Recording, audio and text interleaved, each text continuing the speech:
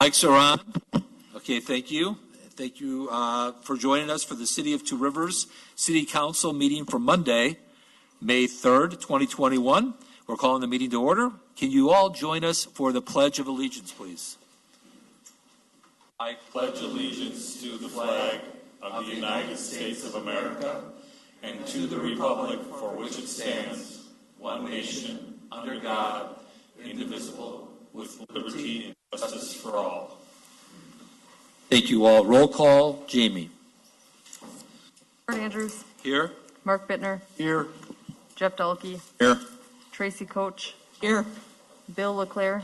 Here. Darla LeClaire. Here. Jay Remiker. Here. Bonnie Shimulunis. Here. And Adam Waleski is not here yet. Adam did send a notification. He'll be joining us late. He is doing a softball today, so he'll be joining us. He coaches softball, which is a great thing to participate in the community, so he'll be here a little later, but he will be joining us. Moving on to number 5, public hearing. We do not have any tonight, so we'll move on to number 6, input from the public. We're going to start, first of all, with those folks who are here in the audience to come up to the podium, my right, your left, state your name and address, and address anything that's on the agenda for tonight or anything you want on a future agenda. And then we'll go to the phones. So if you're out in the audience right now, hold on. We'll let you know when to join us, what number to call in on. So we'll start with input from the public. Feel free to come up and address the council.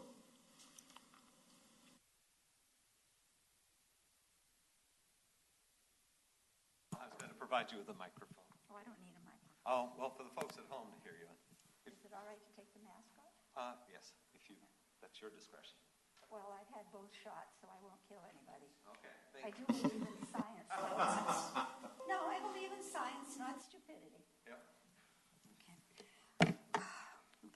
My name is Dorothy Tinkham-DeLow. I'm a registered voter in Ward 1. I'm here tonight. I know it's not going to get me anywhere. I'm here to ask, please, for noise control and crowd control at the beer bash. I moved here 8 years ago.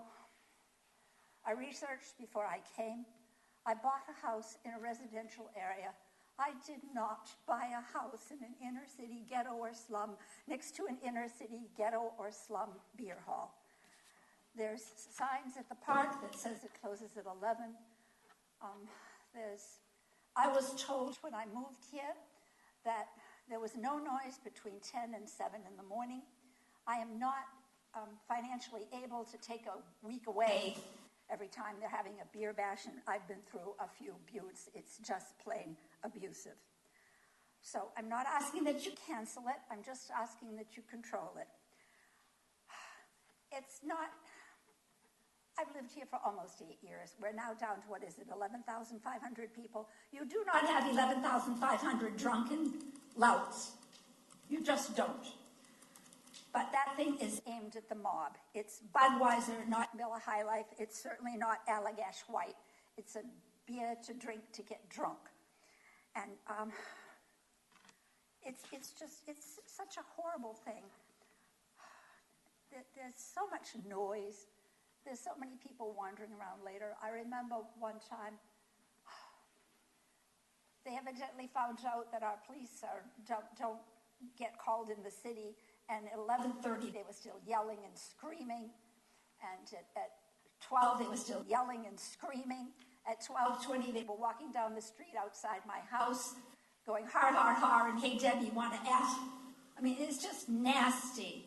And I think anyone who lives here should have the right to live in their own house. I am 4 blocks from the beach. My kitchen floor reverberates. And you built this lovely pavilion, and there's places where people can plug in their volume speakers, but they should be going out over the beach. There are people out in the lake that like that kind of thing, and the noise should be going there. It should not be pointed back at residential areas. So I know it's kind of useless, but I'm still here to ask for a little common decency. And remember that there are some of us who are here, who live here all year, and we live in a residential area, and you're the ones who make the rules that say 10 to 7. Thank you. Thank you. And we appreciate you living here, and we appreciate you bringing your concerns to our attention. Okay? Anyone else have anything they want to do to address the council? And what she was referring to is not beer bash, it's beach bash, and it is scheduled to be on a Friday, Saturday, and Sunday this summer. Anyone else have any issues or anything they want to bring up? Okay, seeing none, we're going to go to the phones. Are you ready, Jamie?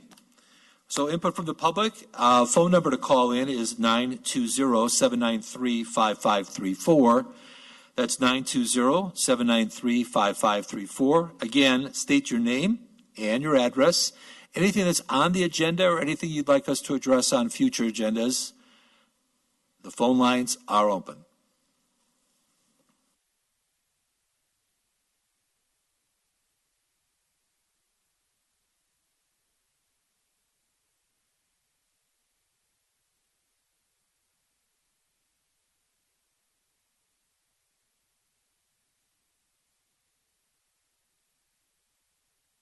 Okay, not hearing from anybody. And by the way, a reminder, if you do need or have any concerns about anything you want to address anyone here on council, our email addresses are on the city website. Our phone numbers are on the city website. We'll be glad to listen to what's on your mind and bring any of your concerns to future meetings. So if you don't want to call in tonight, give us a call anytime. We got open ears and we work for you.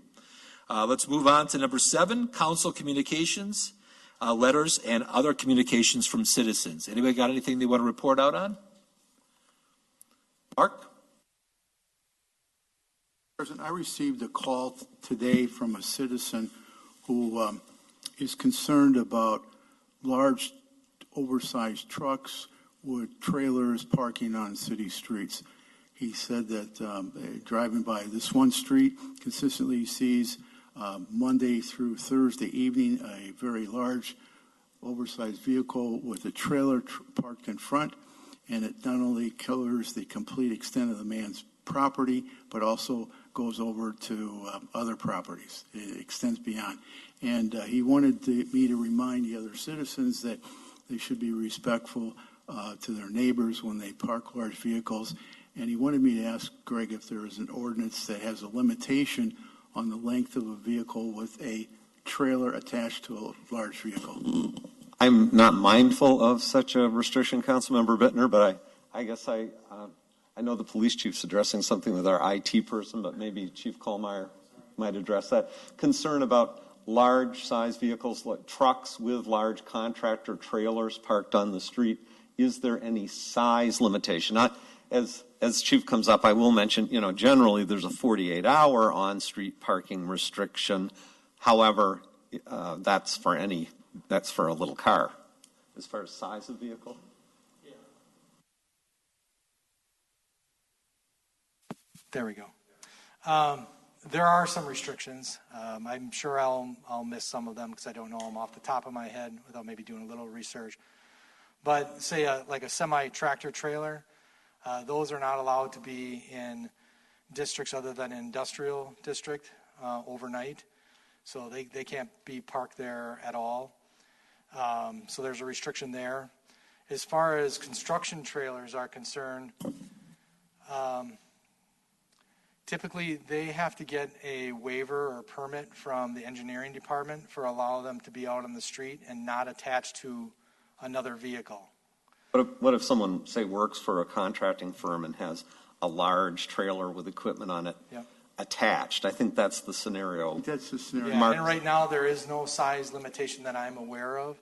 However, if it starts to encroach into what we would consider the normal lane of traffic, there is a requirement that they have barricades or markings that they would have before they would be allowed to get a permit from the engineering department. Obviously, it can't block access to a driveway or be Correct. too close to a driveway. But we'd be happy, Mark, if you want to let Chief know or let me know after the meeting to follow up on the specifics and see if there is a If there's violation. a specific location we need to look at, we can make sure that it's in compliance. The citizen is listening to that response. He didn't share his name at this point. Okay. He'll contact me if there's further information I need to. Yeah, so most trailers, whether it's a construction trailer, a camper, utility trailer, any of those things, they can't be on the street unless they're attached to a vehicle. And of course, they have to be otherwise legally parked. In other words, no more than 4 feet within a driveway, not, too close to a fire hydrant or a crosswalk. So all those things still apply. But between 1 a.m. and 6 a.m., it's got to be attached to a vehicle. It can't just be butted up to a vehicle or make it look like it's attached to a vehicle, because we have plenty of those. It has to be actually physically attached to a vehicle in order for any trailer or camper to be legal to be parked overnight in the city of Two Rivers. And then, like I said, the semi-trailers have special restrictions of their own of where they can be at all in the city of Two Rivers. Okay, thank you. Bill? Somebody can legally just drop a trailer to go somewhere and then as long as they're attached when they come back overnight, right? Correct.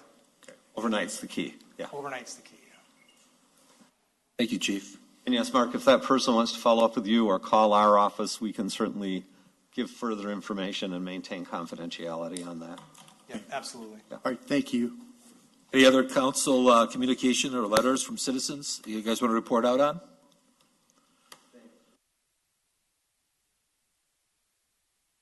I do have one. I had a citizen ask about what we were doing with the reconfiguration. We talked about this a couple years ago and again last year, which is East River Street when you come over the bridge. When we got rid of the liquor store, there was conversation about changing the right turn there and making it a little safer to slow down the traffic coming around. And the question was, has anything ever been done? What are we doing? We looked at 3 or 4 different options as a council on what we were going to do with it, but I couldn't answer the question because I'm not sure what we're doing right now with that area or what we're doing with that turn. So can we give an update? Yeah, that's not a near-term thing. It is still something on the radar, and I'd like to have Mr. McDonald, our city engineer, come up. You need to switch the mic on, Jim, but address that. Thank you.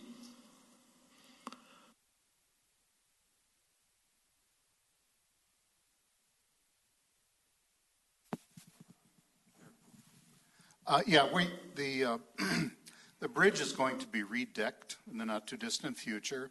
We have been negotiating with DOT about the design and hope to add a larger trail segment to at least that side of the bridge, and from there carry on with the actual corner for the trail.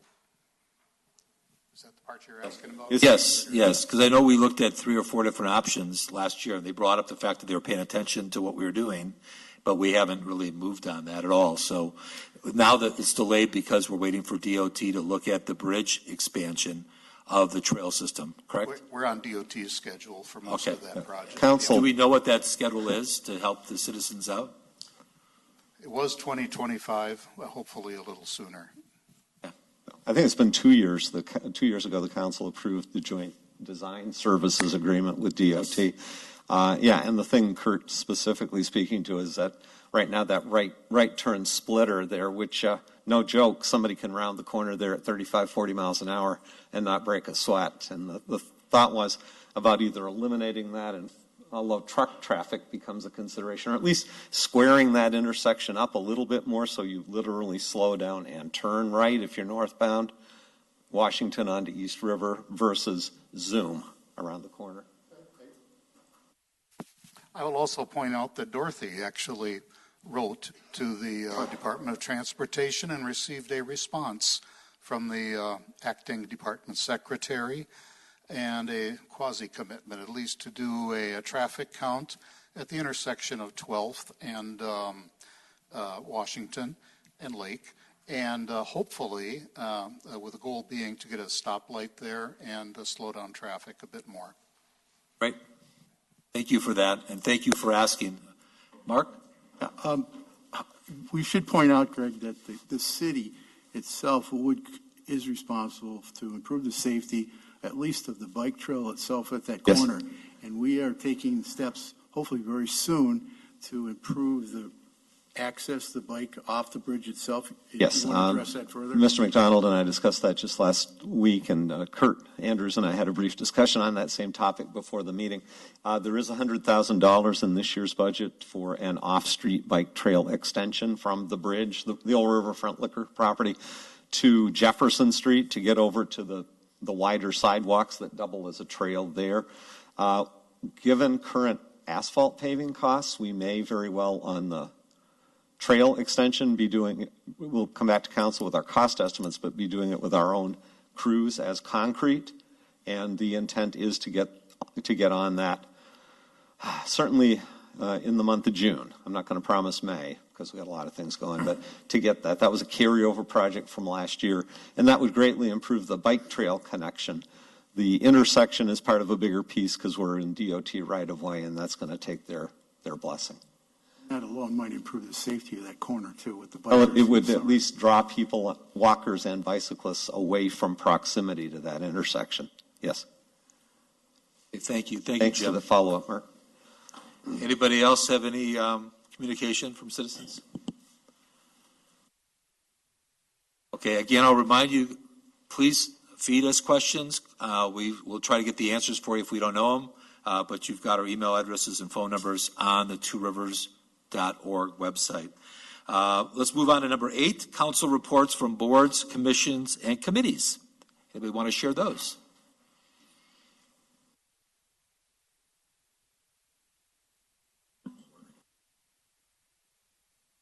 I'll have an update. We had a Celebrate Two Rivers committee meeting last week. It is not it is to coordinate the 828 event in Walsh Field. A lot of excitement, a lot of activity, a lot of things going on. We already got some people donating money, which is great. So just to let everybody know, it's on exploretworivers.com. It is Celebrate Two Rivers on August 28th, I believe. Terry, correct me if I'm wrong, 3 to 10 o'clock. With bands and games and things for families to do and fireworks.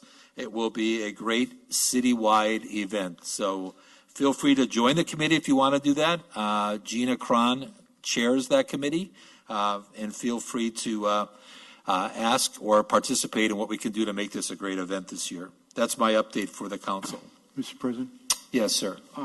Since we're talking about committees, I'd like to take this opportunity to encourage everyone in the city that's listening, encourage people who aren't listening to consider volunteering for city committees available. We always need people to volunteer. There's a couple committees right now we've got some open slots on.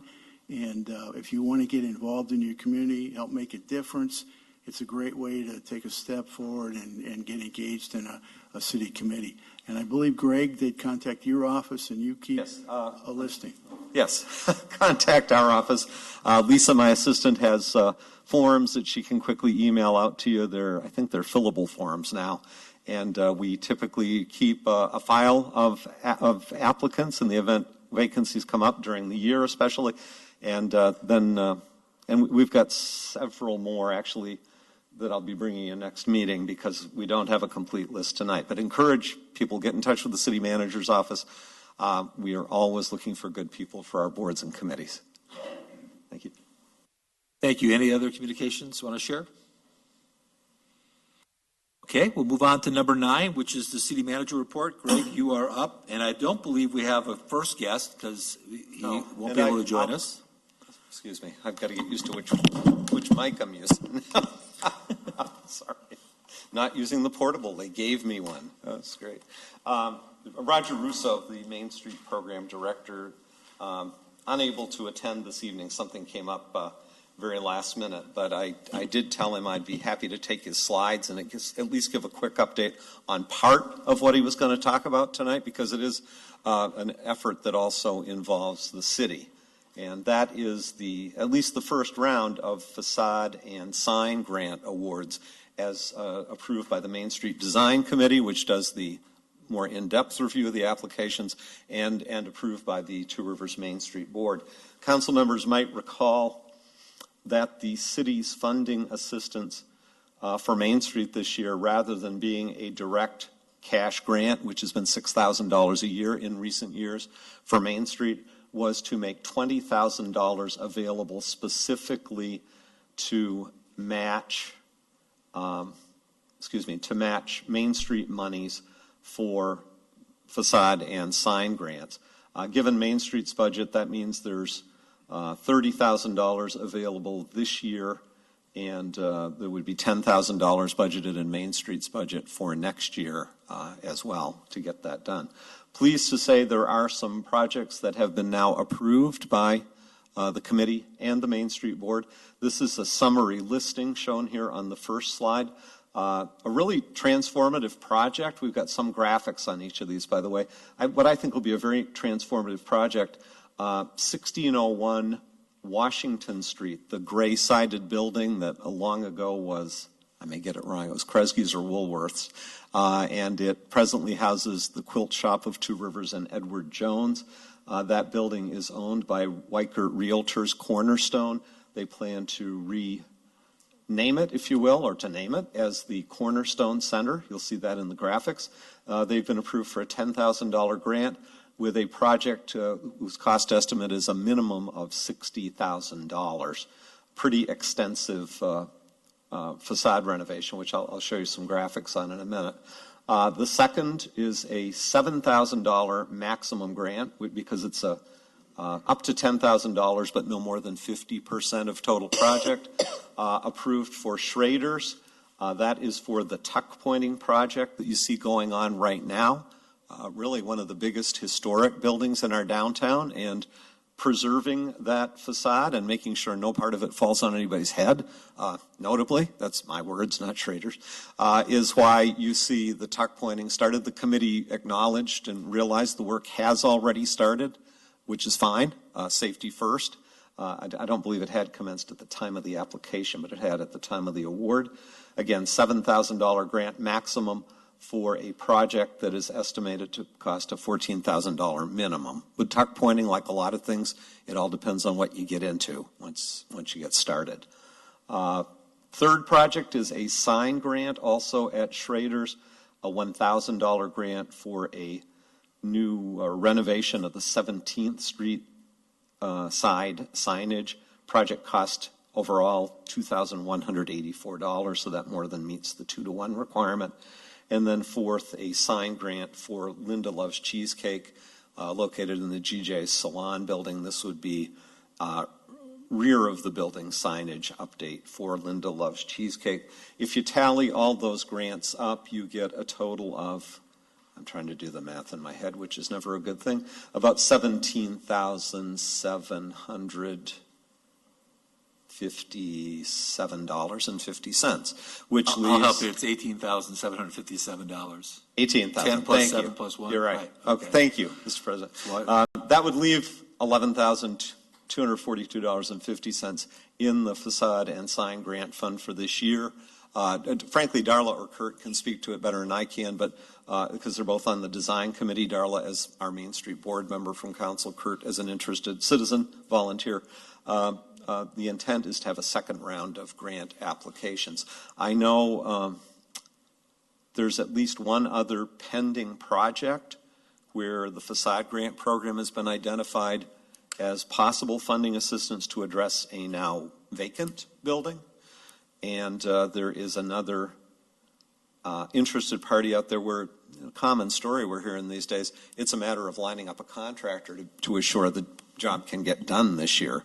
Another business, though, interested in a facade grant. So I think these are good deliverables. When the council approved that funding for the design, the facade and sign grant program this year, that was the emphasis. Let's show some deliverables in the downtown with improvements to buildings. And Darla and Kurt, feel free to chime in on this because you've looked at these.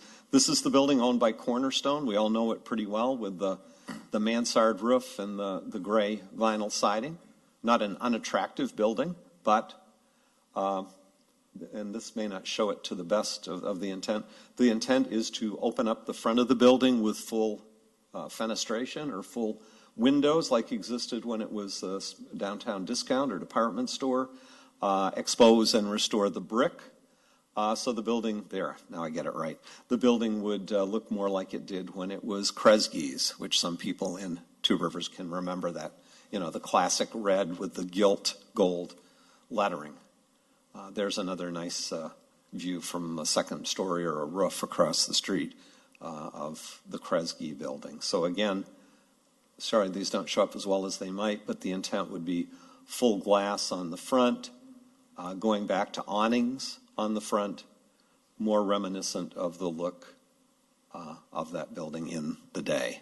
So I think that one has got, it should be a very notable project on the Main Street. And you see the grant program is leveraging at least $5 of private money for every dollar of grant money that would go into it. This is some of the tuck pointing work recently underway up around the very top of the Schrader building, Schrader block in the downtown. Sidewalks safely blocked off there. This is the sign on the 17th side of Schrader's that's been approved for funding to update and replace. And it would be basically a directory sign for the Two Rivers Marketplace, which is not only Schrader's, but other businesses like the Red Apple, the Red Bank Coffee House, and others.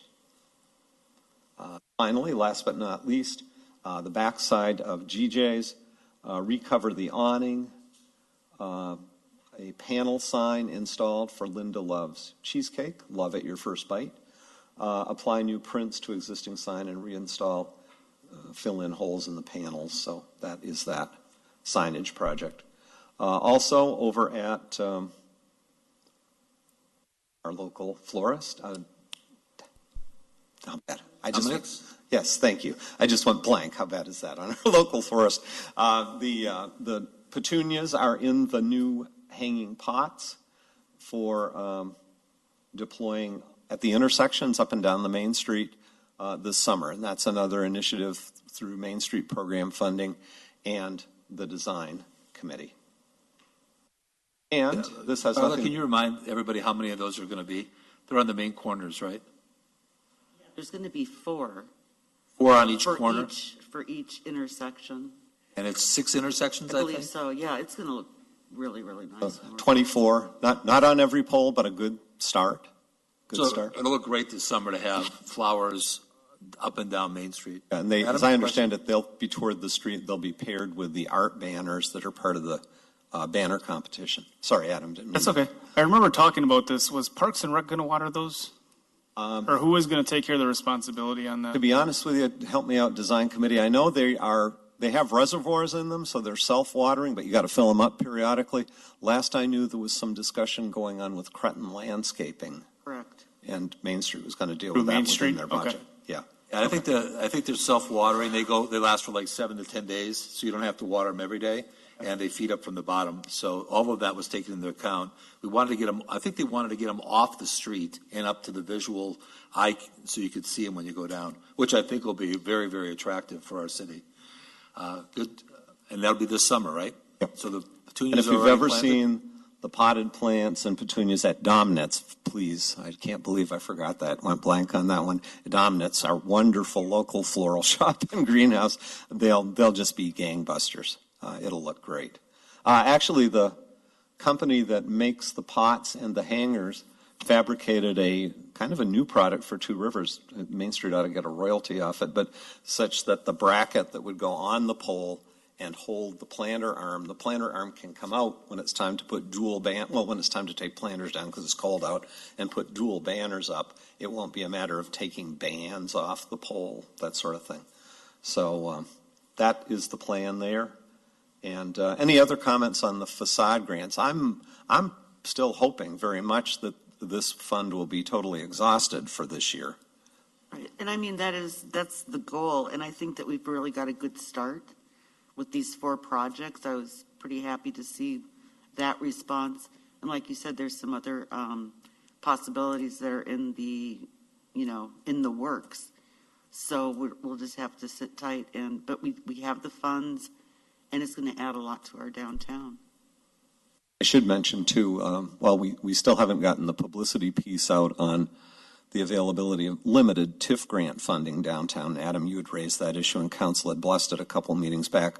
We are engaged with one potential investor right now on a Washington Street property that would maybe make use of the $20,000 or so that we'd have available near term in that fund. So Elizabeth has been having some meetings. I've had one meeting on it with the parties. So stay tuned on that. Great. Yeah. The other thing was just to put a shameless plug in. for Main Street's 2021 Spring Wine and Beer Walk. There weren't any of these, wasn't one in the spring last year anyway because of COVID. It was all canceled. That's right. year. Fall ended up being canceled Right. too, didn't it?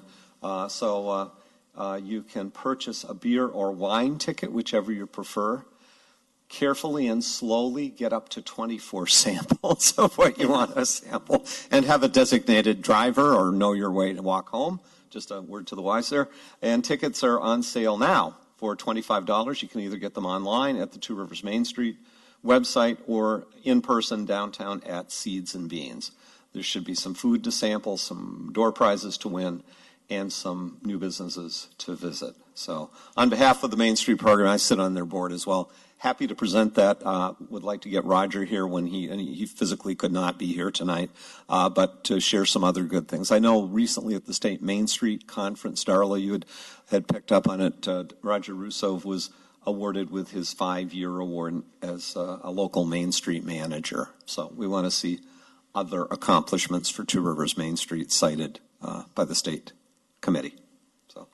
One editorial, the 24 samples are not reflected in the size of the glasses you see on these pictures. No.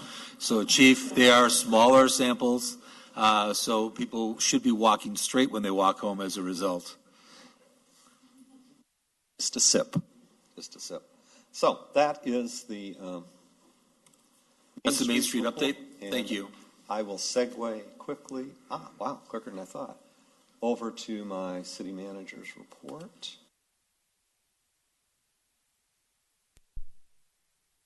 First of all, Neshota Park playground upgrades. Some of you might have seen the post on the City and the Park and Rec Facebook page last week of our crews readying an area at Neshota Park for the first phase of this improvement, the first phase of this year's improvements, which is the accessible climbing structure shown on the far right there. That's a piece of game time apparatus.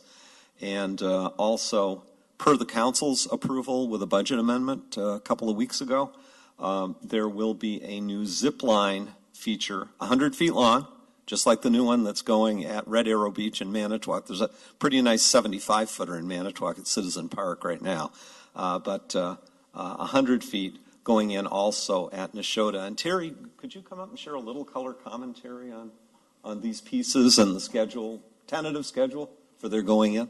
We've had a lot of positive feedback, especially, of course, from parents with young children in the community, although Adam tells me adults can use that zip line too, as long as they're not too heavy. So you might want to chime in on that. Terry. Sure. The first phase, the gentlemen were out there last week. The ground is completely done, and they actually are installing on Wednesday or Thursday of this week. I'm not sure where you got that picture from, but that's not what's going up in there. I'm sorry, it was from a graphic you'd sent me a while ago. I think it's just the website it goes to. So the actual things that are going in at the beach are musical.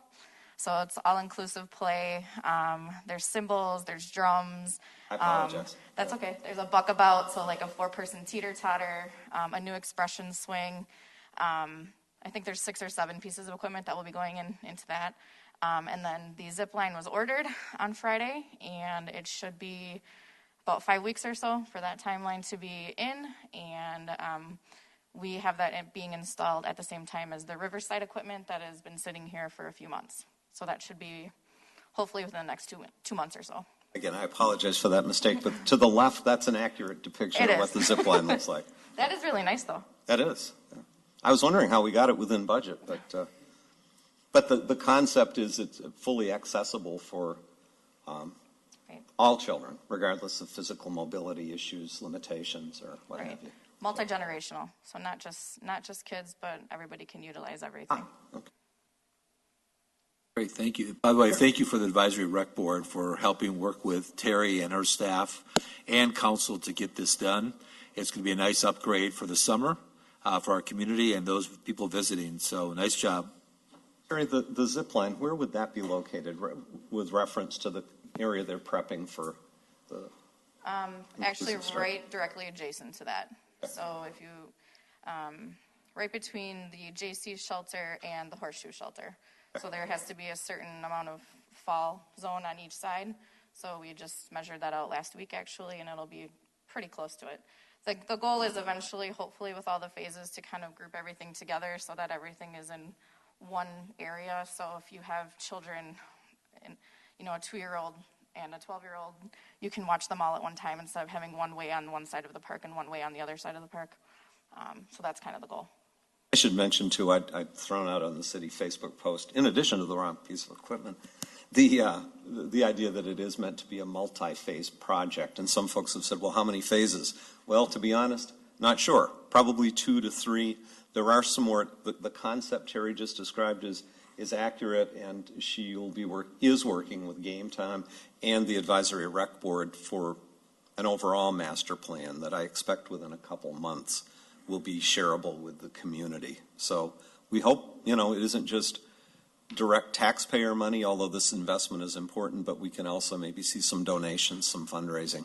I think it was one major donation for the Manitowoc zip line, from what I heard, and if it captures people's imagination, they're more likely to sign up. So I'm sure naming rights are available for the zip line if anybody wants to buy those. Of course. Okay, thank you. Thank you, Terry. The Splash Pad and Ice Rink Planning Committee has had 2 meetings so far. As council members know, at the work session last Monday, we had 3 committee members present, and along with the design consultant who zoomed in for the meeting. Council did endorse the committee's recommendation that now more detailed design be focused on the Central Park West site. That doesn't mean that there will not be other opportunities for public input, but it does mean that the committee, along with Parkitecture, the firm they're working with, will more fully pursue concept plans for Central Park West. So I think they might do that for 2 more meetings, say the May meeting, which is this week Thursday, 6 o'clock here in Chambers, also via Zoom, and the June meeting. Then I expect we'll be back at council talking a bit more about the concepts, maybe with something that's ready for more public input, public comment. But it's going along well. Again, I wanted to plug the next meeting this week, Thursday. We have had 1 citizen member just Sunday reached out to me via email, and she indicated that due to some scheduling conflicts with some family schedules, she will not be able to continue participating. We'll put her on the list of interested parties so will be advised of meetings, but that does mean we have a vacancy there. I have a list of 4 or 5 citizens that volunteered to be on the committee, and we were unable to accommodate their interests due to the 7 citizen positions being filled. So I just started late this afternoon by reaching out to one of those people to see if they would take the slot.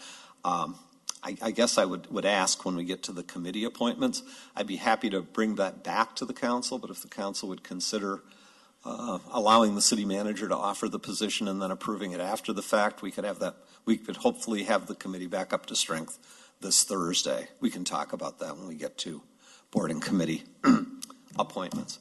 And again, this is just a depiction, and I'm not going to remember the name of the town in Ohio that this is in, but of the idea that splash pads, and there's an ice rink as part of the plan too, and we're looking at the whole project.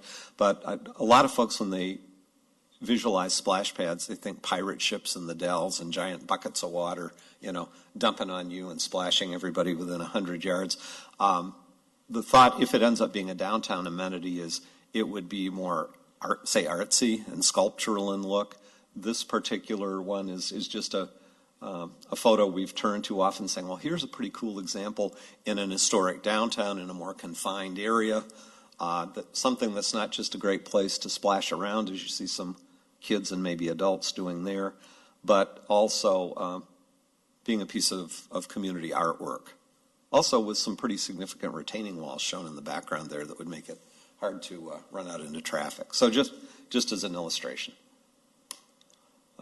These are some other things that the committee had looked at as far as in the wintertime, instead of just having a bare area where we say, yep, that's where the skate or the splash pad is in the winter, there'd be some lighted facilities and again, a night view of lighting.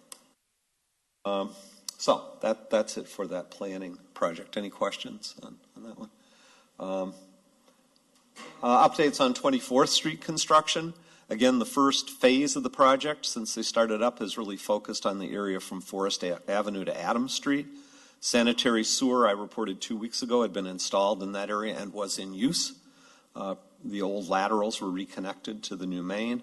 Water main is now installed in this area, and it passed the bacteriological testing last week, so people can start hooking up to the new main. Folks are currently being served off temporary services that run across front lawns, which you can do in Wisconsin in the spring and summer, at least.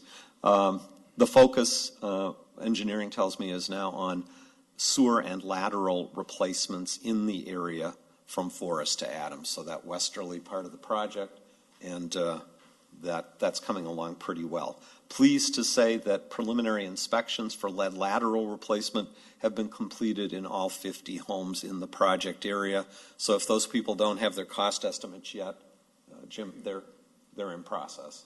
So that's good, and we appreciate the cooperation of those homeowners, because the earlier our inspectors and the contractor get into their homes, the sooner they have an accurate estimate and know what additional financing needs there might be on the water lateral beyond the $2,500 grant, and likewise for the private sewer lateral. Questions on that while we're on it? Okay, will we have any money remaining for grants beyond the 50 homes that we're working on? The city's application as approved for the private lead service lateral replacements this year was enough to cover all of the properties on 24th Street plus the 25th and Madison Streets project. I call it project because it was my contract that was also awarded earlier this year. That's about 48 or 50? Yes. Yeah. 18? And 18 scattered site. I was talking to Mr. Blaha today. Where'd Ross? Ross back there. And he is chipping away at the 18 scattered site locations, working with people where we know there are lead services, in some cases where people aren't located on a street project but have been in touch saying, I really want to get rid of my lead service lateral. So there's the opportunity for 18 additional grants of up to $2,500 there. Yep. That's the grant money this year. There Correct. might be more next year, but we don't know. Yep. Okay. The state, Ross, I don't know if you have any comment on that. There's a pretty big pot, but it all depends on how fast it gets spent out in. Right now, they're still working through it. They don't know the Got it. Okay. Remember, Two Rivers in recent years had gotten $800,000 in such grant money. And I don't remember the number for this year, but it's a big number for roughly 118 services. I'm not going to try doing the math in my head because I screwed up last time. It's over 500,000 though. Yeah.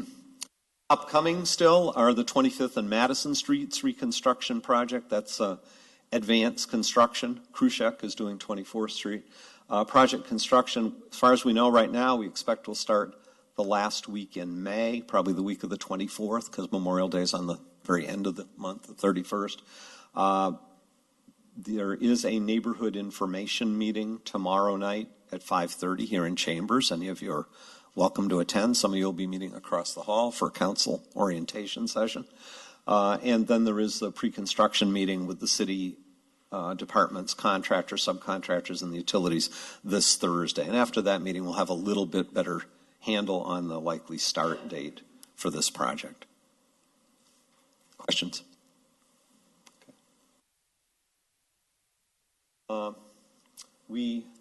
In the way of personnel updates, we have 2 full-time positions very recently filled. Last week, we were pleased to welcome Gina Sampe on board at Water and Light. She is the new administrative assistant who is working side by side for a transition period with Kay Nooker, the very capable utility admin assistant who is retiring in June. And Gina comes to us with over 5 years utility experience at the Manitowoc Public Utilities and brings some very relevant experience, a fair amount of experience in that lead lateral replacement side of things at MPU. Very good addition, and she's come around and met with different departments, and I know that both Brian and Ross are very happy to have her on board. New police clerk is scheduled to start later this week. I can share her name now. I hope I don't torture it. It's Susie Griepentrog, who will be starting, Brian, was that Wednesday of this week? Susie, until very recently, was employed at the Manitowoc County Sheriff's Department, and again, brings a lot of relevant experience to the police clerk position at TRPD. And I know they're likewise excited to have Susie coming on board. We hope to have both of these new full-time employees here to introduce to council and the public at our next regular meeting on the 17th of May. We are taking applications right now to fill a vacancy in the position of full-time recreation office clerk. That deadline is this Friday, May 7th. So that's a good opportunity to join the team over at Parks and Rec. That is a position vacancy that had come up. Get the word out on that one. There's still time to apply. Any question on those? In addition to other activities, the Community Development Office, Community Development Planning Director Elizabeth Runge has been working on 2 prospective new TIF districts, both of which have been given preliminary blessing by the council with comfort resolutions or resolutions to start the project or the process. The first one is proposed TID number 14 at the Woodland Industrial Park. This would be both for further extension of infrastructure on the south side of Highway 310 and for possible direct grants to businesses developing at the park. The initial meeting of the Joint Review Board was held this past Tuesday, April 27th. There will be a public hearing at the Plan Commission. By statute, Plan Commission holds a hearing on TIFs. That is next Monday, May 10th, and the Plan Commission will make a recommendation to the City Council that will be in front of you on May 17th regarding the establishment of that TIF. The business that is pursuing the northeast corner of 310 and Woodland for development will be in front of the Plan Commission with a request for conditional use permit related to their development also next Monday, the 10th. So the project that was the reason, at least for trying to start this TIF when we're doing it, is likewise moving along in parallel. Can't promise, it's not finalized, but things seem to be moving along well there. A little further out and we'll update you further at future meetings on the new TIF to assist with redevelopment along Forest Avenue, focused primarily on the former Hanson the Florist property. That'll first be discussed at Plan Commission on their June 14 meeting. The calendar calls for a Joint Review Board initial meeting in late June, early July. Public hearing at the Plan Commission regular meeting on July 12. That one would be back in front of City Council on July 19 if all goes well. So that's a little further out in the calendar, but wanted to make you aware of both of those. Last meeting, Ross Blaha talked about the recent, the planned inspection of the North Side Reservoir. And you know what? I'd rather listen to Ross for a little bit than me. Ross, you want to come up and share how things went with that project? First trick is to know how to turn the mic on. I think so. Hi there. As everybody knows, our reservoir was inspected on Wednesday at 9 o'clock in the morning. The good news is it's in very good shape. We do not have to spend any money on it. We do that every 10 years. We take that facility down completely, drain it out, and have an inspection done. Every 5 years, we'll take an ROV, and we can basically drive it around on the inside and look at everything with the fish, they call it. But it's a lot cheaper to do it with the fish than to have the gentleman climb inside of there and take a look around. But everything is back up and running, so all the pressures, basically we had only one call. It was a little bit of low pressure that they thought, and which is a good thing. So I think notification to everybody helps out. And again, it's part of our maintenance projects we have to do, but the good thing is the cost, we don't have to invest any more into it. It's a good structure. So that's about all I've got. Hey, thanks, and thanks for notifying the public that was going to happen. I think you guys did a good job of communicating that out, so appreciate it. Ross? And my main reason was not so I could get a cup of coffee, but thank you. That worked out pretty good, too. It's made with really good Two Rivers water. So, by the way, also the landscape beds on either side of the pump station at the reservoir got spruced up, and they look pretty nice. I'm sure the neighbors appreciate that. Coming up, A week from next Saturday, a lot of folks look forward to this, is the Two Rivers High School Octagon Club Electronics Recycling and Shred event. That will be in the parking lot at the community house over on the senior center side. Again, Saturday the 15th, 9 a.m. to 1 p.m. You can go online and get more information. I believe, Brian, at Two Rivers Water and Light share info on this. And then later on, there will be another recycling event at Water and Light, June 8th. So there's a couple opportunities coming up within 3 weeks of each other for electronics recycling. You don't shred, though. Right. So if you got those documents, paperwork you want shredded, the 15th would be your date. Also, the Senior Center, another of their fundraising events and services to the community, this Wednesday. It's Cinco de Mayo, and it's Cinco de Mayo to go over at the Senior Center. And you see the menu listed there. Pre-orders, we encourage. A date that's already passed, or walk-ins on May 5th, and everything from pork carnitas to chicken fajitas to non-alcoholic margaritas available there. So another chance to get some great food and support the Senior Center. We'd remind you again that the most up-to-date and complete source of information on activities and events is Two Rivers. In Two Rivers is exploretworivers.com. And then in the way of legislative intergovernmental update. Before you get please. to that, Yep. there's a lot of questions, and I've been asked a lot of times by people in the community. Is there anything more you can share with the community about the Paragon building That's purchase? a good point. Thank you, Mark. That should have been in my report for tonight. That was pretty big news out of the council meeting last Monday. The City Council did give its approval last Monday to a purchase agreement with AIM Manitowoc LLC, which is an existing company in the area. The principals in it are involved in ownership and rental of warehousing space or space for light manufacturing. They have a contract in place with the city that provides for a $1.2 million purchase price, cash at closing. It required a $25,000 non-refundable earnest money deposit be placed within 5 days of the council's approval, which again was last Monday of the agreement. That check was delivered at noon the next day to our economic development office.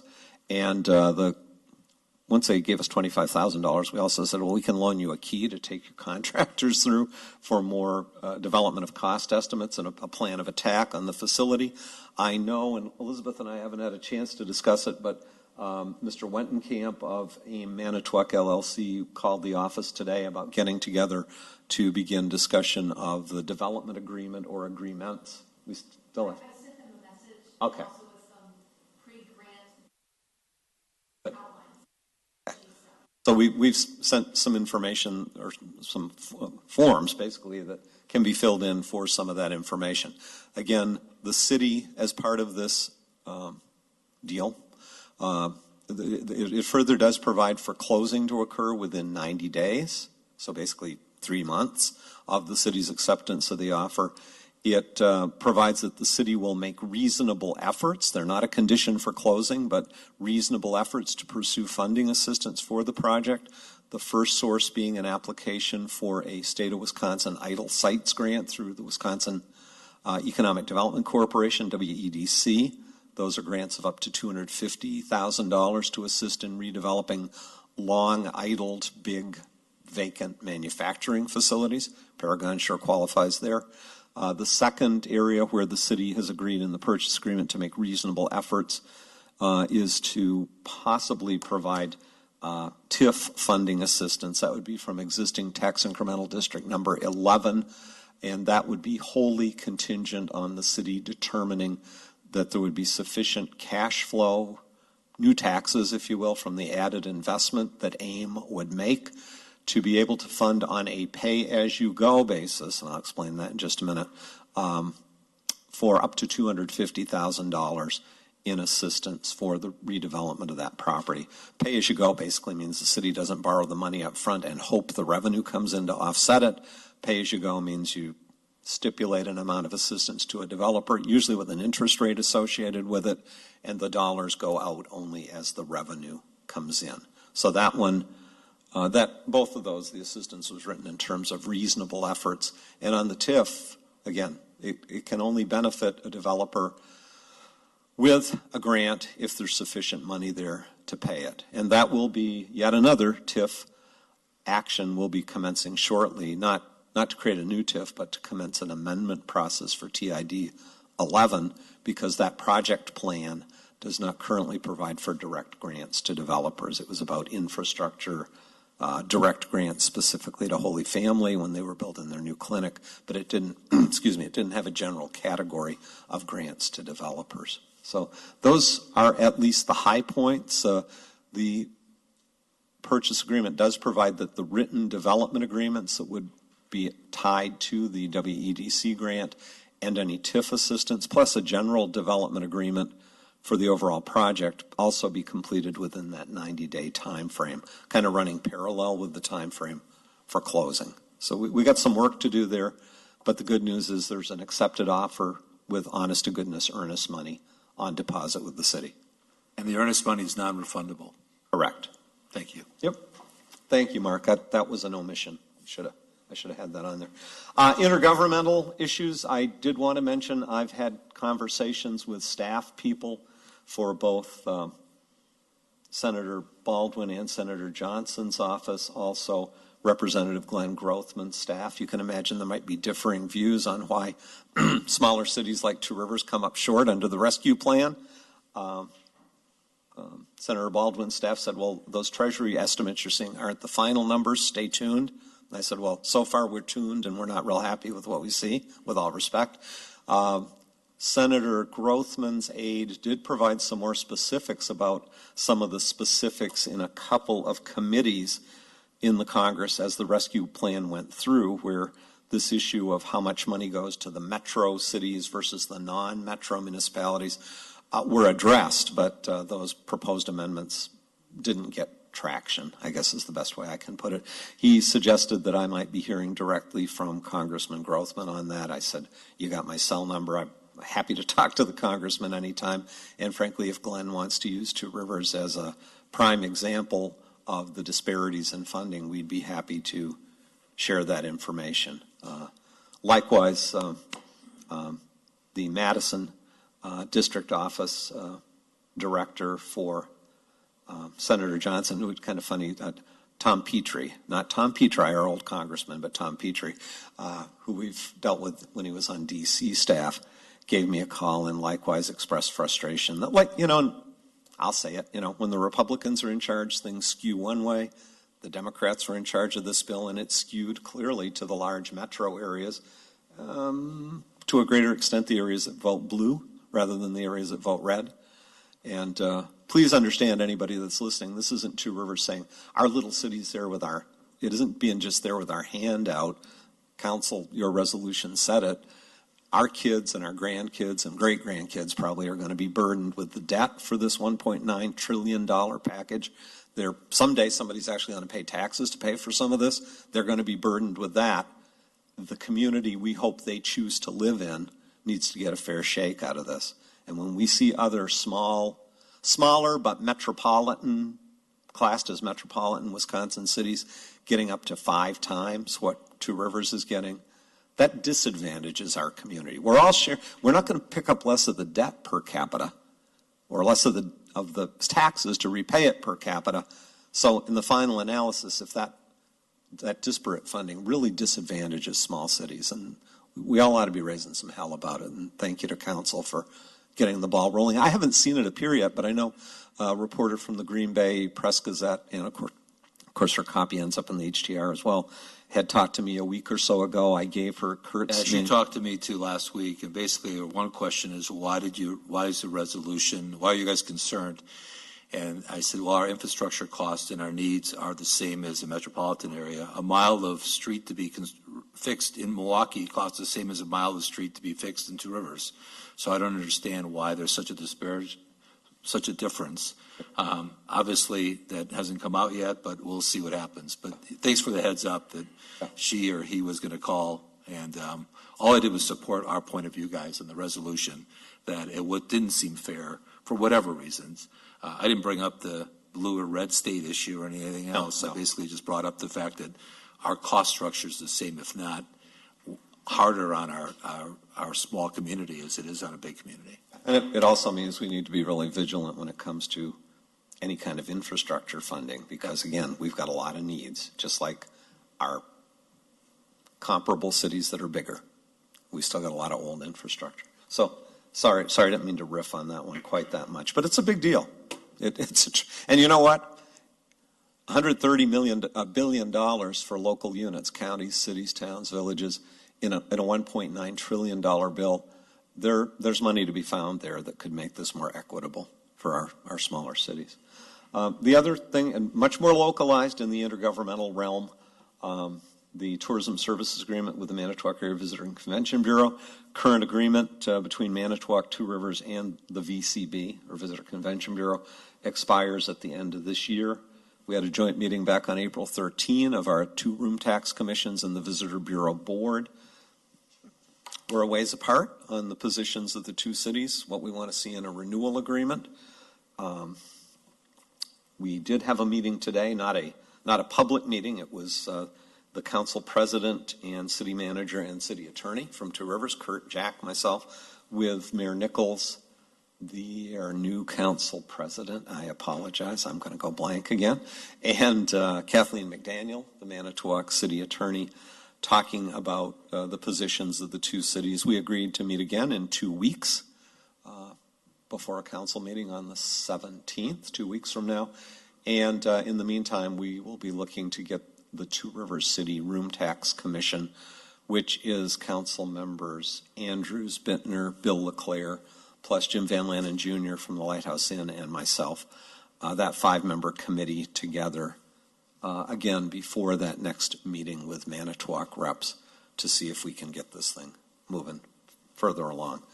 Only thing I've got under the heading of other is note that tonight we do have the opportunity in closed session for some discussion related to the services agreement with another area-wide entity that we're presently in but have given notice of our intent to leave at year end, that being the Progress Lakeshore organization. Explore Two Rivers, and that is my presentation. Thank you, Greg. Thanks. Let's move on to the consent agenda then. We got applications and petitions. We'll start with the first one for a temporary Class B license. We have a handful of those, one from the Two Rivers Main Street for the spring wine and beer walk that Greg just touched on. Another one from the Rotary Club of Two Rivers for all the bands and the beach events, and there's 5 of them listed here. And then the Rotary Club of Two Rivers for Celebrate Two Rivers, which is the event I mentioned earlier on August 28th. The motion to approve the applications and authorize the city clerk to issue those licenses that are in your packages. Second is application for new landscape tree removal license. I recommended for approval on that is to motion to approve that application and authorize the city clerk to issue that license. On reports or minutes of meetings, we've got 2 of those, a motion to receive and place those on file. And last but not least, the police department's annual report for 2020, a motion to receive and place that on file as well. I'm looking for a motion to approve the consent agenda with the various actions recommended. I'll make the motion to approve the consent agenda with the various actions recommended. Thank you, Jay. Do I have a second? Thank you, Jeff. I got a second. Any discussion regarding any of those issues that came up? Mark? I think I've told the public about our change in procedures about beverage licenses for groups that are applying. I think they. Good point. That was approved last Monday, Jamie. Our clerk was. If it was. Yeah, I know the applications you have from Rotary reflect that. It's been communicated to the Manitowoc County Mariners, who are another one of the multi-date entities. I don't know that we've communicated it beyond that, but we can talk about that and get that done. Yeah, they've done it to the new specifications on everything we got submitted, which Correct. are no longer a continuous 5-day or 10-day. They have to do one for each one if if it's spread out.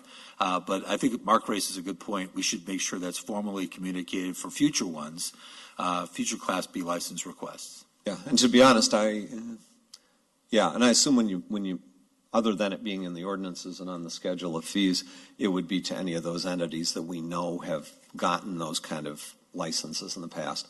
I don't know if there are too many others other than Rotary and the Mariners, but we'll check on that. And I know, And I think the new fee as part of that license requirement too, that's requested by the organizations, the charge they're being added on to.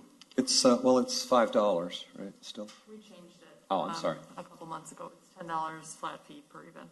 You want to get closer to the microphone and say that, Jamie? I'm sorry. Yep, the fee for a temporary Class B license was changed a couple of months ago, and it used to be $5 per day. We were charging that up to $5 per day, up to 5 days. Maximum we can charge per state statutes is $10, so we made it a flat $10 fee per event. But if it's a one-day event, it's costing you $5 more. Yeah. If it's a multi-day event, you're saving money. Oh, After 2 days, you're saving money. Great. Any other discussion regarding anything that was on the consent agenda? Bonnie? For the roll call for the I have to look at what it is, Joint Review Board, I think unless something strange happened, I think Mary Kay Slattery would like to be called Mary Kay Slattery instead of Mark Kay Slattery.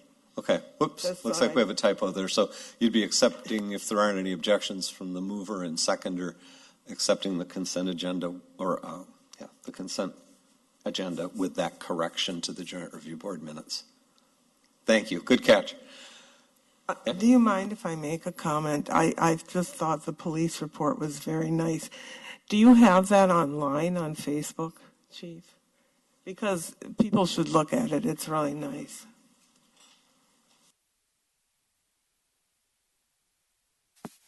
We don't have it on Facebook, I believe, at this point. If we can put it out there, we will. It's a fairly large PDF. Well, it is. But but we will have it available on the police department's website. By the way, I think you all, in addition to being part of the digital packet, you got bound copies.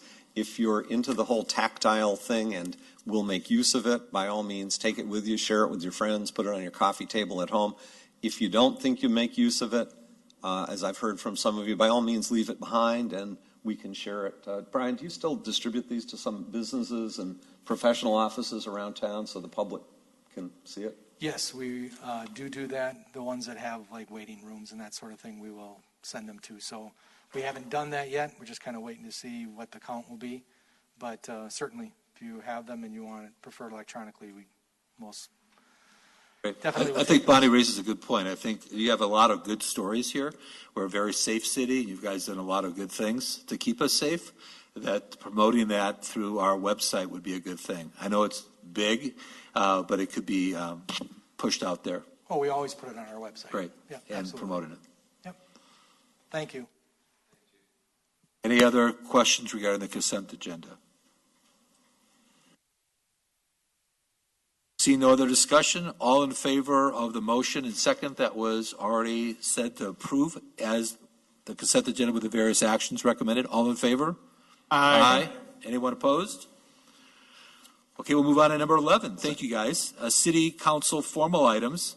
We got a handful of them. I got a few resolutions to deal with tonight. We've got a few other conversations we'll be having. Let's start with the first one, which is rescheduling the public hearing on zoning code text amendment to add limited production and processing as a conditional use in certain business districts, originally scheduled for May 3rd.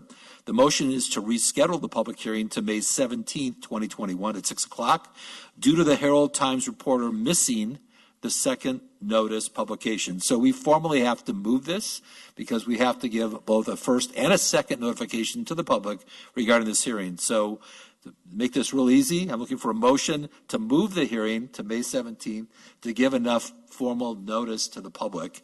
And do I have a motion? I'll make that motion. Thank you, Jay. Do I have a second? Second. Thank you, Bonnie. Any discussion regarding this? This was out of our hands. It just didn't get published in time. Okay, all in favor? Aye. Anyone opposed? Thank you. Let's move to B, proclaiming, naming the week of May 10th through May 16th, 2020 as Police Week, and May 15th, 2020 as Peace Officers Memorial Day. There's going to be a motion to read and adopt the proclamation that will be read for us. I'm looking for a motion first, and then we'll move into the reading of the proclamation. Do I have a motion? I'll make the motion. Thank you, Jeff. Do I have a second? I'll second. Thank you, Adam. Any discussion before we go into the proclamation? Chief, I assume you're going to read it?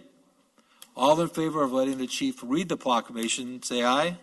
Aye. Anyone opposed? Chief, you are up. You could have voted for the assistant chief, but that's all right. Okay. Proclamation naming the week of May 9th through the 15th, 2021 as Police Week, and May 15th, 2021 as Police Officers Memorial Day.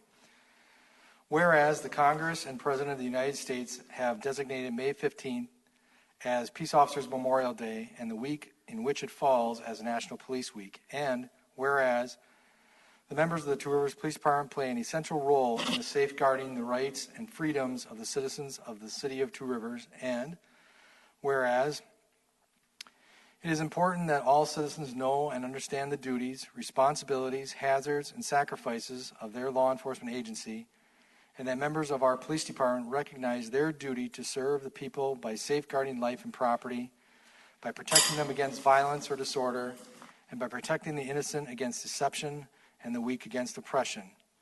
And whereas the men and women of the Two Rivers Police Department unceasingly provide a vital public service. Now, therefore, the City Council of the City of Two Rivers calls upon all citizens and upon all patriotic, civic, and educational organizations to observe the week of May 9 through 15, 2021 as Police Week. And be it further resolved that the City Council further calls upon all citizens of Two Rivers to observe May 15, 2021 as Peace Officers Memorial Day in honor of those law enforcement officers who, through their courageous deeds, have made the ultimate sacrifice in service to their community or have become disabled in the performance of duty, and let us recognize and pay respect to the survivors of our fallen heroes. Dated this 3rd day of May, 2021. Chief, I'm sorry. While you're up there, you care to speak at all to activities for Police Officers Memorial Day this year? Sure. So invitations should be going out very soon for next week, if you haven't seen one already, for Friday, the Friday of next week, actually a week from Friday, for the ceremony on the 22nd Street or Law Enforcement Officers Memorial Bridge. That will be at noon. We normally all have had ceremonies at each of the schools, but because of current situations with COVID, we're looking to do something virtual so all the kids will get to at least have some kind of participation in the event like we've done in previous years. Thank you for that. And there is another thing that was brought to my attention I'd like Adam just to touch on, as long as we're talking about police officers. Yeah, I think we should just mention the fact that we have the Tim Culligan Let's Put Cancer Behind Bars benefit coming up. Of course, Chief knows and everyone else knows Tim has been a long-time police officer here in the city of Two Rivers. That is Saturday, May 15th at 1 p.m. at the West Shore Sportsman's Club. So that's a week from this Saturday. Correct. Thank you, Adam. So just want to plug that as well. Very good Appreciate point. that. Thank you, Adam, for bringing that up. Thank you for everything you do, and let's make sure we step back and remember those who keep us safe, and peace officers as well as the police. Thank you guys for all your work you do. Thank you. This, I could ask, the 14th to 22nd, that's the middle of the bridge at 12 o'clock for...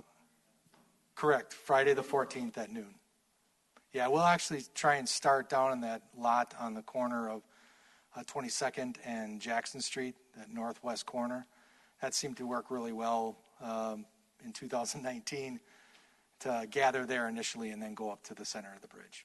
Be blocking off that outer lane of traffic, so Yes. again, people can assemble safely there. So It'd be great if we could do Facebook Live on that too. So it might be something you might want to talk to Whitney about to see if she can do that or someone can do that. Because not everybody can make it, and it gets a little crowded on the bridge as well. So Sure. Two Rivers remembers both Leo Rock, and a lot of folks in the community today still do remember Tom Dodge, having known him, and those are the two officers that had given their lives in service to this community, along with thousands from across the country. Yeah, and as you walk in and out of the council chambers, you pass by a wall that we dedicated back in 2019 to memorialize them. We used to have the pictures up on the wall here in the council chambers, and we upgraded things out in the hallway. Good to show that again, too, as we get to this Memorial Week. Yep. Okay. Thank you. Thank you. Mr. President, if I could ask one Yes, more sir. thing. Adam, why don't you repeat, because I think it's a worthwhile event. Tell us more about the 1 o'clock event. Yeah, the Tim Culligan Let's Put Cancer Behind Bars event is Saturday, May 15th, so that's a week from this Saturday. It's at West Shore Sportsman Club, and it starts at 1 o'clock. I think they got food, beer, they got a bunch of raffle prizes, I know. I think he was diagnosed with stage 4 cancer back in maybe December, something like that. Yeah, it's December. I'm not sure about the stage, but Okay. and thankfully he's kind of finished up the majority of the treatment just recently. We Great. all met him at the hospital when he had his last treatment. So Good. That's awesome. Great. Thanks again. That's very timely.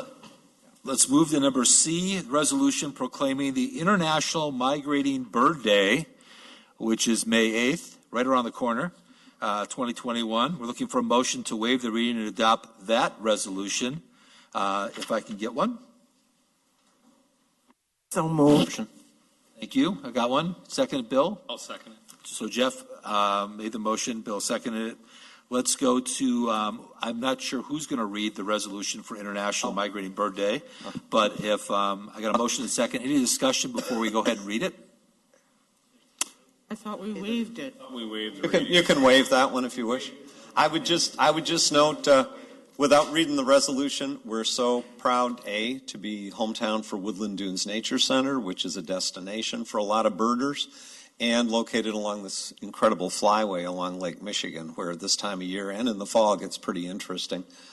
Birders as a group bring a lot of tourism impact to communities, and largely thanks to the efforts of Woodland Dunes, I think I'll get it right. Next spring, Two Rivers will host the Wisconsin Ornithological Society, the statewide birding group, with their state conference here in May, I believe. Which was delayed a year because of COVID. Yep, So they're coming next year. Yeah, Two Rivers is a hot spot for birders, especially for the different waterfowl along the lakeshore. Thank you. And thank you for reminding me. I was looking at reading. It's waiving. Thank you. Because it is a resolution, I need a roll call, Jamie. Mark Bittner, Aye. Jeff Dalkey, Aye. Tracy Coach, Aye. Darla Leclerc, Aye.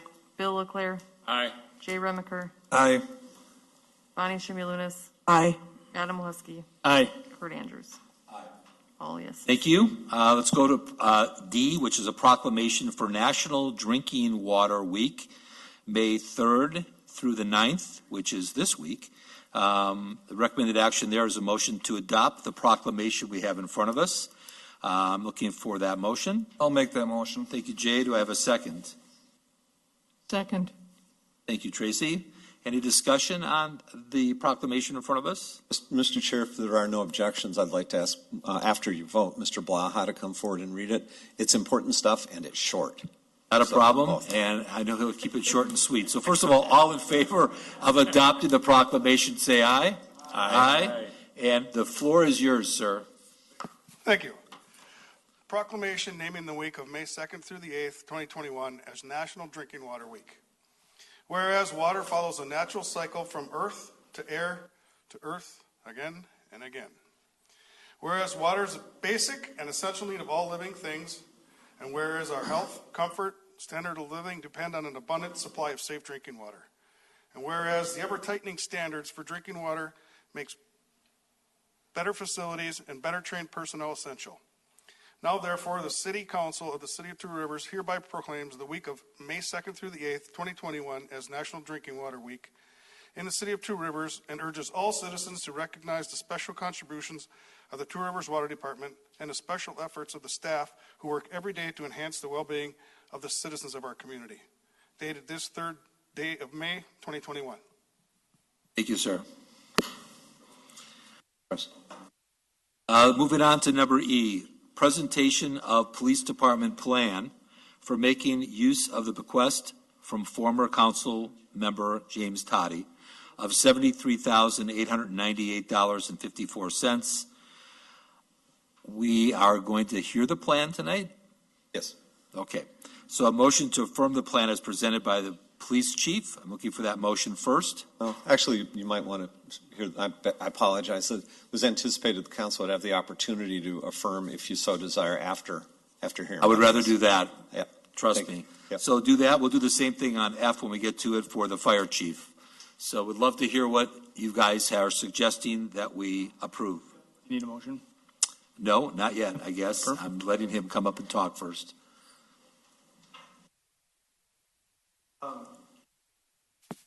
So we have a presentation here.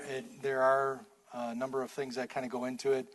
I'm going to try and go through this fairly quickly because I respect your time, but please feel free to ask any questions that you might have because as we get into the second portion of this, it's a little bit more involved. So I'm going to be using Rick there as my cue to change slides. So as you know, Mr. Toddy donated a sizable amount of money to the Two Rivers Police Department, and tonight we're here to talk to you about what we're going to do to honor his donation and the legacy of support that he's given to the Two Rivers Police Department.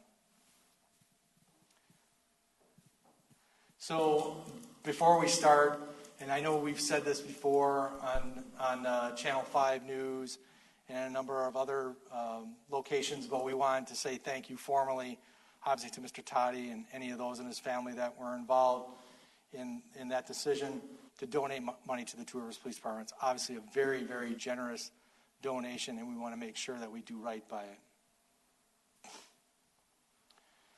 So while there's still plans going on, there's nothing that's been done formally at this point as far as formal acknowledgement, but our plan here is that we would do at least, at a bare minimum, some type of plaque in a prominent location within the Two Rivers Police Department, and preferably in an area that's accessible or observable to the public. That's at the very least.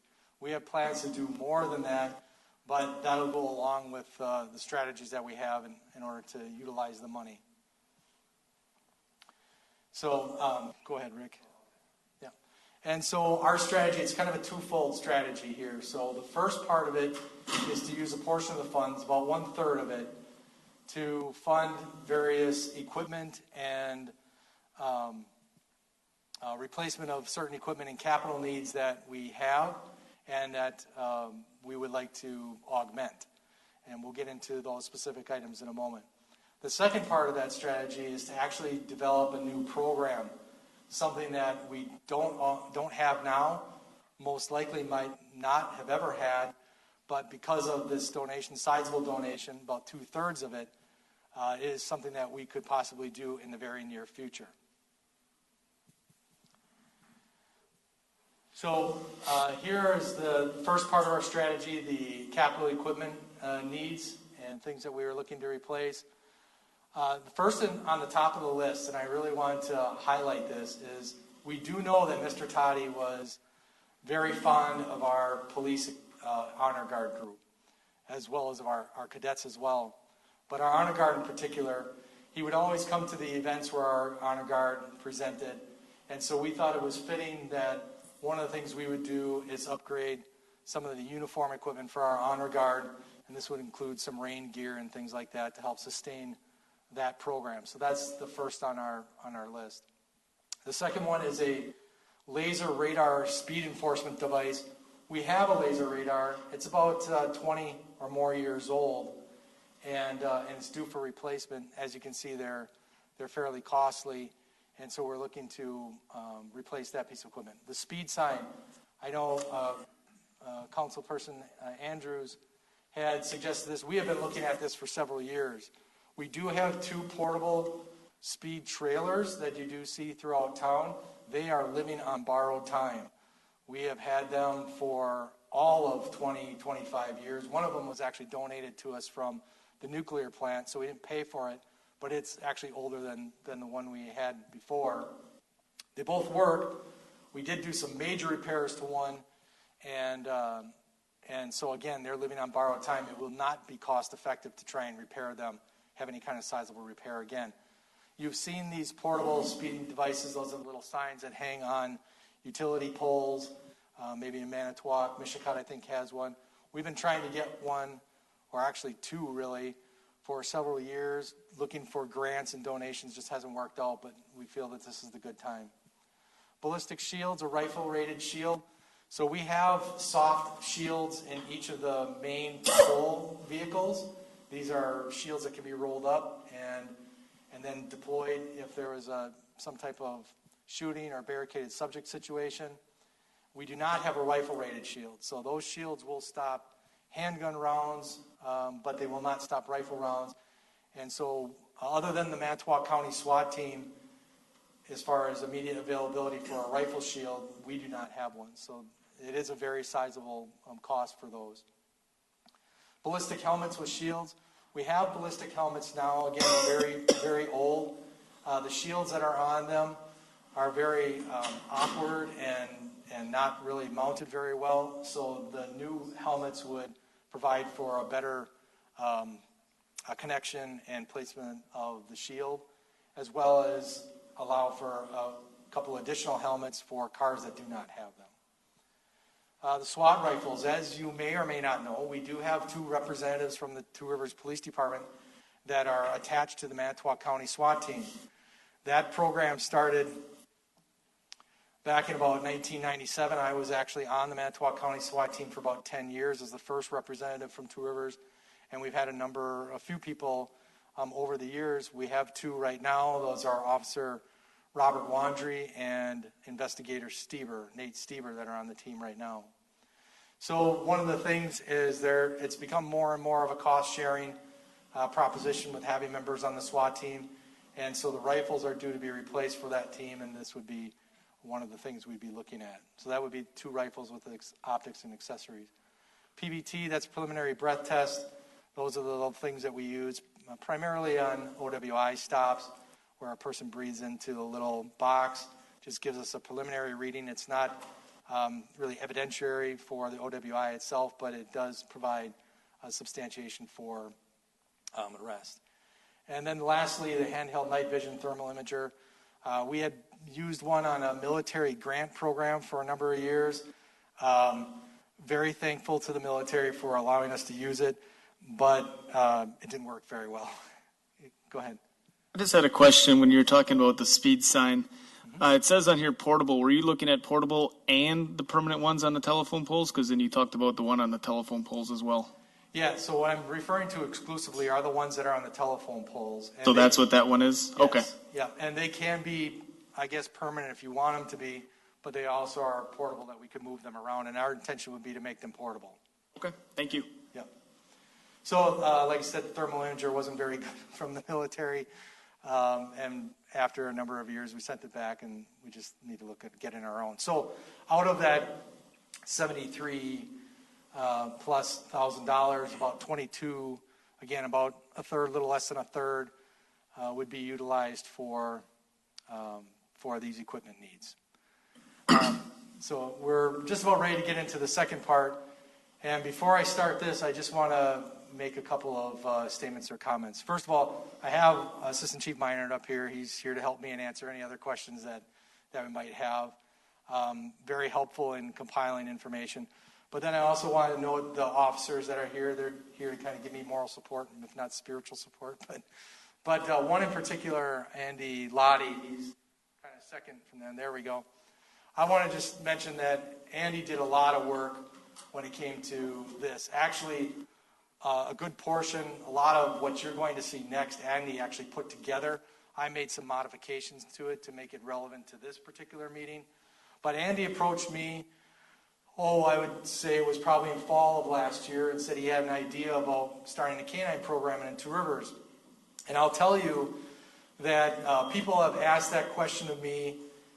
I mean, I can't even tell you how many times people have asked, do you have a canine program? Why don't you have a canine program? I'd like to donate to a canine program. And we never have. And one of the things we've kind of said is that, Manitowoc City has a canine, Manitowoc County's got a canine, and they're always good about coming over here when they're available. and I guess the key word there is when available. And so, we kind of always felt like we could go without. But there's a lot more to it than just kind of the where the rubber meets the road, or in this case, where the paws meet the road. But there's a lot more to it than that. So Andy said, would you mind if I researched it and then just kind of got back to you guys and presented what I found out? And I'm like, well, absolutely. I mean, I would encourage, and I think Andy did a phenomenal job. I tell him this every single time, is that we encourage all our people, if you want to go with something, go for it. And we will try and do whatever we can to make it happen if it's possible. So Andy did just that. Near the end of the year, he presented to us and some other representatives of the department and did a very, very nice job, which I think you're going to see here. Very professional and laid out the information for us. And as it turned out, we did have a citizen that had approached us a couple of years back and said, I would like to donate a sizable amount of money, $10,000, to your department for a canine. Again, we didn't have a canine. So she said, well, I'd like to still give you something. And if some of you were on the council at the time, you may recall that she donated $5,000 to help us get our third iteration of body cameras. So very nice. We brought her in. She got to see the equipment that she brought to fruition. She actually got to talk to one of the officers that was involved in a shooting here in town where we had just implemented those new cameras days before. And so it was a very, very touching and very emotional situation and very meaningful for her. And she expressed desire to donate in the future. She approached us again and said, I wanted to donate $10,000 to a canine program. And we said, well, you know what? We actually might be doing that right now. We have an officer that came to us and said, this is something that he wanted to look at, and so we need to bring this forward and see whether or not we can make it a reality. So with that, I would just again wanted to thank Andy, and he can jump in here if he wants. I'm sure he'd be really happy to do that if there's any questions of him. But go ahead, Rick. So that's kind of how it all started out. But really, the main thing here is that this is about creating a program that we have never had. And I think we've all said with Mr. Toddy's money that the best way to carry on his legacy, to honor his donation, would be to do something that would benefit all the community, not just, a single piece of equipment maybe, or, one particular thing for a short period of time, but maybe something that will benefit everybody for a long period of time. And that's exactly what we want to do with this. So what are the benefits and the purpose of a canine unit? Well, everybody thinks of canine as just kind of the running somebody down and biting them and from an apprehension standpoint. But again, it's really so much more than that. And actually all the other things that the canine do are probably more important than just kind of that kind of thing that we all think about. So assist in educating the community. What better way to engage the community? That's the second one as well, in the education of things that we do as a police department by having a dog. Everybody loves a dog, and those things just help us increase that engagement, increase that approachability, and help us in educating our citizens and engaging with our citizens. I don't think that can be overstated. If you've ever been to our National Night Out and you've seen the demonstrations from the Manitowoc County Sheriff's Department, I think that really just kind of says it all right there. The community comes out for our National Night Out, I think really because of that, largely because of that demonstration. We have a lot of static displays there. We got lucky and had the helicopter, the last one in 2019. But we have that display, and everybody watches that, and it's a fun time. A lot of questions. So again, great for engagement, great for education. Obviously, to deter crime. Sometimes, believe it or not, people are more concerned about the dogs than they are about the actual cops. And so sometimes they're more afraid of the dog than they are the rest of us. And so there is a detention or a deterrence aspect to it, no doubt. Detect criminal activity, that's kind of the meat of it. So dogs that's their bread and butter. Whether it's locating people or it's locating contraband, that's their bread and butter. Protecting officers, again, a major component.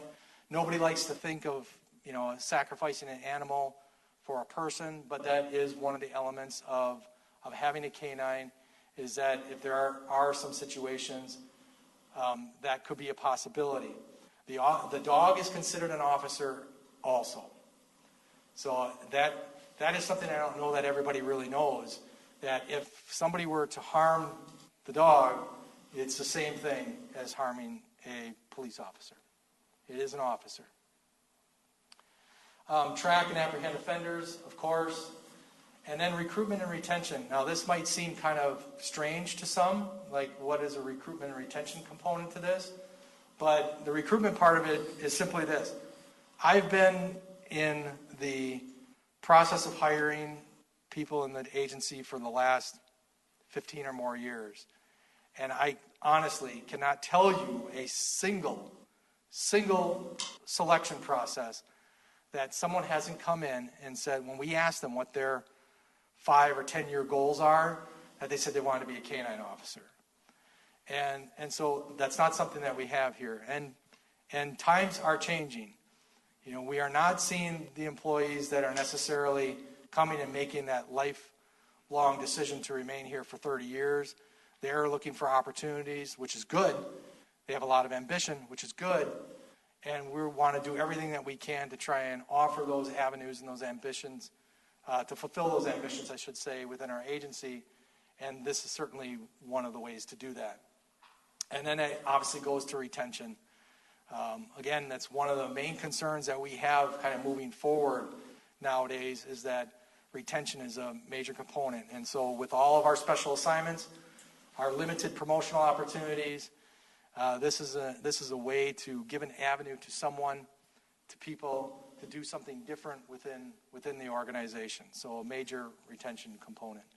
Did you want to add anything to any of that, Ben? I would just say that last one also falls into the same line of goals that we have for the city as well. Yeah, so we know that the city has strategic goals about trying to, one in particular that I just know off the top of my head, is about trying to increase education and opportunities to have people grow within our organization, and certainly this goes to that. So a lot of questions that people have sometimes about, like, well, what kind of dog do you get, or what kind of dogs are good for canine? Well, it can be anything really, and some have some attributes that kind of work better with some things versus others, whether it's bomb sniffing or electronics or drugs or search, things like that. Their temperament, all those things kind of come into play with animals, I guess just kind of like humans. And so these are just some. You can go to the next one. There we go. Rottweiler, you wouldn't think so, but absolutely Labrador Retriever. I know that you had one in Sheboygan Falls, is that correct? Yeah, that was drug dog. A lot of the drug dogs turned into canines in the Sheboygan County area.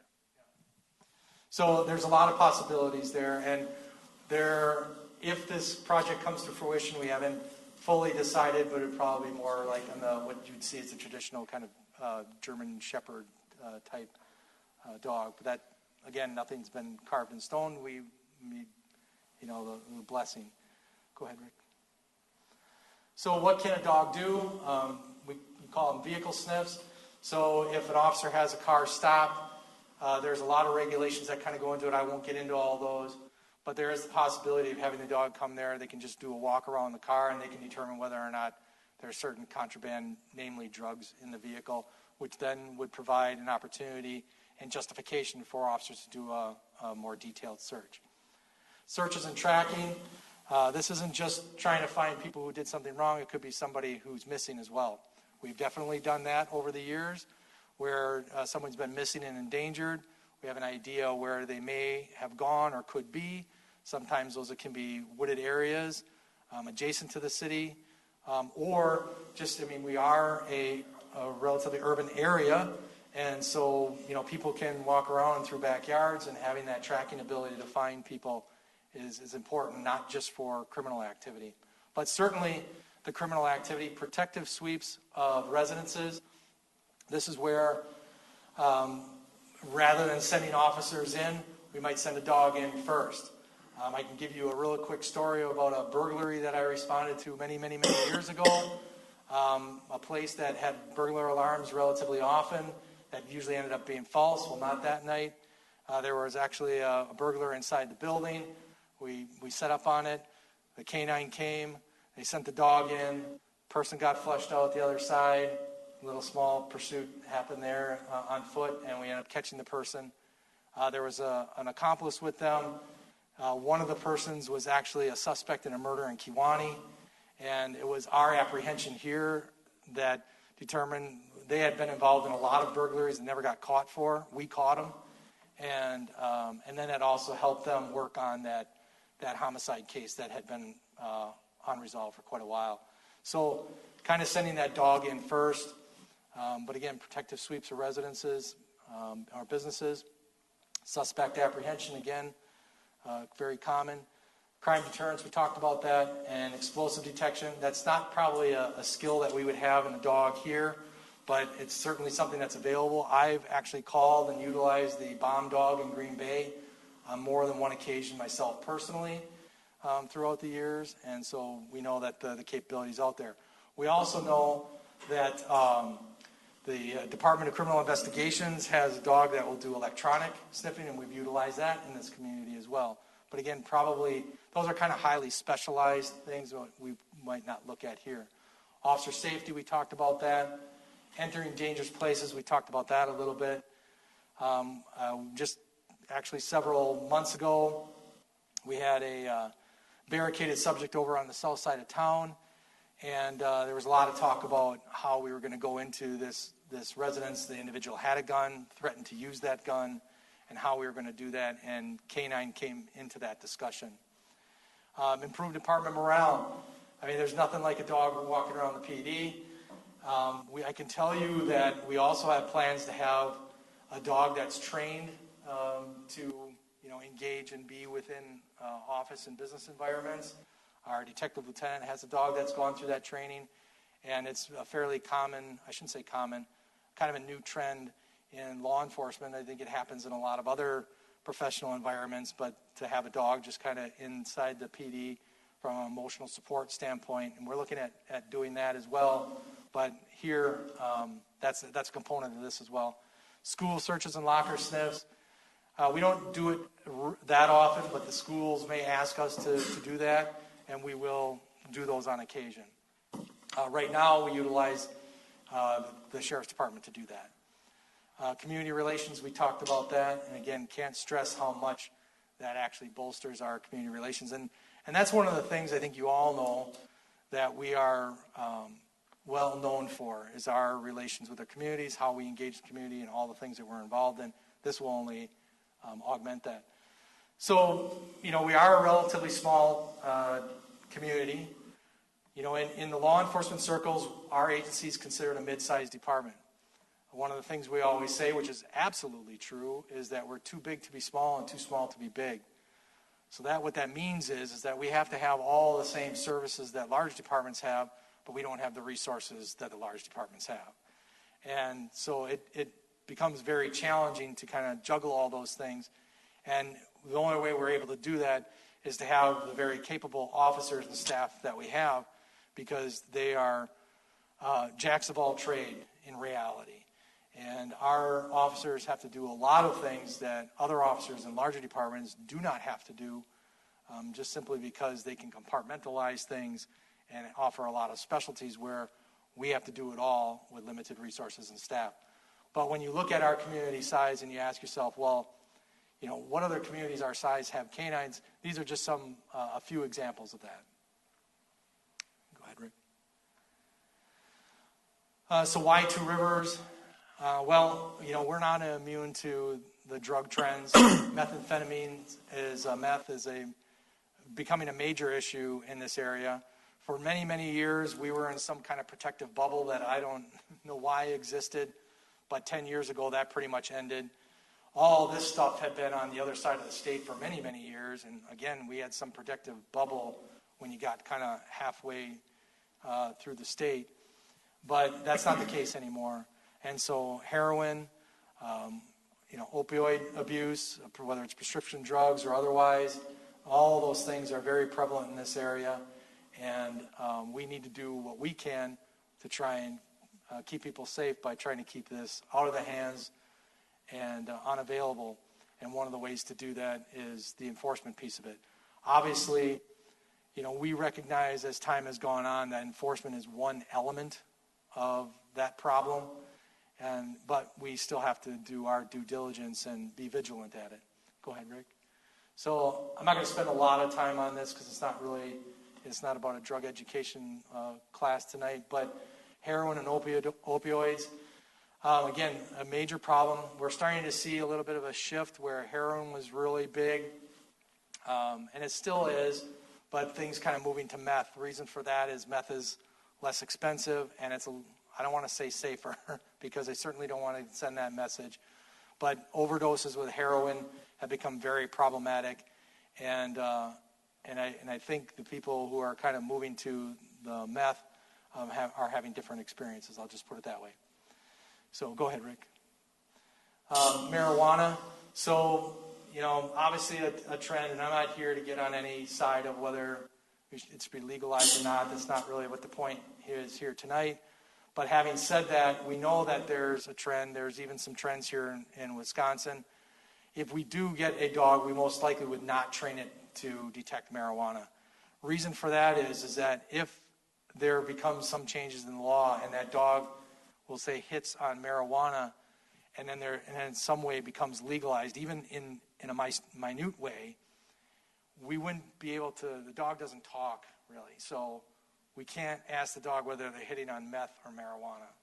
So we wouldn't want to, get into a situation where the dog would be trained for something that may end up being legalized and then not be able to use that dog for that purpose. So go ahead, Rick. So these are just some statistics, and I apologize I didn't get the updated stuff for 2020. These are just some of the drug-related arrests information in Two Rivers, and you can obviously see a significant trend there moving up. And these are the things that we're doing. This isn't necessarily the stuff that our Manitowoc County Metro Drug Unit is doing, so this is in addition to that. And obviously a trend that we don't want to continue seeing. Go ahead, Rick. So moving forward now, community support. We have some community support from Mr. Toddy's donation, but we need to augment that. We need to do more. This is a very expensive program. I will tell you, and we'll get to this, is that there is a budgetary component to it, which we want to minimize, but the program would be more or less sustained through donation. And obviously, Mr. Toddy's donation goes a long way to make that possible. Go ahead, Rick. So here's some of the numbers, and we feel very confident about all these numbers. We spend a great deal of time going through them. Andy, I know, did. We did even more refining after that. Started getting actual real numbers. A lot of these things we know already just because of the many years of squad setup and equipment and things like that. So we're very, very confident about these numbers. Obviously, we have much more detailed information, but for tonight's purposes, this is what it is, and we can obviously break those things individually out, but this is where it kind of lands. So one of the big questions is, do we get another squad car? Well, we think that with our existing vehicles, we can kind of make this happen. The chief had traditionally had a vehicle that was assigned to the chief to utilize. I have not utilized that vehicle to the extent it had been done in the past. I'm utilizing that more as kind of more of a sharing vehicle throughout the agency instead of being exclusive to me. And so with that helps us be able to maybe repurpose not a road squad car, but as you may know through kind of the budget process, we hang on to our cars for a very long time. So they start out maybe on the road. After about 5 to 7 years or so, they transition to another assignment, usually what we would call like a backline assignment, where there's a lot less mileage, a lot less wear and tear in the car. So we have one vehicle now that's our code enforcement vehicle. It has a lot of miles on it. We obviously are getting a new car this year, and through that shuffling, we'll take one of the SRO vehicles, I think it was. So what we were looking at doing is the one that would normally exchange into an SRO vehicle. We would make that the new Canine vehicle. Yeah. So it is possible to kind of incorporate that within our existing fleet. If we were out to get a new vehicle, again, you'd be adding, about $45,000. Actually, a little less than that because some of those equipment needs are already noted in here. Some of the equipment that we already have, especially some of the big ticket items, not just the vehicle, it's the biggest ticket item, but like the camera system, the radios, and the computers, each one of those are $5,000 a piece. So that's $15,000 right there. So we can, again, we feel we can repurpose that. The code enforcement, we would move to one of the other vehicles that, again, would be utilized or wouldn't be available as a result of the one that would be dedicated to the chief. So that would be available. The items that we would need in the vehicle, though, because we don't have everything the same in every car that are those backline vehicles, everything that's on the road and as a patrol vehicle that responds to calls on a day-to-day basis and is responsible for a beat are outfitted the same, but we don't have another one of those. So those are some of the additional items there, the AED, the ballistic items, the rifle, shotgun, radar, some general equipment, the canine cage and alarm. I just want to talk about the canine cage and alarm real quick. They would be allowed to transport a prisoner, so it's not just a vehicle that, it's just for the dog. We can use it for transport if the dog's not able to be along, or even if it is there. The alarm, you may have heard, I don't know, that was about a year or so back, of an animal in the Brown County area that perished because the system inside the vehicle wasn't working to keep air movement back there. And so this would be an alarm. There's fans and air conditioning and heat that systems in there, and this would be an alarm to alert the officer if those had failed, so you wouldn't have a tragic situation like that. The canine itself would be a dual-purpose canine, meaning that it would be able to search and do apprehension and for drug purposes. So it would be kind of a multifaceted animal. It's expensive to get a dog, $21,500 for the animal, but we also have to be concerned about where the facilities for that animal when it's not working. There's a lot of technicalities to that.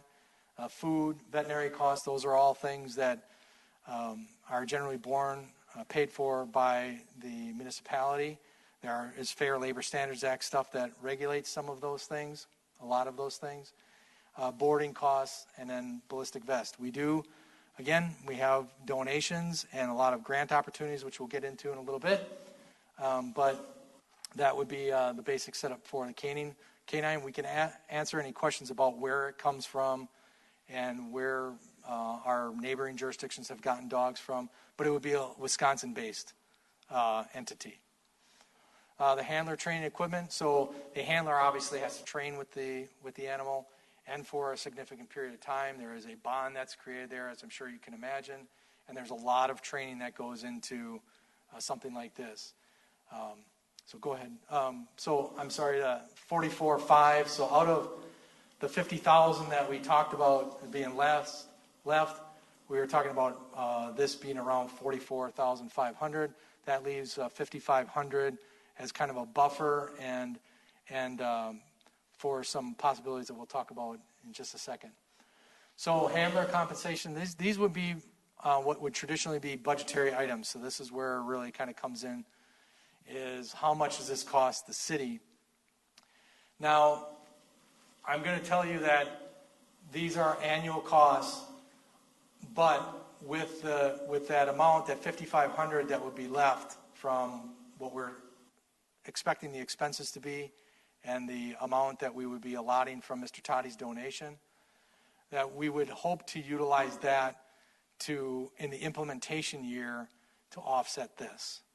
So we wouldn't be looking at a budgetary impact until 2022. Okay?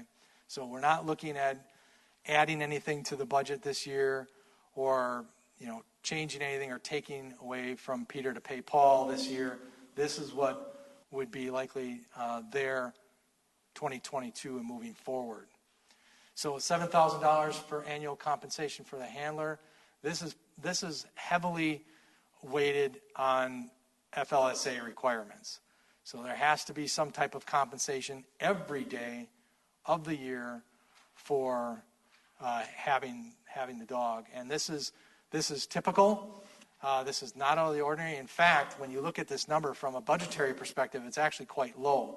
Our counterparts next door to us are more like in the 12 to 13,000 range, where the things that we've been able to talk about as a union and as a group, and I don't think I can stress this enough on how great of a working relationship we have with our labor union, and that they want to see this program succeed.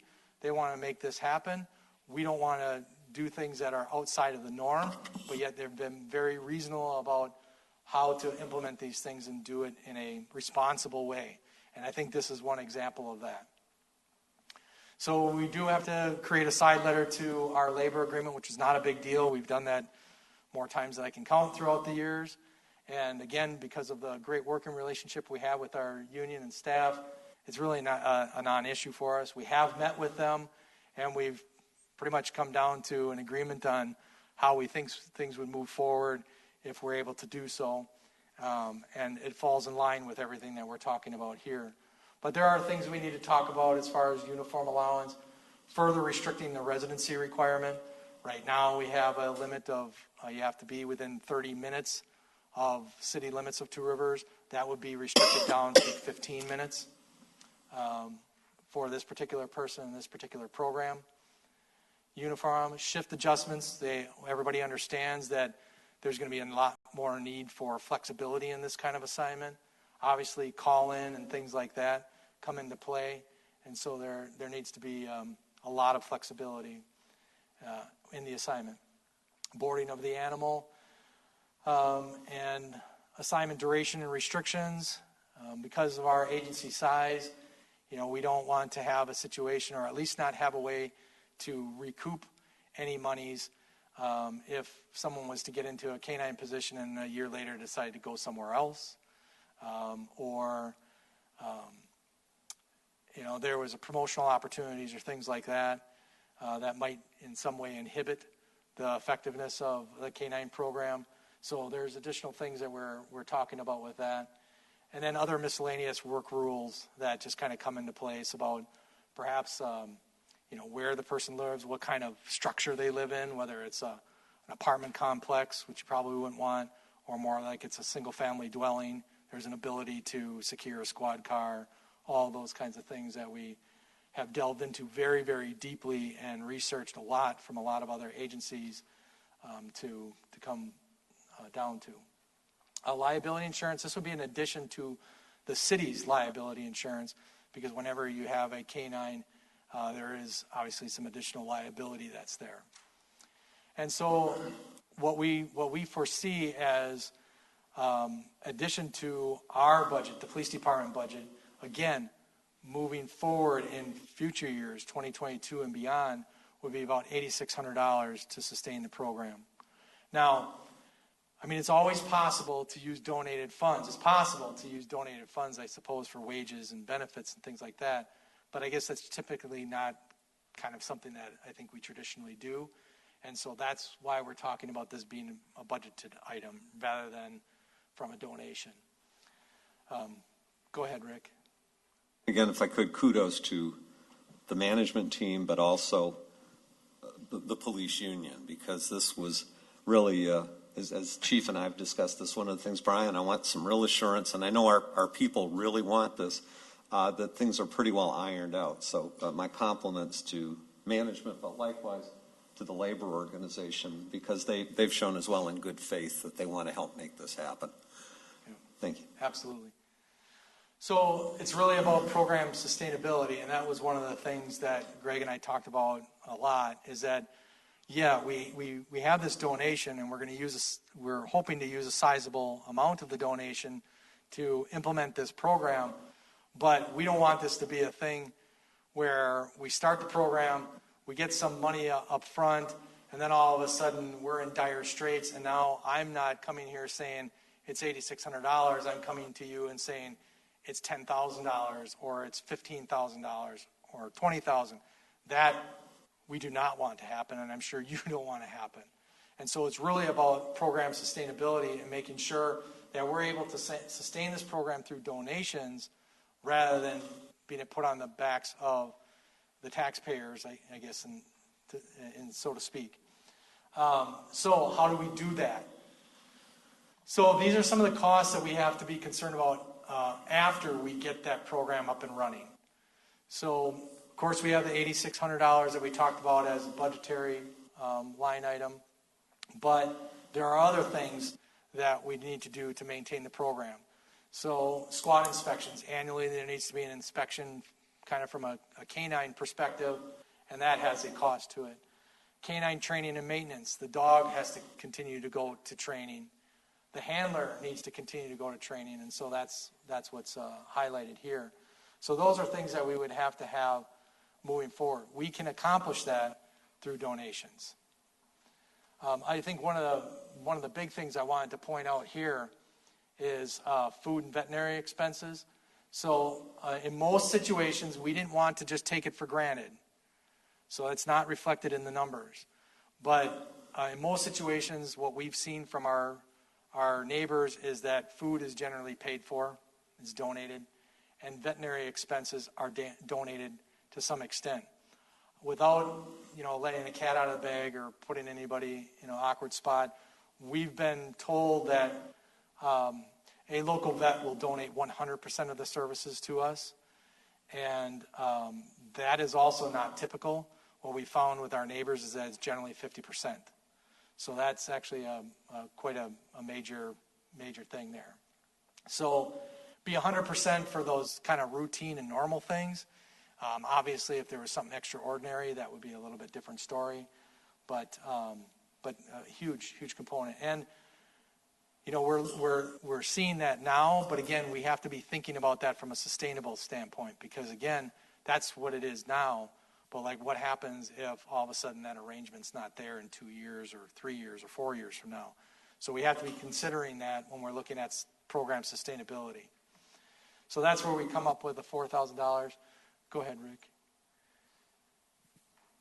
So we're getting near the end here. Brian, on sustainability, what about, crude way to put it, but the life cycle replacement of the dog? Are you going to be touching on that as well?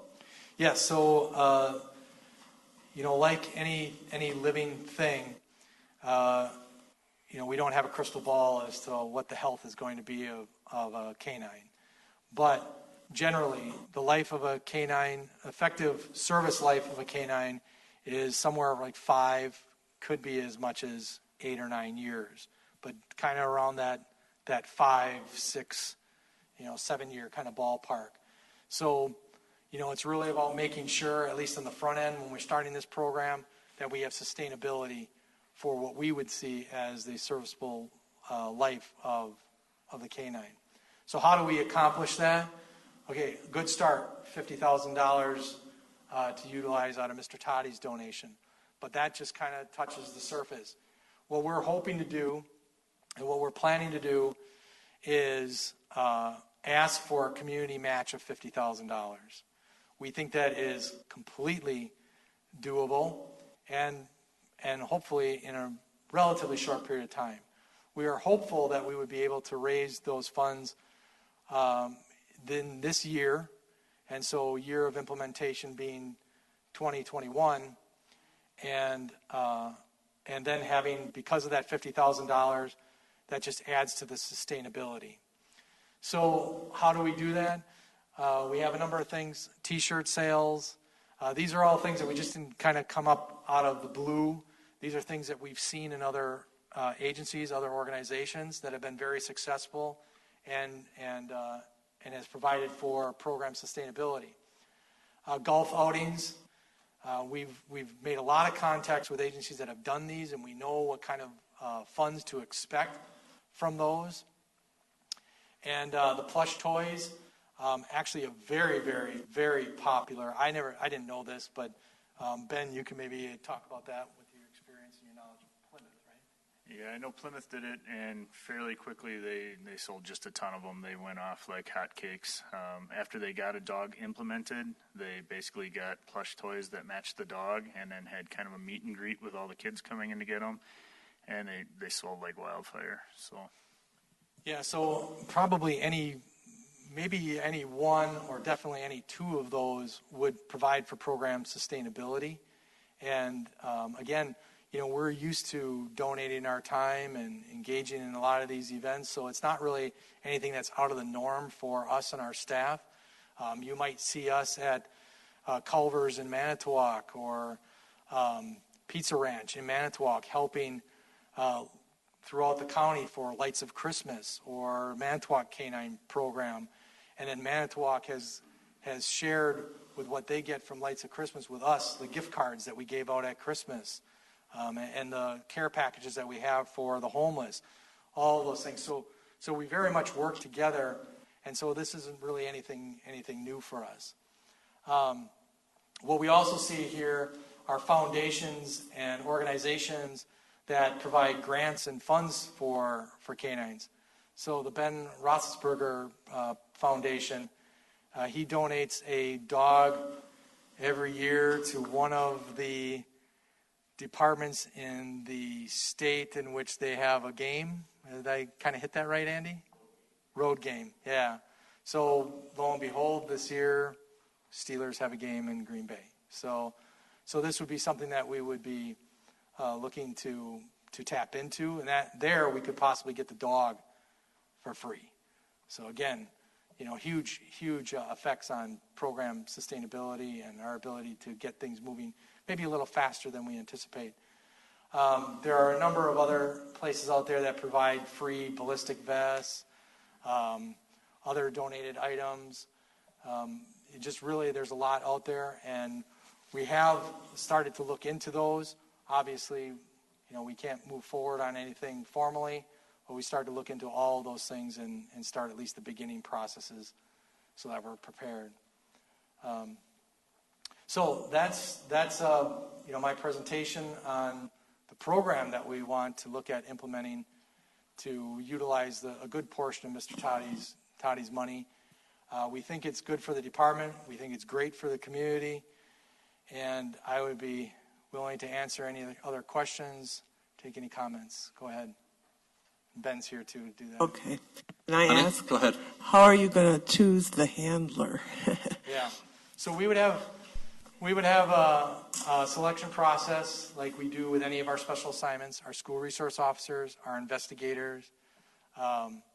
We would ask for letters of intent, and then we would hold some type of interview. There may even be some type of exercise or something else that we might include in that, but basically a process within the agency to make that choice. And I should note that it probably wouldn't just be like us internally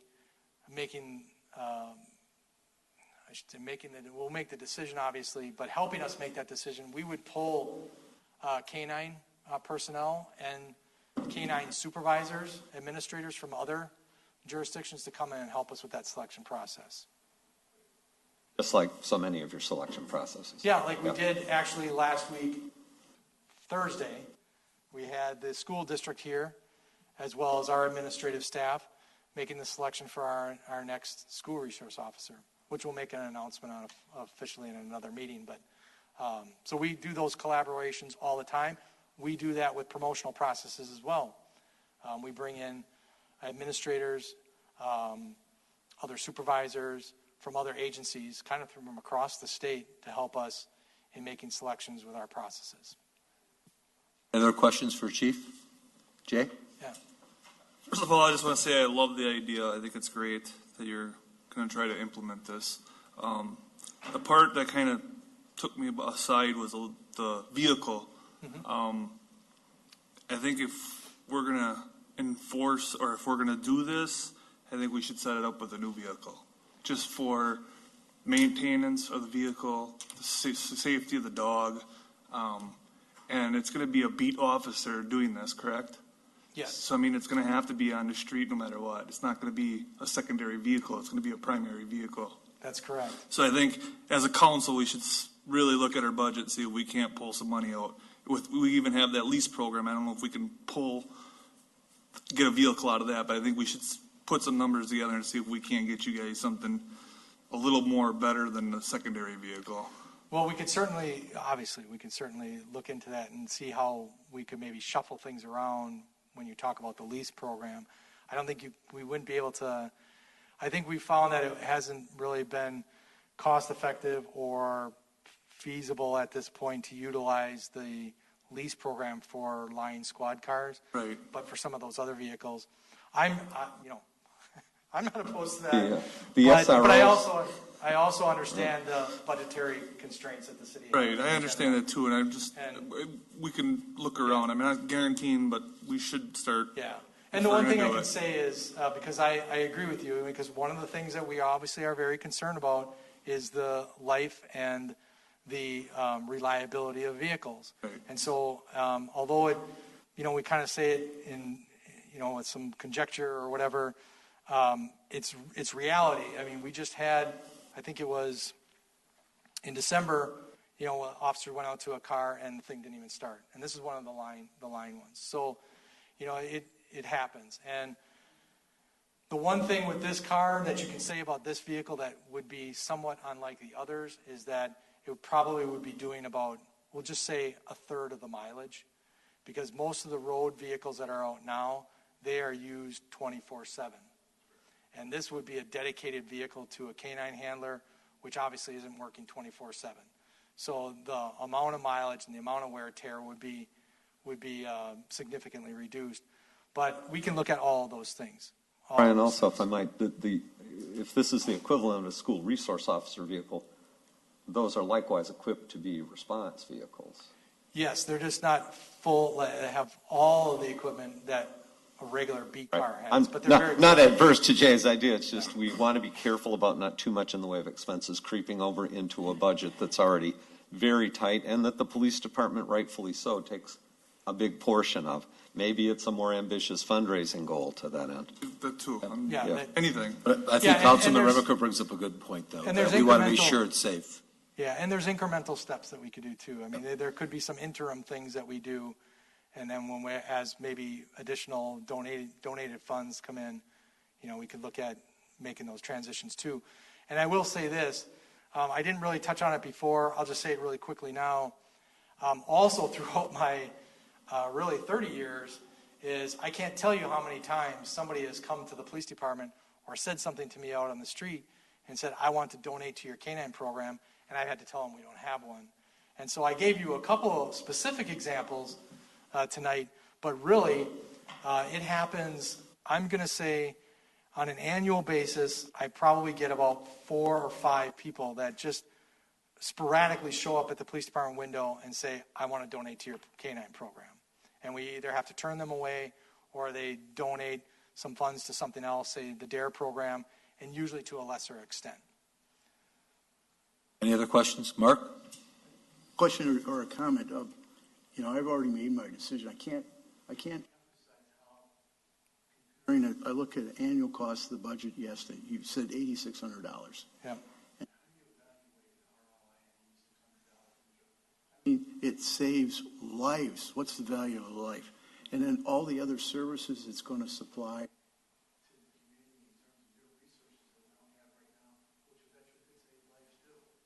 I think it's a no-brainer that we this and use value.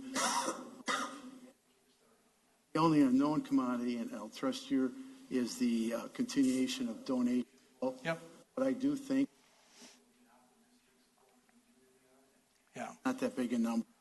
Well, and I can give you some, I guess, historical stuff. I don't think I'm speaking out of turn when I tell you this. Manitowoc has had a program that certainly isn't anywhere near the longevity of Manitowoc counties. And Manitowoc has gotten into a relationship with a local foundation, and they have enough funds that they're able to sustain their program on the interest of the donated funds. that would be a great place to be someday. I'm not going to suggest that that's going to happen in the next 6 months or year or 2 years, but certainly a possibility. Brian, if the council were inclined tonight to endorse this, and we haven't scripted this out fully, but I'm hearing, $50,000 from Mr. Toddy's generous bequest, but pulling the trigger on, no pun intended, proceeding with this program would be contingent on attaining the $50,000 fundraising goal that the chief has spoken to. And then the authorization beyond that was at $22,000 total in capital, not for the Canine, but for the Ballistic Shields, the other things. Correct. Yeah. And about 22.5 is what Yeah, he went and into. if endorsed tonight, we would, as the program, we would bring back a budget amendment at the next meeting to establish the capital budget for this, because this sure isn't something we anticipated at budget time, but that would be it. Well, Right, I'm sorry, right now it's the motion. Let's get into a motion to at least affirm the plan. We're doing a lot of discussion right now, and we need to get into a discussion phase of this process. Right. So Just I need a wanted to motion suggest affirm what the at least motion the plan that was presented by the chief, and a second. Then we can continue the discussion, because all of a sudden people are starting to say what they want to do or how they want to vote. That needs to be in the discussion phase, I believe. So do I have a motion? I will gladly make that motion. Thank you, Jay. Do I have a second? I'll second. Thank you, Bill. Now we can have more discussion if we need to, and you're here to answer any questions. Sure. But between council, any other discussion on what we heard from the funds from Mr. Toddy that could be used for two parts of this plan? Yes, Adam. I didn't quite take it as a budgetary amendment for this year. Is that correct, Chief? That is correct. So it would be something that would first be implemented next year. Correct. Okay. No expenses incurred this year?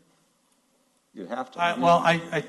If you go back to what I said regarding the $5,500. Oh, right. That was the difference between what we saw as the capital needs for the squad and all that, and all the things that we pay for, the $50,000.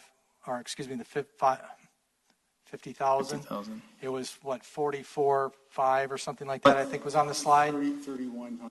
Right, so it left 5,500, and I mentioned that although it's not something that is always typically done in year of implementation, we would like to look at utilizing that 5,500 to pay for those wages and the insurance to bring us to the end of this year.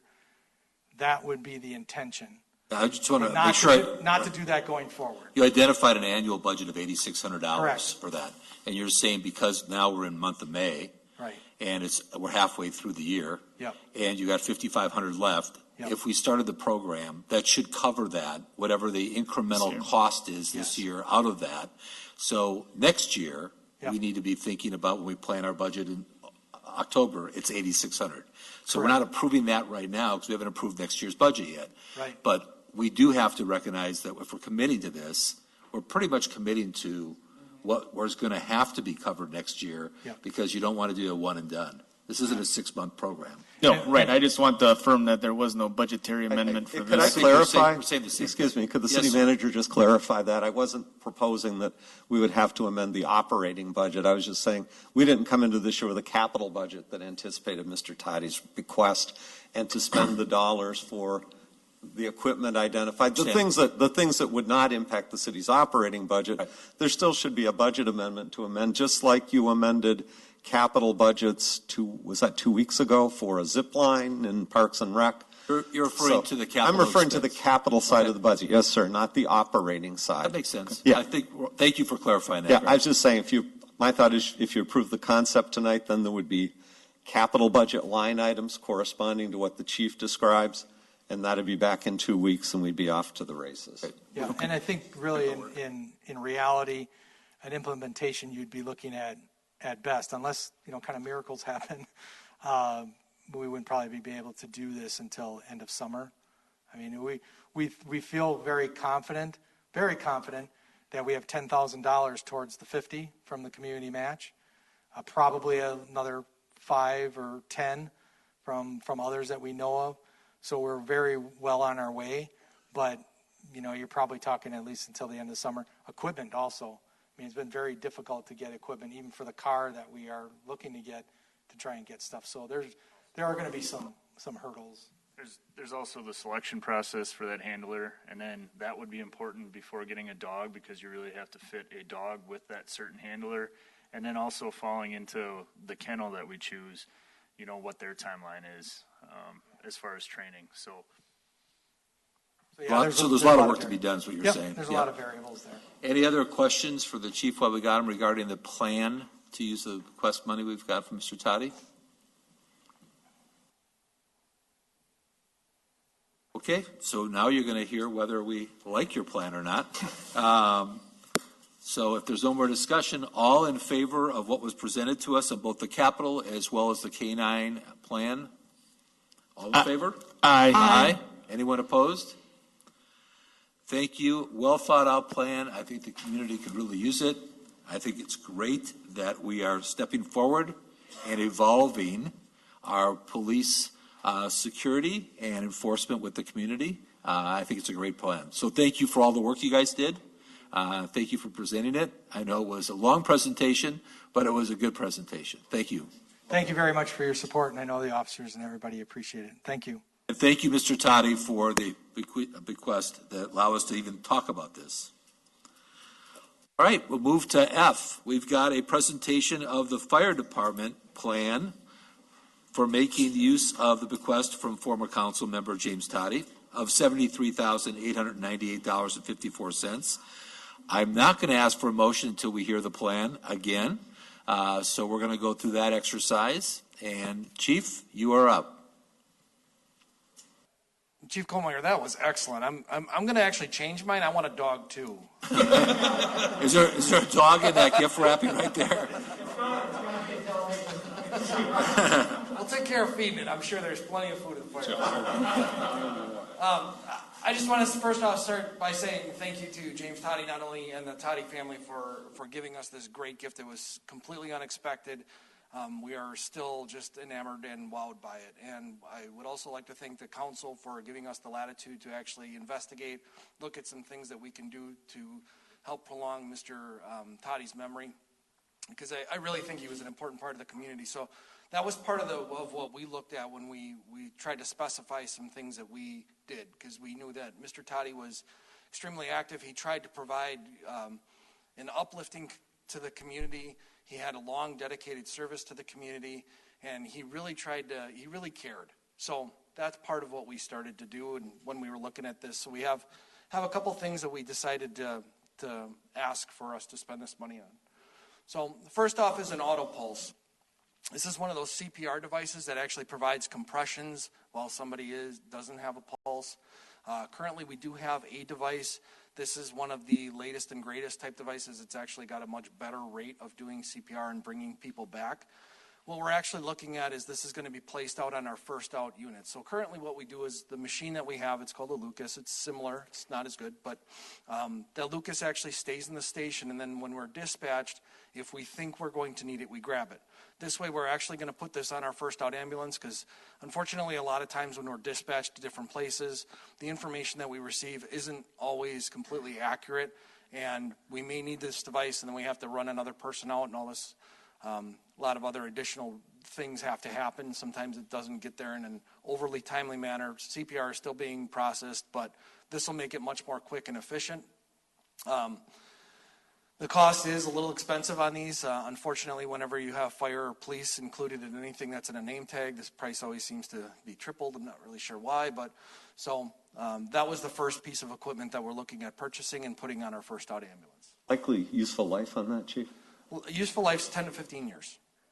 So everything that we looked at having that's going to have a really long, useful life, because we definitely want to not only get our life out of it, but to have that memory from Mr. Toddy. Mr. Toddy, we're also going to have a plaque put on that auto pulse so that would be dedicated directly to him. Second, we were looking at a safety aspect. I believe that Mr. Toddy looked at things to help minimize the effects of litigation against the city. And this is one that we looked at for as well. So it's a simple safe box, okay, to explain it. On the ambulances, we all carry narcotics and things that are controlled substances. We are regulated by that, and we actually, there's a pretty thorough process we have to go through. Currently, right now, we have a simple safe. It does function. However, these are much better in the fact that everybody on the department gets an individualized code. We can download the code to see who opened the safe, when, what they took out, when it's closed, all that kind of interesting information. We're looking at one for each ambulance, so that would be 4 of those, and then 1 for the station. This is just going to increase our security. It's going to help reduce the litigation, and it keeps the DEA off of us, because unfortunately, if drugs happen to go missing, or if there's some discrepancies in it, we could actually lose our medical license, which is not something we want to do, and then that would prevent us from providing good quality care to the community. So that's one. So that's that. That total covers all the individual ambulance? Correct, the 10,000, yes. Okay, third, we're looking at a power load for one of our ambulances. We currently have 2, and this is actually to pay for one of them. This is actually a great system. It helps reduce back injuries and helps in loading up patients. It's pretty fantastic, helps get them put into the ambulance safer.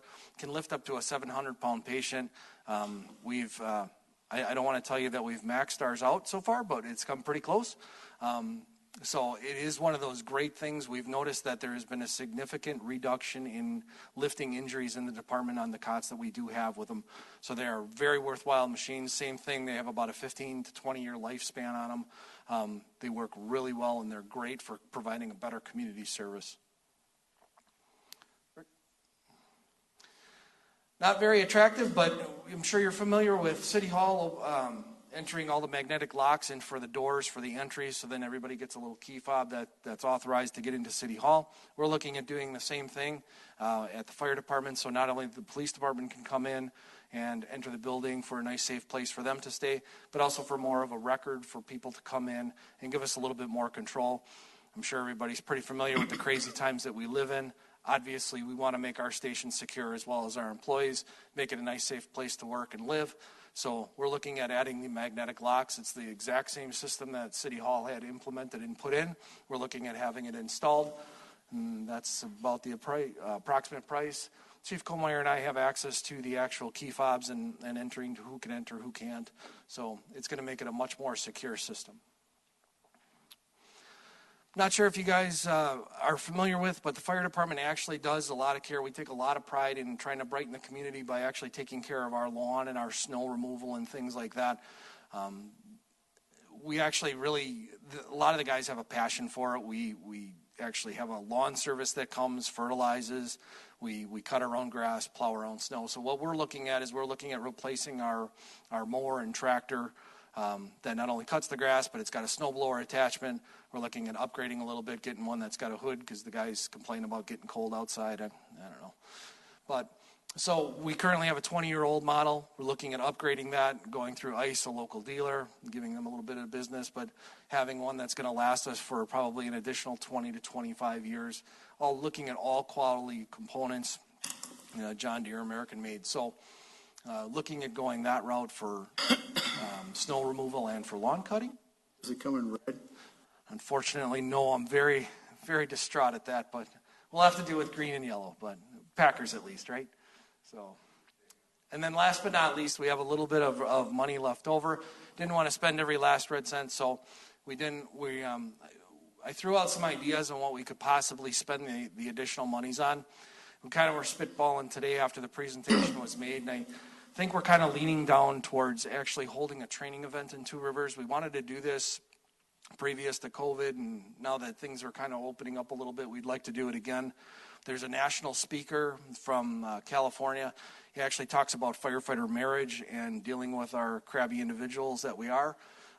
Him and his wife actually come, they do this talk circuit, and they hold a couple different firehouse trainings, and then they actually have one where they bring the wives in, bring the husbands in, and it's supposed to help secure the marriage and make it stronger. We're looking at holding that for all of Manitowoc County, the firefighters to have the ability to come and partake in that. So that's something we're leaning towards. Not sure if that's exactly where it's going to go, but we're really looking at taking that gift that Mr. Toddy did and expanding and using a lot of the premises that he would have used it for. So, sorry, it's not as long as Chief Kohlmeyer's. I can add some more if you... No, don't apologize. Thank you so much. No. Please, trust me, don't apologize.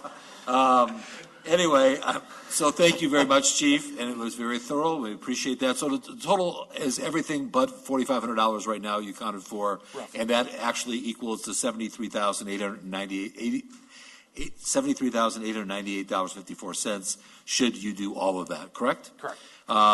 Again, it's similar to what Greg said before, because it is capital and you're buying equipment. We're going to have to look at that and make that adjustment on the budget, but it doesn't go beyond this year, and it's within the donation we have. So I'm looking for a motion to affirm the plan as presented by the chief on the bequest from former Councilman James Toddy's gift to the fire department. I'll make that motion. Thank you, Jay. Do I have a second?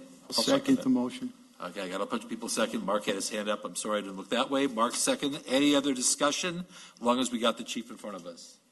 Any questions? Okay, seeing none. All in favor of the plan as presented by the fire chief, say aye. Aye. Anyone opposed?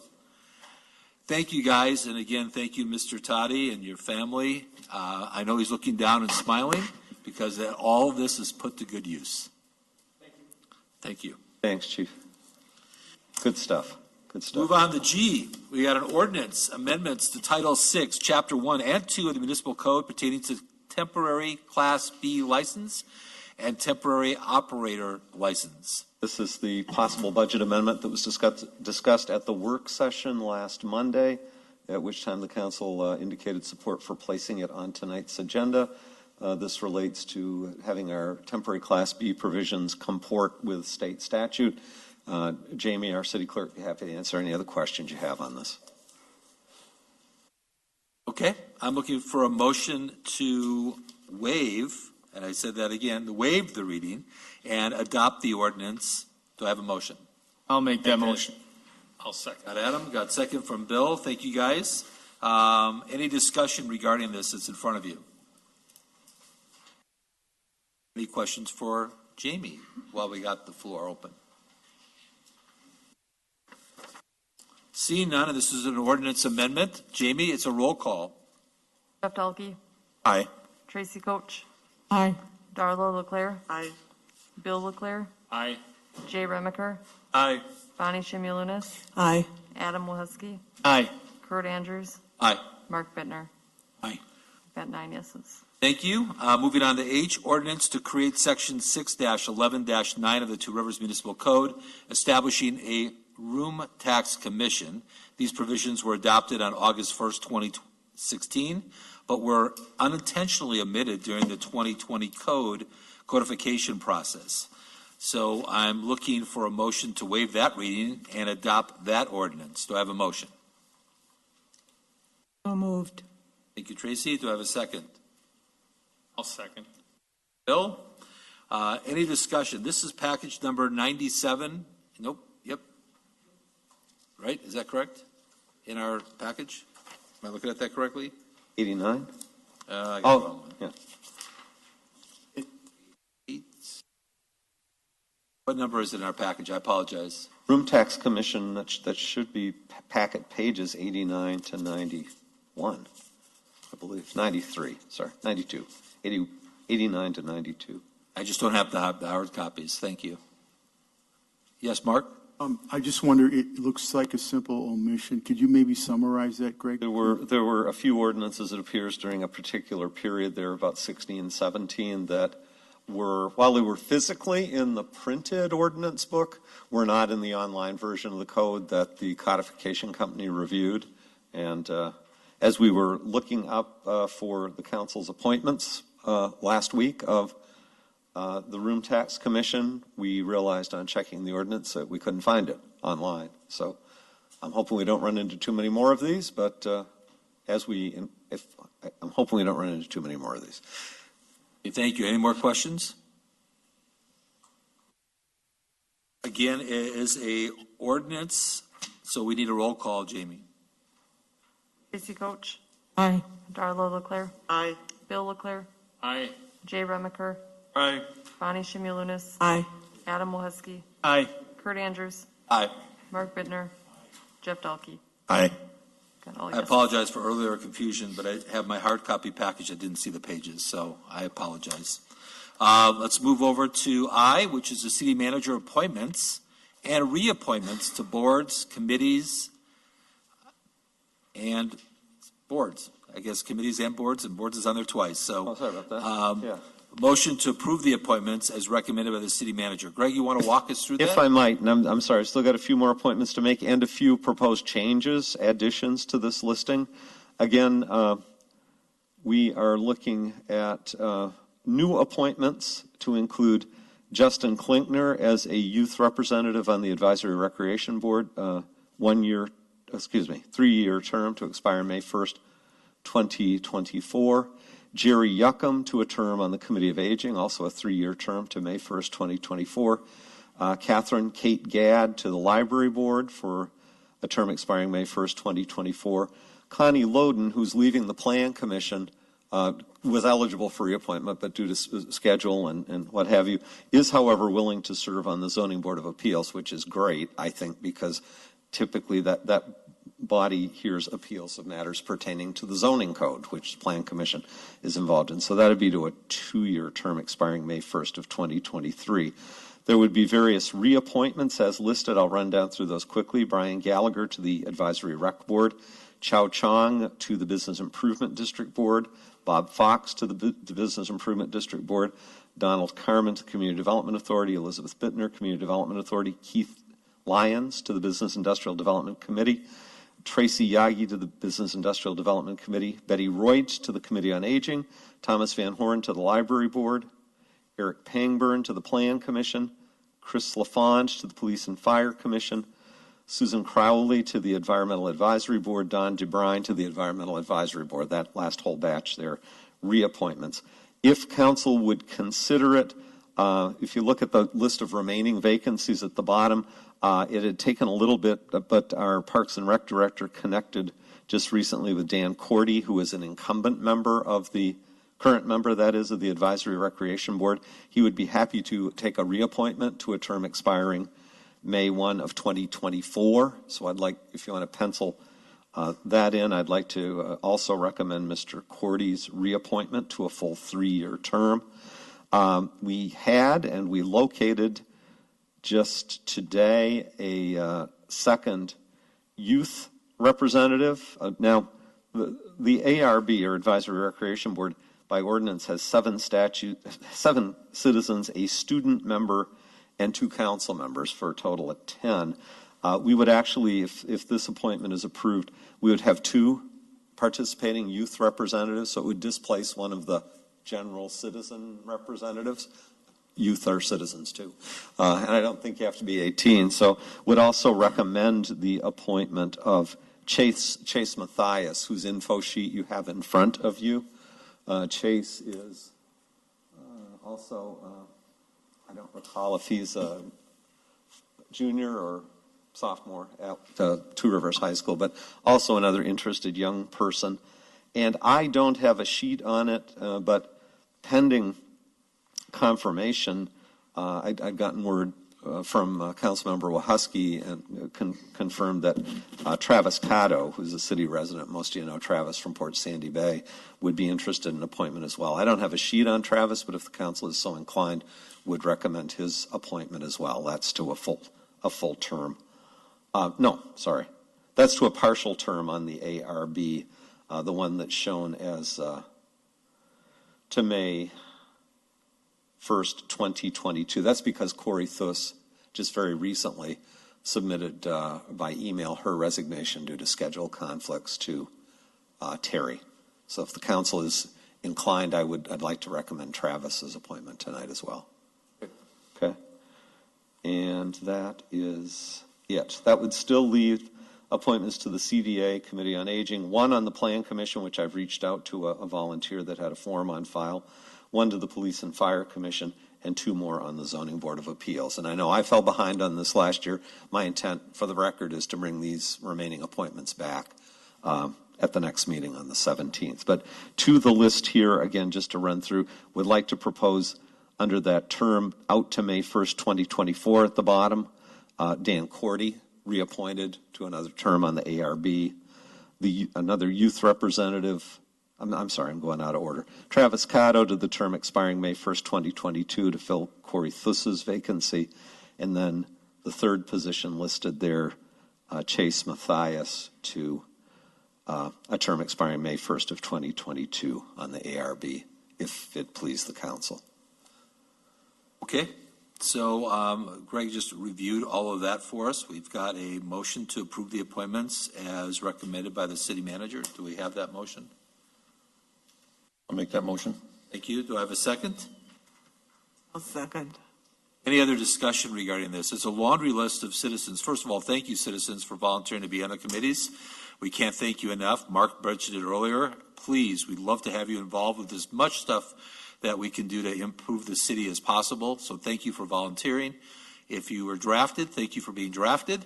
We appreciate that as well. But any other discussion for Greg on any of these recommendations?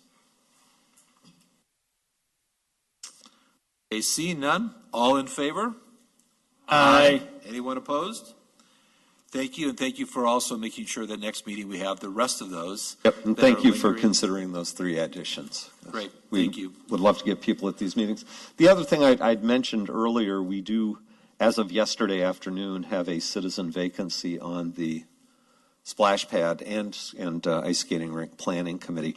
I just would throw this out for council, or our 4, maybe 5 people that, again, were interested in the committee, but I have to say thank you, but no thank you. I don't have a confirmation tonight from the one I'd reached out to.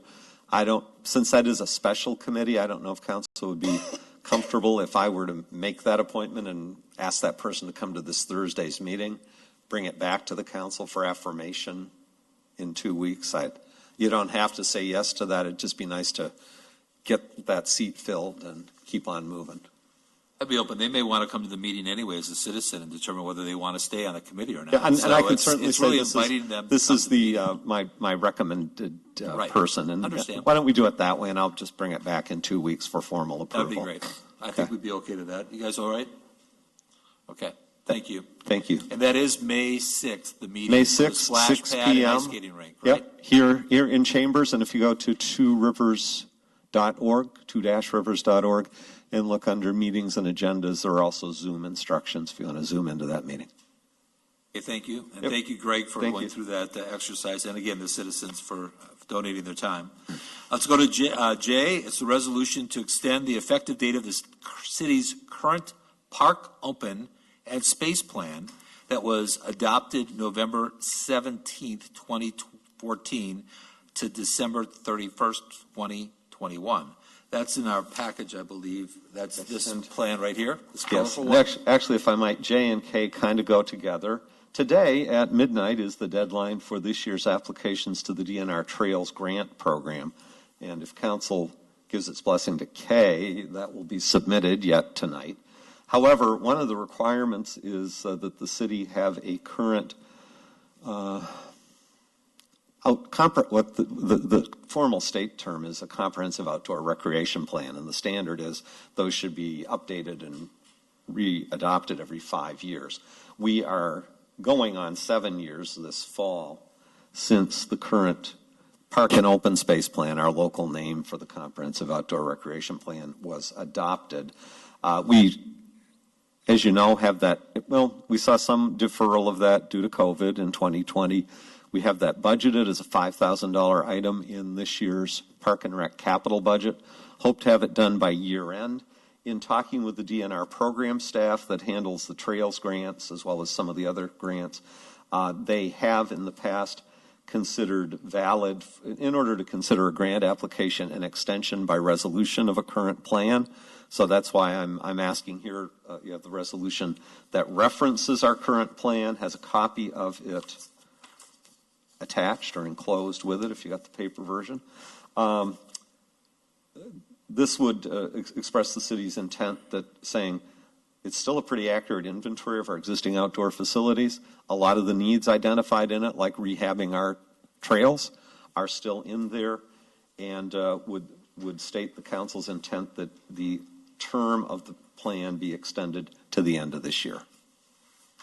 So what we're doing is you're asking, I'm sorry, I just want clarification. You're asking for us to take and extend the plan one more year, right? Right, well, yeah. So that we can apply for this. In order to at apply least for be this considered for the grant application that's next on your agenda. So without doing that, we can't apply for this grant. Correct. We'd need action on both resolutions. Got it, understand. Okay, so I'm looking for a motion to waive the reading and adopt the resolution on the city's current park open and space plan that was due to expire this year, but we're looking to extend that. Right, that reached the end of its shelf life based on the state standards as of November of 19. Yeah. So was it, I'm sorry, Greg, was it previously extended a year? No, this is the first time we've had occasion to bump up against that issue. Okay, got it. Thank you for clarifying. Do I have a motion to waive that and adopt that? Go ahead. The motion first. I'll make the motion. Thank you, Adam. Do I have a second? I'll second. Thank you, Bonnie. And let's have discussion because I'm looking at, again, the council. Mr. Toddy, by the way, was on council when this was first done in 2014. Ironically enough, we're talking about Mr. Toddy tonight. As I looked at who was on council at the time we did this original plan. Any discussion or any questions? Adam? You did say this is going to be done by year end? That may be a little wishful thinking, but that's the intent, that we would address it yet this year. Okay, just because, there's a lot of inaccuracies, obviously, from what it looks like today from what it was in 2014. We got Terry nodding in the back room that yes, there's inaccuracies, and yes, she's going to get on it, according to the people who can't see her on Facebook. Any other discussion regarding this? Okay, seeing none, it is a resolution to extend the effective date. So I'm looking for you, Jamie, to put you to work. Roll call, please. Arlo Leclerc. Aye. Bill Leclerc. Aye. Jay Remiker. Aye. Bonnie Shimulunis. Aye. Adam Wahusky. Aye. Kurt Andrews. Aye. Mark Bittner. Jeff Delkey. Aye. Tracy Coach. Aye. And piggybacking that, let's go to K right away, because K is the resolution authorizing the application to the Wisconsin DNR Trails Grant Program for rehabilitation work on Mariners Trail, which expires tonight. So we're going to make this quick and get out of here so they can get this done. I've got till midnight to finish some narrative and get this thing emailed out. Okay. So I was sweating at what? So I was really sweating when the chief was up here earlier. Basically, this. If we don't get this grant, Chief, we're talking to you. He got it. We'll just give him all sweating. Bit of a hard time. I do want one of those plush pups, so that's going to be such a cool fundraiser. Every year, the DNR has federal trails money available through the grant program. Every third year, they can do larger grants of up to $200,000. I'm sorry, I don't remember, but in the other 2 years of the cycle, it's a lesser amount. We last applied for this program in 2018. I think we applied for about $100,000 on a $200,000 mill and repave project on Mariners Trail. We got funded for about $70,000. The city, as you know, awarded a contract last fall to Northeast Asphalt to mill and repave a section of the trail. We had more money left from budget and the grant, so a second contract was let that'll be completed yet this month, we expect.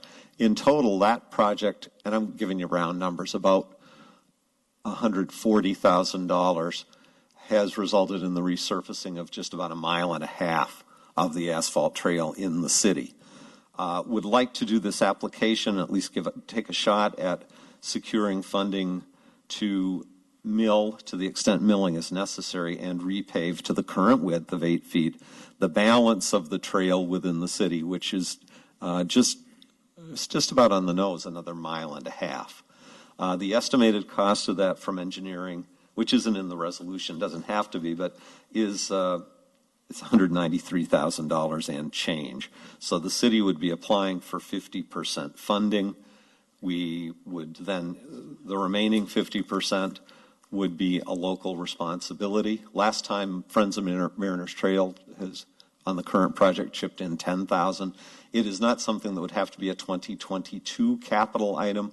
Typically, it's a 2 to 3 year contract. Witness now where we're wrapping up a 2018 project. But this is on a trail that's now 20 years old, not in terrible shape, but gets heavily used. One of our best opportunities for state dollars to help with maintaining the trail infrastructure. So that's the ask with this pretty generic-looking resolution, which is what the state requires for the Trails program. Okay, thank you. I'm looking for a motion then to waive the reading and adopt that resolution for the application for the Wisconsin's DNR Trails Grant Program. So moved. Thank you, Bonnie. Do I have a second? I'll second. Thank you, Mark. Any other discussion regarding this? Mark?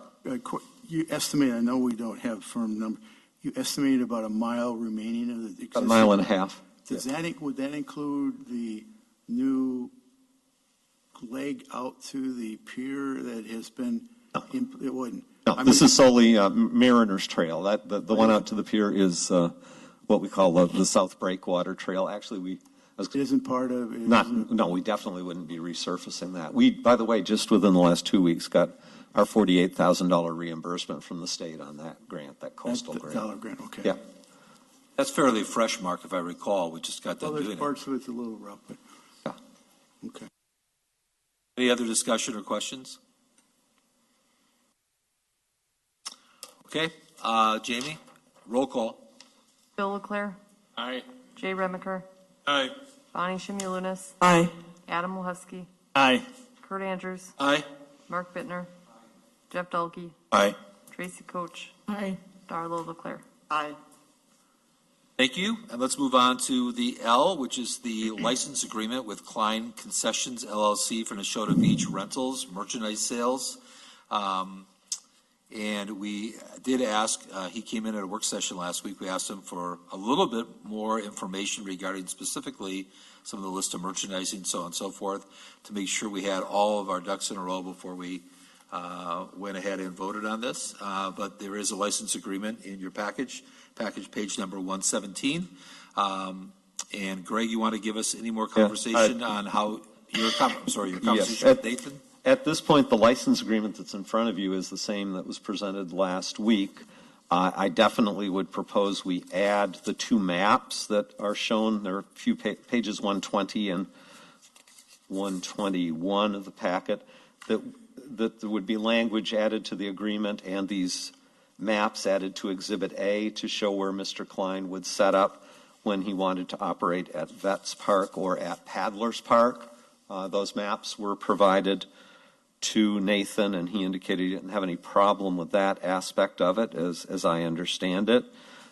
You have in the packet right behind my memo an email from Nathan Klein from last Thursday.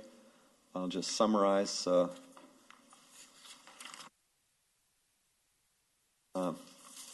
At these other locations, he would basically look at doing the kayak, paddleboard, and canoe rentals, not the other possible merchandise sales that he talked about. He mentions the possibility of pedal pontoons, not referring to that in any of this. He operates that out of his store. As for his interest in selling merchandise items, there would be no food or drink, no alcohol, tobacco. I think we'd probably all agree that's fine because you get into different licensing issues with food, not to mention I don't know that we want alcohol and tobacco sales on the beach, and he doesn't propose it. Lost my place. As far as merchandise, just basic things such as balls or frisbees, pool noodles, sunblocks, sweatshirts, because we're the cool city, beach items, maybe a sand toy pail kit, beach items for our visitors. We'd like to see a more uniform platform for these kind of sales. And probably seen the rest of it. I did follow up with Nathan with an email today just saying, here's what's on the agenda tonight. Are you going to be here? He advised me he couldn't make it. I handed out that email in front of you tonight. And again, just reading from it, I don't see any objection to this at this point. Upon further review of tonight's meeting, I'll be waiting to sign said contract to make sure all rentals within the city, well, he wants to make sure all rentals in the city are under the same requirements. Do not see anything pertaining to 5% of electric scooter rental. That's a later agenda item. We can talk about that. You have an established room rental tax. Why not have a recreational rental tax? Possible. Would take an ordinance. I don't know if there's statutory basis. That covers all rentals operating in the city, not just my contract agreement. So, I would suggest that the council give authorization for signing the license agreement as presented with the addition of possible locations for the canoe, kayak, and paddleboard rental at vets and paddlers parks, with the maps added to the exhibit as shown, as provided to you tonight, and that that any sales be limited to not include liquor, tobacco, or any food items. You might also want to consider not providing for clothing sales, because I expect for most every special event down there, at least, which are the busy times, there'll be some activity involving logo sales of the city's own logo wear, which is intended for profit, any net return, I'll call it profits, to support the city's branding efforts and rec department programming. So that's kind of a multi-purpose thing, and the license agreement as in front of you still does call for the 5% fee. So I'll throw that out to council, but from a staff standpoint, we have no problem adding the other 2 park locations for non-motorized motorcraft rentals. Still think a 5% concession fee is not unfair. That's council's call. And on the merchandise, your call. You heard my suggestion, and you've heard what Mr. Klein has committed he wouldn't sell.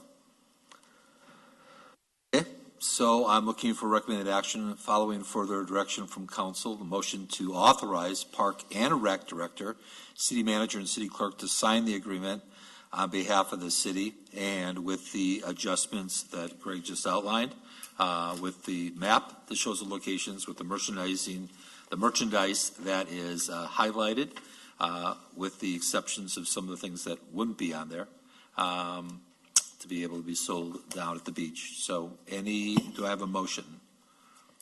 So moved. Thank you, Bonnie. Do I have a second regarding that? I'll second. Thank you. You're welcome. Thank you, Adam. I appreciate that. I was wondering, there's a long pause there. It's a little late. Don't forget, they have till midnight to get that grant in, so we got to get going here. We got a Zoom call coming in a few minutes. So. Any other discussion regarding this? Let's open it up. Jay, I'll start with you. I was just wondering if there was a 1-year payment thing for this. Just that when we were talking at that meeting. Versus the 5% sales, would it be a fee structure instead? Yeah. Did we look into that, Greg? That's a question that I didn't. You certainly can set that. I did not have any discussions with Nathan about a set fee. And I didn't hear a proposal from him. I think it was, and I recall, correct me if I'm wrong, Jay, I think it was because of the accounting side of it. Right. Would it be easier to pay a flat fee for the use of having those 3 potential locations, and calling it a day and then moving on and not worry about a 5%? Adam? Or even, I guess you could table it either which way, not table the motion, but you could table it to make a once-a-year payment, even on the 5% versus doing it monthly, or just a one-time-a-year fee. I just think going every month can kind of be chaotic. He's got enough stuff going on, and he's trying to do a good thing to impact the city. That I don't know. I don't disagree with that. I think it's a lot of extra paperwork that probably doesn't necessarily have to be done. Or maybe it's the end of the season. You're That- not going to be that's what I renting mean. a kayak in December. So Right. if at the end of the season, whatever that is. You may not rent a whole lot in June, and then it's going to be tied up doing right. silly paperwork for not much income. That would sure be a workable change if that's what the council would like. So is that an addendum or adjustment to the motion that's on the table right now that you guys are talking about? I have to go back to whoever made the motion. Okay, what is your adjustment, that you want it to be a yearly thing as opposed to what he? Right, Well, opposed to. it should be an option. You know, you could either do the 5% or pay the yearly fee. If I don't know if that makes sense. Have this service rather than a monthly collection of receipts to figure out a 5% give back. So was that? I don't care if he doesn't care, because I mean this is partly him wanting, right? Or is this this wasn't had anything to do with Mr. Klein? I mean, like, did Mr. Klein say here's the way I'd like to do the payment, or is this use? I had heard him suggest a week ago that he'd prefer a flat payment. Yeah. As city staff, we've been saying 5%. I thought what I heard Adam suggest or others here suggest was maybe it's 5%, but not calculated monthly, just calculated at the end of the season. Yes. That's what I heard as an example, or a flat fee. Or a flat fee from Jay, right. He saw this, right? I mean, he saw your thing about 5%, and he's okay with that. Because is that what he meant by his The feedback note? would seem to indicate that. He says, I don't want to put words in his mouth. I don't see any objections to this at this point. I mean, I don't have and a it has the problem with 5% it if he in it. doesn't. If he's going to come back and say, sure, that's okay.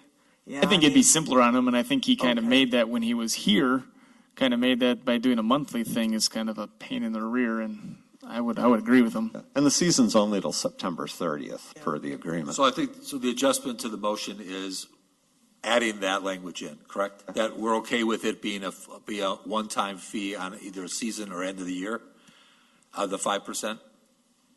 Yep. That's what I'm hearing? That's what Bonnie, I think Bonnie's agreeing to that in her motion. And the second? Yep. You're okay with that? Thank you. I think Jeff may have had a question. I'm going to go to Jeff, and then I'm going to go to Mark. Jeff, your question. I have a real issue with the 5%. I mean, he's an established business that operates out of the city. We're supposed to be helping the businesses around here. We're just going to hammer them for another 5%. I mean, just go with the flat fee and be done with it. It's going to be so much easier for them. You know, I just don't see the point of the 5%. I can see if the business was coming out of Green Bay, Sheboygan, Appleton, but this is a homegrown business. We need to help out our homegrown people. Are you referring to the fact that we charge 10% a clawback on ice clouds at the concession stand? And you're using that as the Green Bay example? I just want to clarify for everybody. Okay. Let me ask a different question. And Terry, I need your help with this. So I need you to come up here if you don't mind. Because we're talking about either flat fee or 5%. We don't know what that flat fee is, right?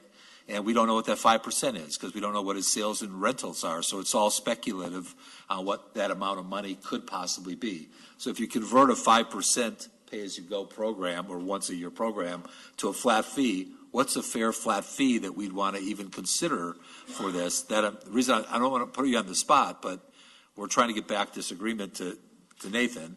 And if he's already agreed to 5% of what, we don't know. But if the flat fee is the direction we go, what would you recommend that flat fee to be? Don't put me on the spot. I am putting you on the spot. I'm sorry.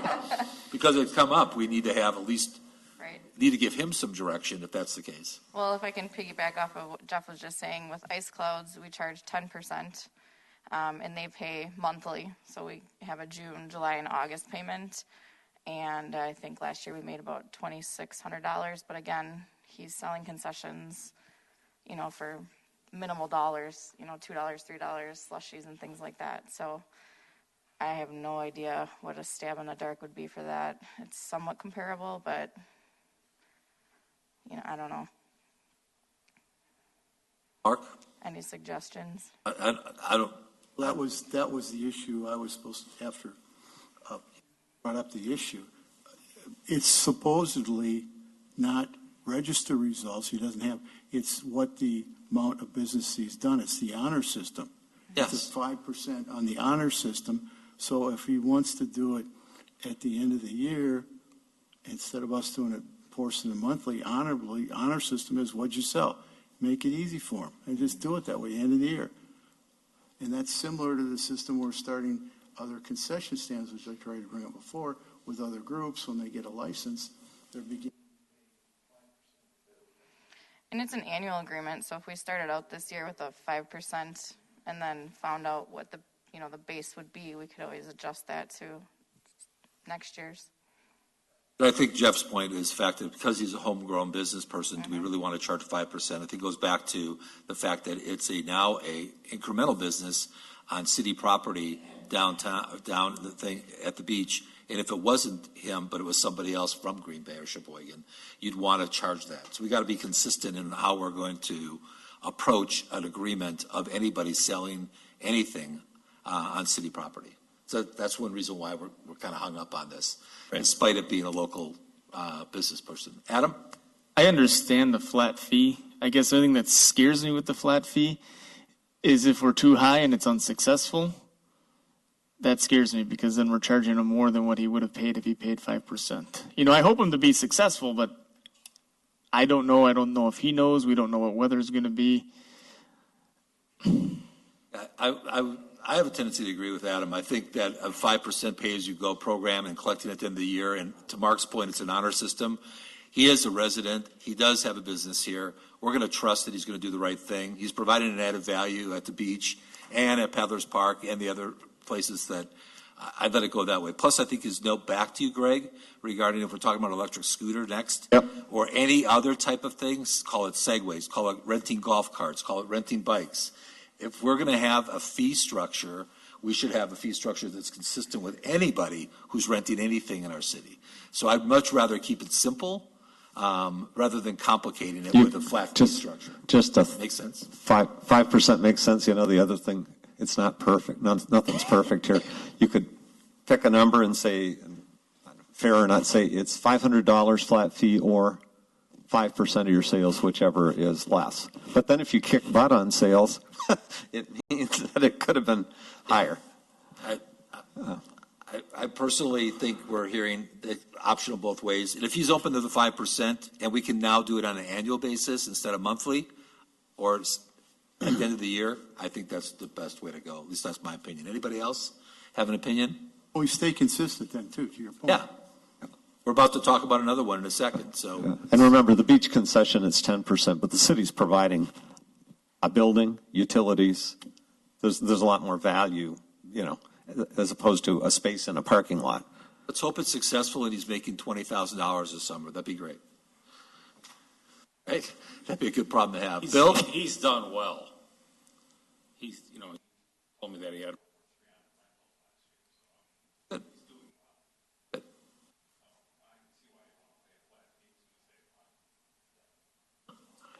What he said at the Doing well, though. I mean, he's renting a lot of kayaks. Sure, but what he said when he was here the other day is, if he takes his credit card machine down there, how does he differentiate what he sells in a store versus down there? It's just the paperwork from, if he'd close out his till in the store and then go down there and sell, he's got to. Well, with the credit card company, it's different, I guess. It's an easy solution. You put a code in there. It's not as difficult as you might think it is. But you just got to. I'm just saying that was his issue. That it's hard to. It seems you could have beach sales, store sales, or beach sale rentals, but I don't know if the system is. Any other questions? I have Ani, yes? one more. It's about the picture where he has his.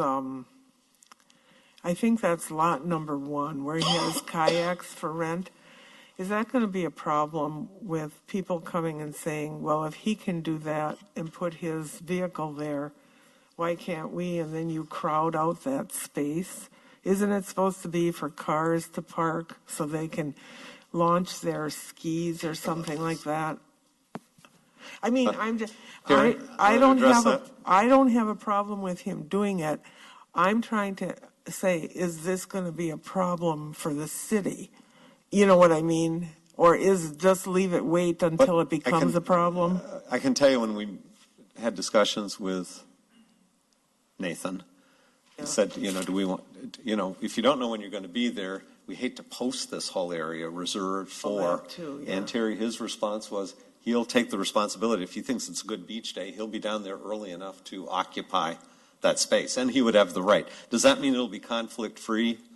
I'm not going to sit here and predict that, but that was my understanding. We took our truck out there just to make sure. Obviously, it's a launch area, so cars are not supposed to be parking in that lot. They're supposed to be dropping their jet skis or whatever the case is, and then leaving, not parking their vehicle in there. And we did take our truck out there to make sure that we could do a complete turn in that area, and his vehicle was not in any way, shape, or form in the way. Okay, any other discussion? Yes. And one more thing. Is it possible for us to go both, whatever's less? Either a flat fee or the 5%, whichever is less? There is, we just don't know what the flat fee is. I mean, that's why I had her on the podium to try to figure out, is it $50? Is it $100? Is it $200? Don't know what that flat fee is. So I know what you're saying. It could be either or. But if he's open to the 5%, and honestly, it's he knows how much he's going to be down there working, and he knows what he's going to be renting them for, and what he's renting, and what he's selling. Because he was talking about, we're allowing him to do some merchandise sales, correct? That's one thing I was just going to ask for clarification. Is it pretty much as he described it? Do you have any feelings on apparel one way or the other? I think what we said was, I think your motion was based on what you said, exceptions on the merchandise that you carved out. Okay, so that was the things he carved out plus apparel, which was my suggested addition. I just want to make sure we're clear on that. Adam? If we go with a flat fee, can we, sorry, I'm just throwing out a suggestion. Can we have him limit his shirt and sweatshirt sales to the Two Rivers merchandise? We could treat him just like we treat Schrader's or anybody else. Because maybe that's kind of a nice thing for both. He's selling the merchandise, he's making money on the merchandise, he gets the flat fee that he wants, but we're getting the name out. Looking for other things other than I'm that, too. open to him being considered a vendor of selling that at the beach of our logo wear. We I'm talked hearing- about having yeah. a pop-out tent down there anyway. Yeah. Yes, Mark? And that's not a bad idea if that was the only merchandise he wanted to sell, but he wanted to sell more than other things like umbrellas and, T-shirts, noodles, all kinds of stuff, which would be a nightmare to try to separate a receipt for all that. And then the other point I wanted to make is if he's doing well in kayaks, which I think he is, and I agree, think of the cost operationally he's incurring when somebody wants to rent a kayak from his store. He has to load his truck up and shoot out to it and have to pick it up at the end. He's going back and forth all the time. When he's at our beach, he's selling it at a 5% fee, but his gross margin and his work involved would be a lot less than his normal kayak business. So I would suggest make it simple, be consistent, and just make it a flat 5%. And pay at the end of the year if you want. And I will build on Adam's thing. I think if he wanted to sell the logo wear we have, whether it's hoodies, sweatshirts, T-shirts, whatever, that we could allow him to do that as well. He could make margin, because Traders is making money. Renee's is making money. Darla is making money, but she buys it straight out. She doesn't have consignment. She buys it and then sells it. And I think we should do that and then just do a flat fee on top of that, because otherwise you're dipping in, he's got different margins than someone else if you're going 5%. But I think them selling that merchandise down there is a good thing for us as a city. Yep. But he could get it at consignment. He wouldn't put any money up front. And he'd only, instead of making 50, he'd make 45 for nothing, So. be honest, there's more than 5% tacked on everybody who's selling our stuff right now. No, I know that. I'm saying if you sell it to them for 10 and everyone sells it for 20, well, he's making less selling it for 20 because he's got to knock out another 5% back to the city to sell it there. That's what I'm saying. I could work on a different wholesale cost. Yes, sir.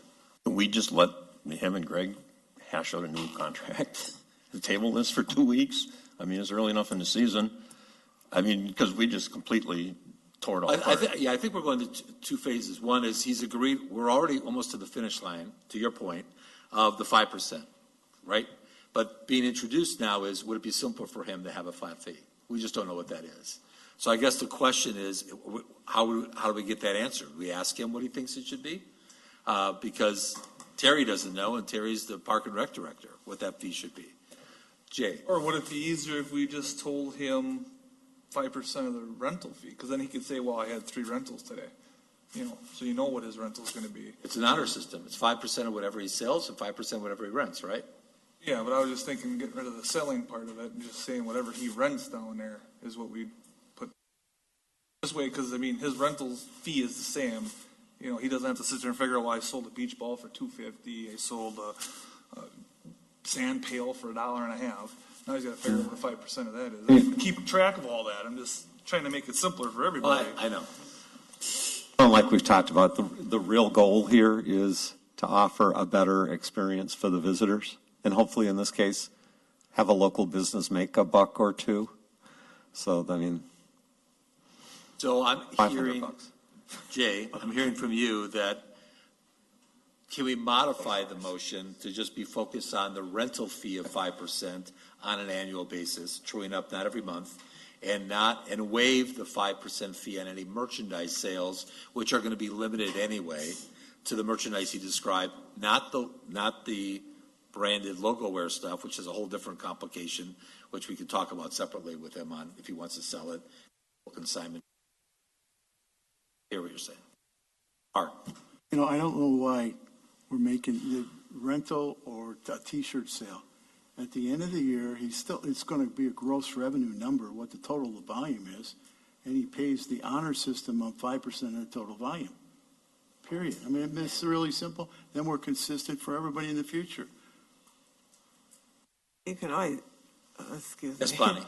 You can always change whatever you think next year. I think you should just try it. Didn't he write a memo? Didn't he write a note suggesting 5% on a lot of things? Was that Mr. Klein that wrote that? I think so. He's been an advocate for the most part of a flat fee, and I don't recall from a week ago if he threw a specific dollar amount out. I took his email today again, today. I don't see any objections at this point.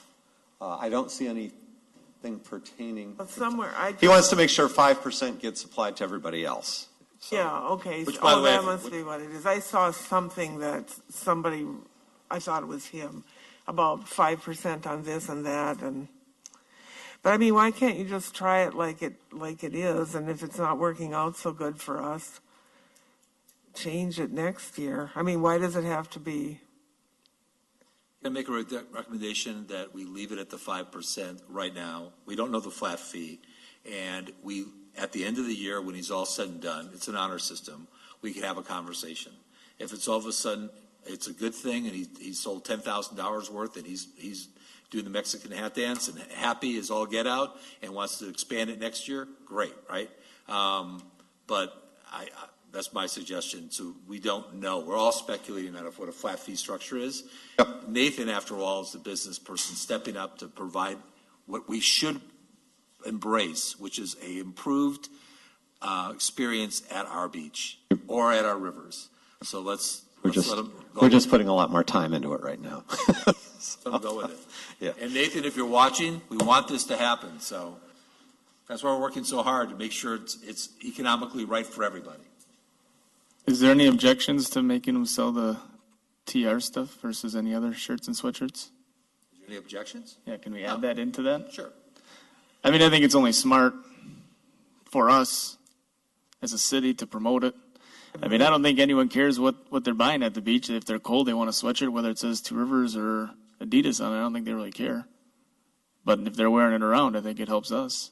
And other retailers are getting a nice markup on the logo wear. It's really a win-win. And I could talk to Nathan separately on that and how that works right now, so he can make that decision himself on how much he wants to carry or not carry. Can you make that part of the motion? I think Bonnie started that motion. Can we make that part of the motion? Well, I don't like to say make him. No, we're not making him sell it, but he can't sell any other sweatshirts or T-shirts other than the TR. Well, that's what he said. That's what came out of your mouth. Can we make him do that? Sure. Limit him to. Sorry, thank you, Bill. Limit him to that. Just for the T-shirts and sweatshirts, not for. Really, if he's selling clothing down there, and I own Schrader's, I'm not going to be real happy, that he's selling clothing. But if he's selling what you're talking, Two Rivers wear, maybe it ain't so. So any apparel would need to be the Two Rivers logo wear. The approved, authorized, copywritten, and trademarked Two Rivers logo wear. How's that? Bonnie has to make that first. Yes, can you make that? Okay, yes. I'll go along with you, Bonnie. Thank you. Adam, thank you, Bonnie. Any other discussion? Mark? Well, I like the idea of him carrying it, but I wouldn't make it exclusive because there's apparel wear out there on the beach too, or other activity on the Two Rivers. Just let's make it mandatory that he carries it along with whatever else he carries.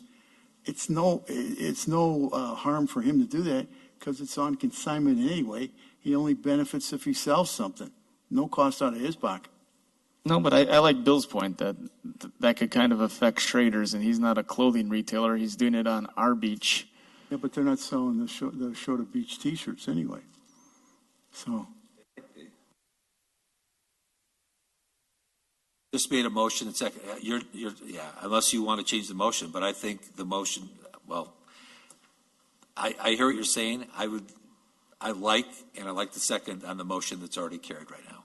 So it's limiting whatever soft lines he sells, clothing, it's going to be targeted, it's going to be the licensed Two Rivers logo wear, period. I understand the motion, right? Just probably our clerk's got it down, but it is the license agreement as presented with the 2 additional locations where he can operate if he wishes, and with the maps that are enclosed. 5% of gross sales is the commission. He has the option of paying it, if he wants to, monthly, or to the city, I'll say within 30 days of the end of the contract, which is September 30. I threw the 30 days in there because we wouldn't say September 30, pay it. And with the provision that any merchandise sales be as described in his communication, with the additional provision that any apparel has to be the official Two Rivers logo wear, which is available for purchase at wholesale through the city. Perfect. Did that cover it? Yep. That pretty much did. Thank you. We have a motion, we have a second. That's a discussion we're about to vote on. Any other discussion? I hope we're all in agreement to at least vote on that. Jamie, are you there? Because we have a lot of different people with various things. I really like to do a roll call to make sure that both Nathan knows we're supporting him. And I know there's nuances of the motion in front of us that we may or may not agree on, but I think for the most part, it's going to have a positive result. But I'll let you take the lead on this. Go ahead. Jay Remiker. Aye. Bonnie Shimulunis. Aye. Adam Wojcicki. Aye. Kurt Andrews. Aye. Mark Bittner. Aye. Jeff Delkey. Aye. Tracy Coach. Automatic. It's late. It is late. Aye. Thank you. Darla Leclerc. Aye. Bill Leclerc. Aye. Thanks, folks. Mr. Chairman, if I could, we've got 2 more regular agenda items. I had the guy from Bird Electric Scooters available to Zoom in. I told him originally. He was on call at 7:30. We thumbed it at about 7:30, and I keep emailing him, and Rick's been in touch. Would there be any objection to taking first a 5-minute break so we can set up Zoom land, and then addressing out of order item N, and then coming back to M as in Michael? He's already 1 time zone away, so it's approaching 10:30. So I'm looking for a motion to not only take it out of order, but also a motion then to take it to adjourn for a quick 5-minute health break. I'll make that motion. Thank you, Jay. Do I have a second? Second. Okay, thank you. All in favor? Aye. Aye. We'll be back in 5 minutes. Thank you for.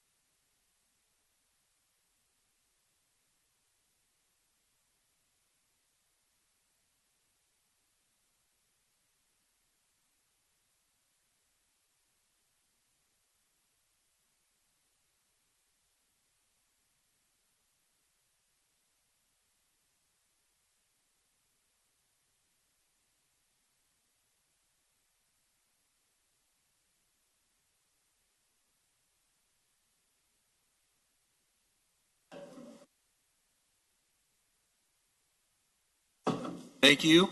We are reconvening. We have our special guest who's representing the Bird electric scooters for operation and a proposal to possibly do that in the city of Two Rivers. Greg, you want to introduce this gentleman? First, Michael Cavato is our guest tonight via Zoom from Ontario. He is with Bird scooters. Some of you might have read or seen on TV in the last month or so, the city of Appleton, which is the hometown to Bird's CEO, has proclaimed that they're the first community in Northeast Wisconsin to have provision, in this case, for a trial period this year of allowing electric scooters on certain of their streets. These are dockless, rentable with an app scooters, which Michael can tell you more about. Michael had reached out to City of Two Rivers in late March. Terry, our Parks and Rec director, and I had a conference with him and learned a bit more about their program. It would be kind of a neat offering, frankly, to have here in the community. And since hearing about Appleton, we also have had some discussions with the city of Sheboygan, where they just recently approved a city ordinance that would address both allowing for the licensing of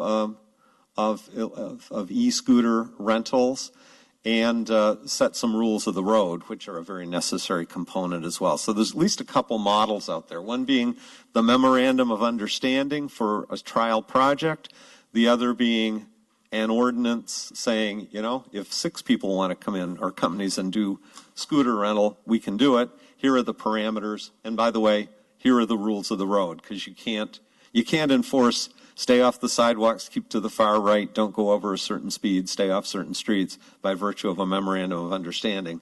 You need that in city ordinances. So, Michael, thank you for your patience. I sure thought we were going to get to you at 7:30, 8 o'clock at the worst, but welcome. And you're welcome to make your presentation, then we'll have opportunity for questions and answers. Thank you very much, Greg. Good evening, members of council, city staff. Appreciate you taking the time to speak with me. I do have a very short presentation here that I'd love to go through, but I do want to make sure that I leave time for questions, as I would like to address the unique needs of Two Rivers. Are you all able to see my screen? Yes. I got it. Perfect. All right. Greg, I think you did an absolutely phenomenal introduction, so certainly I'll keep this very brief. As mentioned, we are a shared electric scooter system, or company. Our system is very similar to some of the bike share systems you might be familiar with. The objective is to provide an alternative transportation option for some of the less than 5 mile trips that you might be taking within the community. Some of the benefits that you can see there, obviously, are improved air quality, reduced traffic congestion, which I'm sure Two Rivers experiences from time to time, and overall improving the quality of life within the city. The way that our system works is people will download a mobile application onto their smartphone, see one of our scooters throughout the community, or via the map functionality on the mobile application. When they create a new account, they go through a safety tutorial where they are taught about safe riding behavior as well as proper parking etiquette. When they see a scooter, they will hit a button to scan the scooter and unlock it, take it where they need to go, usually somewhere around 10 to 15 minutes away before hitting a button to end their ride. Somebody else will come along and do the exact same thing. So it's multiple short trips per day per scooter. For clarity, the types of scooters we're talking about are the stand-up electric kick scooters. So similar to some of the children's toys that you might be familiar with, but with a little bit more of a robust construction and geared more towards adults. We are not discussing the moped type. Our approach is to partner with cities to create a long-term sustainable platform that can be utilized for years to come within the community. As indicated, we did approach the city with the intention of working very collaboratively and making sure that we do address the unique needs. Following launch, what that means is there will be a dedicated resource internally at Bird that all city staff can turn to in the event that there are ever any questions, any concerns, and we can implement a dynamic solution as necessary or have those addressed. What we have found to be particularly effective within communities similar to Two Rivers is to actually partner with the local small business owner or entrepreneur to spearhead the field operation, meaning the deployment, the rebalancing, just a fancy word for moving the scooters from a location where somebody has ended their ride back to a location where it will look good, be out of the way, and be more likely to be used by another resident or visitor, as well as recharging of the scooters. There is considerable benefit. The city can reliably turn to somebody who is local, who cares about the community and has a connection to the city, while simultaneously we have the capacity to offer a primary economic benefit by providing a small business to an individual within the community. I'll talk about some of the benefits and what the take-home for these individuals are in a moment here. For Two Rivers specifically, given the population size and despite the very robust tourism that's seen, I do think a very small fleet would be appropriate. Even though you could probably support several hundred scooters, I think starting with 50, maybe 70% of which would be active at any given time would be a good place. What that means is we can be extremely high touch in the day-to-day management of the fleet, ensuring that somebody is checking in on these scooters once every couple of hours so that they don't present any clutter, so that they are never found in an inappropriate place or being a nuisance within the community. In terms of the impact, as I mentioned, there is considerable primary economic benefit for one member of the community at least, or a small team. Average take-home for these individuals is a little over $70,000 a year. In communities like Two Rivers, it could be substantially more depending on the utilization that we see, but I'd rather we go with the national average here. 56% of our rides do end in front of a local business, a small business. A recent study by Emory University found that over a 6-month period, about $921 in additional spending was done per e-scooter within Santa Monica in local small businesses, specifically within the food and beverage industry. What that amounts to is a little under $14 million for those communities. Within Two Rivers, speaking to about 50, and if we see considerable utilization, the city is interested, possibly 75 scooters, you're looking at maybe around 150 to 200,000 in additional economic stimulation for local small businesses. Potentially, hopefully, at least that is the intention. We do have some very sophisticated technology available. We were the first to offer shared electric scooters and are now present in about 150 cities globally. First and foremost, our geofencing and geospeed technologies allow us to control where the scooters can and cannot go by drawing digital boundaries that are triggered when the scooter, which possesses the GPS unit, crosses past it. What this means is if somebody falls outside of the area or goes outside of the area they're not supposed to, the scooter will slow down to about 1.5 miles per hour, start beeping and flashing, and the user will get a notification telling them that they should return to the operational area. If there are particular areas, for example, the waterfront trail, where there is concern around the speed limit, which is ordinarily capped at 15 miles per hour, that's about what your average amateur bicyclist travels at. We can also create a lower speed zone, like 12 miles, 10 miles, etc., so that the scooters have a further reduction. Some of the ways that we advocate for safety is through our helmet selfie feature. What that is the ability for the user to take a photograph of themselves at the end of their ride wearing a helmet, which will give them a credit to their next ride. It's one of the ways that we incentivize proper and safe riding behavior in addition to the safety tutorial that we provide. At the end of every ride, a user will be required to take a photograph of their scooter to prove that they have parked it appropriately. Typically, what we advocate for is parking within the boundary zone. That's the area between the sidewalk and the curb, where you might find like a row of concrete planters, a bench, something along those lines. We do have a real-time AI feature that can detect whether a scooter is in frame. So if somebody tries to pull a fast one, snap a photo of their feet, the system will kick them back and say, no, you have to take a photo of the scooter, and they will continue to be charged for the ride until they do so appropriately. Some of the additional features that we offer are warm-up mode and quick start. Warm-up mode further reduces the maximum speed for new users to about 6 miles per hour until they gain a little bit more confidence, until they gain a little bit more familiarity with the system, at which point it will gradually increase to the maximum that is allowed. Quick start is for the very active users of the system. It allows them to activate on their account a feature that when they simply approach the scooter that they want to use, it will automatically unlock and then disable itself when they leave for the commuter type. I know there are probably a number of different questions, so in the interest of making sure that I address the specific needs, I'd love to open it up here if that would be appropriate.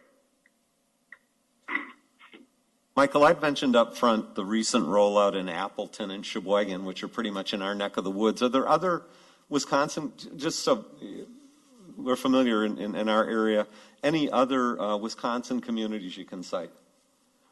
Absolutely. We're currently active in Wauwatosa as well. We've been in deep conversations with a number of other communities and expect a number of approvals coming within the next coming weeks, given council schedule. Racine recently had an ordinance pass introduction with adoption likely to be coming this week. Can you speak a little more to the process of finding that local partner? Because the city, as I understand it, would be the gatekeeper to possibly allowing these kinds of operations within the city. We would be neither advocate for nor representative of. That'd be your sales job. But how do you go about establishing those local business partnerships? You have considerable expertise at this point in time, having been able to do it now globally.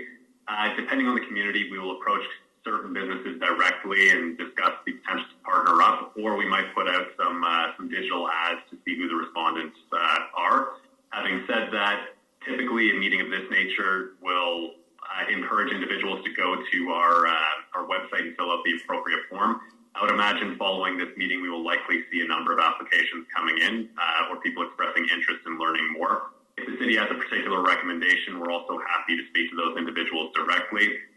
Always want to make sure that this is somebody who is a known entity and already has an established relationship with the city. Michael, it's an intriguing idea, but let me ask you, are these scooters approved to drive on the streets or highways? Our main drag is a state highway. Can you operate those on the state highways? You should typically treat them like you would a bicycle. That's generally what state law will boil down to. So if they are to be operated on a state highway, keep them to the right side. Don't use them in the middle lanes. In general, want to advocate for usage very similar to that of a bicycle. If there is a bike lane available, it should be used within the bike lane as well. And are they allowed on the sidewalks? In general, if you don't allow bicycles on the sidewalks, you shouldn't allow the scooters either. Having said that, it can vary from community to community. Some prefer to have them on sidewalks, some do not. There are specific areas within Appleton where they are prohibited from use on the sidewalk, but otherwise are allowed. And then the last question, I think maybe one we'd have to dig into ourselves. Are they allowed on the bike trails that we have with Mariners Trail and the other bike trails? My understanding they can be. That would probably be a matter, and understand we wanted to introduce this to council, not presenting this for action tonight. If there's an interest, there's more homework required. We've recognized, for example, not related to Bird, but we don't talk about e-bicycles, electric assist bicycles in our ordinances now. That's a real coming thing. They're allowed on trails in national parks.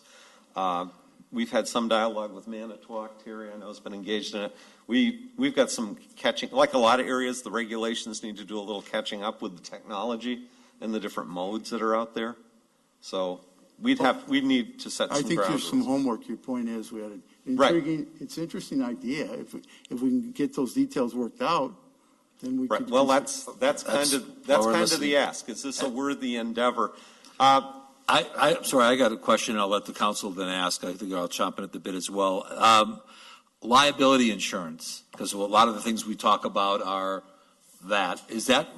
Would that be done through the partner you have in town, potentially, who's the business who's carrying that liability, or is that something Bird does, or is that a risk that someone's taking when they're renting this, that they're responsible for their own injuries should they run into a car or get hit by a car or hit a pedestrian?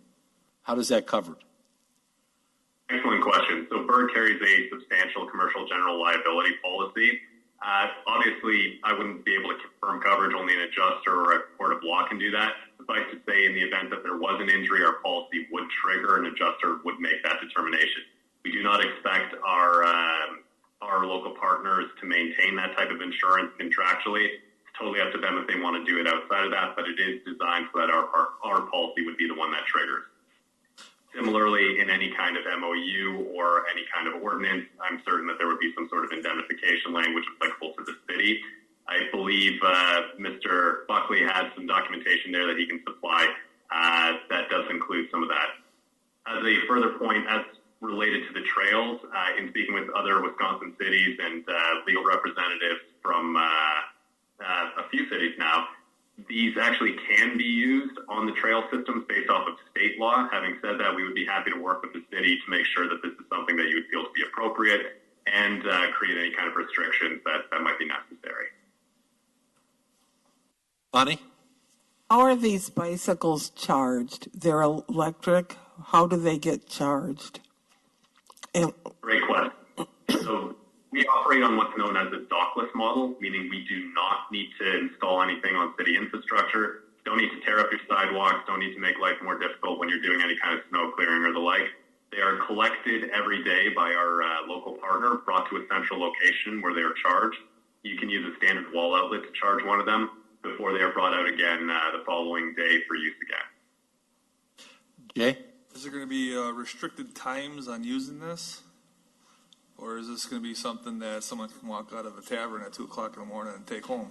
So the question is, if you didn't hear it, have you worked with partners before that have restricted times when this can be utilized versus 2 in the morning where it's, I can't get a cab, but I can get a scooter? Very, very good point. So we actually automatically digitally shut down the fleet between the hours of midnight and 4 a.m. Prevents the majority of instances where somebody who might have had a couple of drinks might think it's a fun idea to get on a scooter at that point in time. I don't want that. I'm sure you don't want that. We're proactive in making sure that we reduce that risk. Good question. Thank you. Any other questions? Yes, Mr. Buckley. I mean, there's a number of things. But Michael, and you and I have talked candidly about this. When the e-scooters especially were first rolled out in larger cities and a lot of metro areas, they were a pain in the butt, even if you didn't fall on your butt off them, because they littered neighborhoods. I mean, whatever you had for a number here, 50 or so, that's not going to be too bad. But how has the industry addressed that? Because this does provide that in certain areas, provided they're out of the way, they could be stored on public sidewalks, or the whole idea is at various locations in the community. How has the industry evolved? How do you keep it from becoming something we look back and say, why did we ever allow that to happen? Exactly. That's a very, very valid point, very valid concern. I think there's been a lot of evolution in the industry since the early days where there was that concern around clutter, where there was that concern around them presenting a nuisance. The operational model that I described by partnering with a local member of the community who has deep connections, who cares about the presentation, it's not so much Bird coming in and putting scooters as it is Bird giving somebody from within the community the opportunity to invest within the city itself, using our resources at no upfront cost. What that means is our operational model necessitates that somebody check on every single scooter multiple times per day. Moreover, every single scooter, so that's proactively addressing any of the concerns that you described. Moreover, every single scooter is equipped with a 24/7 customer support line, email address, multiple social media accounts that people can use to get a hold of us if they do have any questions, any concerns, or want to request that a scooter be moved. That, given the size of the fleet and given the type of operational model that we have, we can be extremely high touch in the day-to-day management, meaning if there's ever an issue, we can be out there very, very quickly to go and correct it. I'm sorry, you showed a map earlier of possibly locations. Is that what we'll call receptacle portals, that if I was going a couple miles and I wanted to get off my scooter, I could park it, kind of like the rental bike systems are, where I could park my scooter and then leave? Is that would you have those stations? Is your vision to have those stations around the city so that you're not having to always go back to the home port of, let's say Chow had him in front of his UFO. I don't have to always go back there, or I'm not dropping it off on the South Breakwater Trail and just leaving it. Is there locations where you actually could deposit them? We operate on a dockless model, meaning there are no ports, there are no home stations, nothing along those lines. Instead, we deploy the scooters in what I mentioned earlier as the boundary zone. So that's that area between the sidewalk and the curb, where you find those concrete planters, where you find a bench, where you might find some other kind of piece of art installation, something along those lines. The scooters are parked via kickstand that we have. They are automatically locked when not in use. If somebody doesn't scan one with the app, there's an electronic brake that's activated. They are deployed throughout the community in various locations. We have a machine learning algorithm that the longer we are active within a city, the more it knows where we should put those scooters at any given point in time on any given day. Basically, the longer we work within a city, the better we are at making sure we put these scooters in places where people are going to use them. To be clear, there are no ports. The scooters are deployed within the public right-of-way, but leave 4 or 5 feet of clearance on the sidewalk for ADA compliance so that they don't present a nuisance or a hazard. Jeff. What's the range of travel on these, and how far out of the city can you go? It's probably 8 miles from downtown Two Rivers, downtown Manitowoc, and I can see people wanting to do that. A lot. Scooters have a range of about 30 miles before they need a recharge. It is possible that somebody might want to take them from downtown Two Rivers to downtown Manitowoc. Having said that, without a separate agreement with your sister city, I think there might be a little bit of concern on our side about pushing any kind of boundaries. So we might prevent individuals from crossing over unless there is an agreement in place with both cities. Have you had a conversation with Manitowoc? Yeah, yes. I've been actively discouraging that, but yes. Well, but I think Jeff's point's a great point. If you're going to encourage people to drive the trail or do whatever, that I can't see them. We do this, and they're leaving scooters in Manitowoc because they're getting off of them, and they're just Well, and if they're not authorized for use in Manitowoc, you could have a legal issue too. Yeah, and vice versa, right? And also, if they're doing it and they're dropping them off here, I don't think we'd want to have our Parks and Rec department or our utilities department picking up scooters. No. And calling Mayor that- Nichols, say, pick up your scooter. As I understand it, that would be a responsibility of the local operator, but some cities do have ordinances or agreements saying, if we have to pick one of these up because your person doesn't take care of it timely, there's a fee associated with that. So If we don't have an arrangement, with Manitowoc, it sounds like you could set a boundary so they only could go. You could make it to the Spirit of the Rivers restroom statute, and then that's take a it. U-turn. All the further it goes. Yeah. So I think we could. I really think it's interesting, but I do think there's a number of homework questions we need to determine.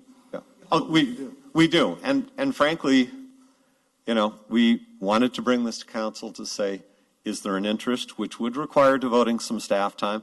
I can see, and in the summer season, it being a very nice addition to what we offer, not just to visitors, but I think we'd all like to hop on one of these as locals and give it a try. But that's going to require some staff time. Another quick question for you, Mike, not to touch on a sore subject, but Bird didn't get off to the best start in Milwaukee. And the city ended up filing a legal action to say, get those 100 scooters or so that you put here out of town. Can you tell us a little more about that? You're absolutely correct. I think that was the early days of the industry when there was still quite a bit more experience that we needed to get under our belt. Certainly that's not the way that we do business, and certainly that's not the way that I do business. It is very important for us to have partnerships and work collaboratively with the cities. I'm hoping that the conversation that we're having here this evening is indicative of the fact that we do want to make sure we set the right foundation and do make sure that we establish that this is very much a partnership and we are looking to address the needs of the city as they come up. Milwaukee, I think, was a bit of a different beast simply because it was early days and there were a lot of operational needs that still needed to be ironed out. And it does appear there were some changes to state law to actually address e-scooters, which were not in place before. That was like in 2018. I have a question. Like any business that we're considering, or partnership we're considering, or new venture we're looking at, can you provide a list of those people who are currently doing it that we can talk to, call it references, that we can see what are the mishaps? Because we're sitting here speculating based on what we're hearing right now. I'd rather hear some real world experience on what worked, what didn't work, what trials and tribulations, how's the local business person doing with it, how are the citizens responding, are they on the sidewalks, are they not on the sidewalks? I think it would be helpful. Not that we don't trust you, but you've got a different motive in mind, that's to sell us your service. I'd love to hear some of the references or get in contact with some of the other cities. Maybe other smaller cities more like us that have had it for a year or two? I'm sure even our police department would have some questions as well that they would probably like to ask on how that's being managed. I would be absolutely more than happy to address any of the questions that your police department may have. I'm certainly happy to provide, we're currently active in about 150 cities globally. I'm certainly happy to provide a link that will show many, but certainly not all of them. I can't directly provide references, as I think that might present a little bit of a conflict of interest for our city partners, as we are a for-profit business.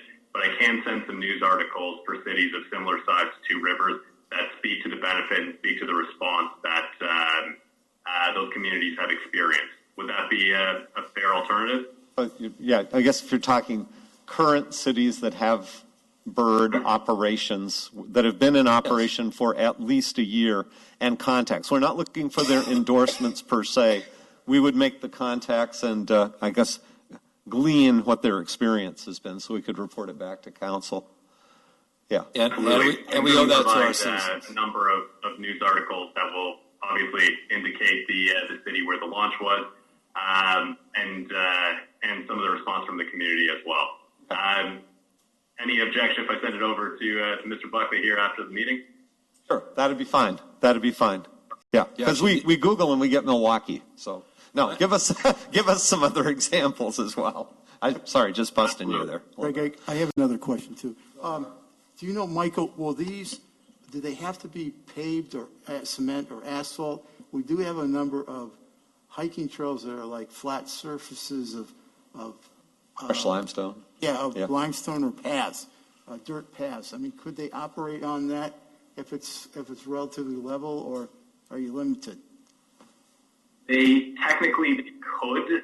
We prefer that they don't. We would probably block off any dirt paths or hiking trails using our geofencing technology. I think it's just better for the scooters to remain on paved surfaces, kind of like you would see a road bicycle. Okay. I have one other question. Is there an age restriction on this? Our users do have to be 18 and over.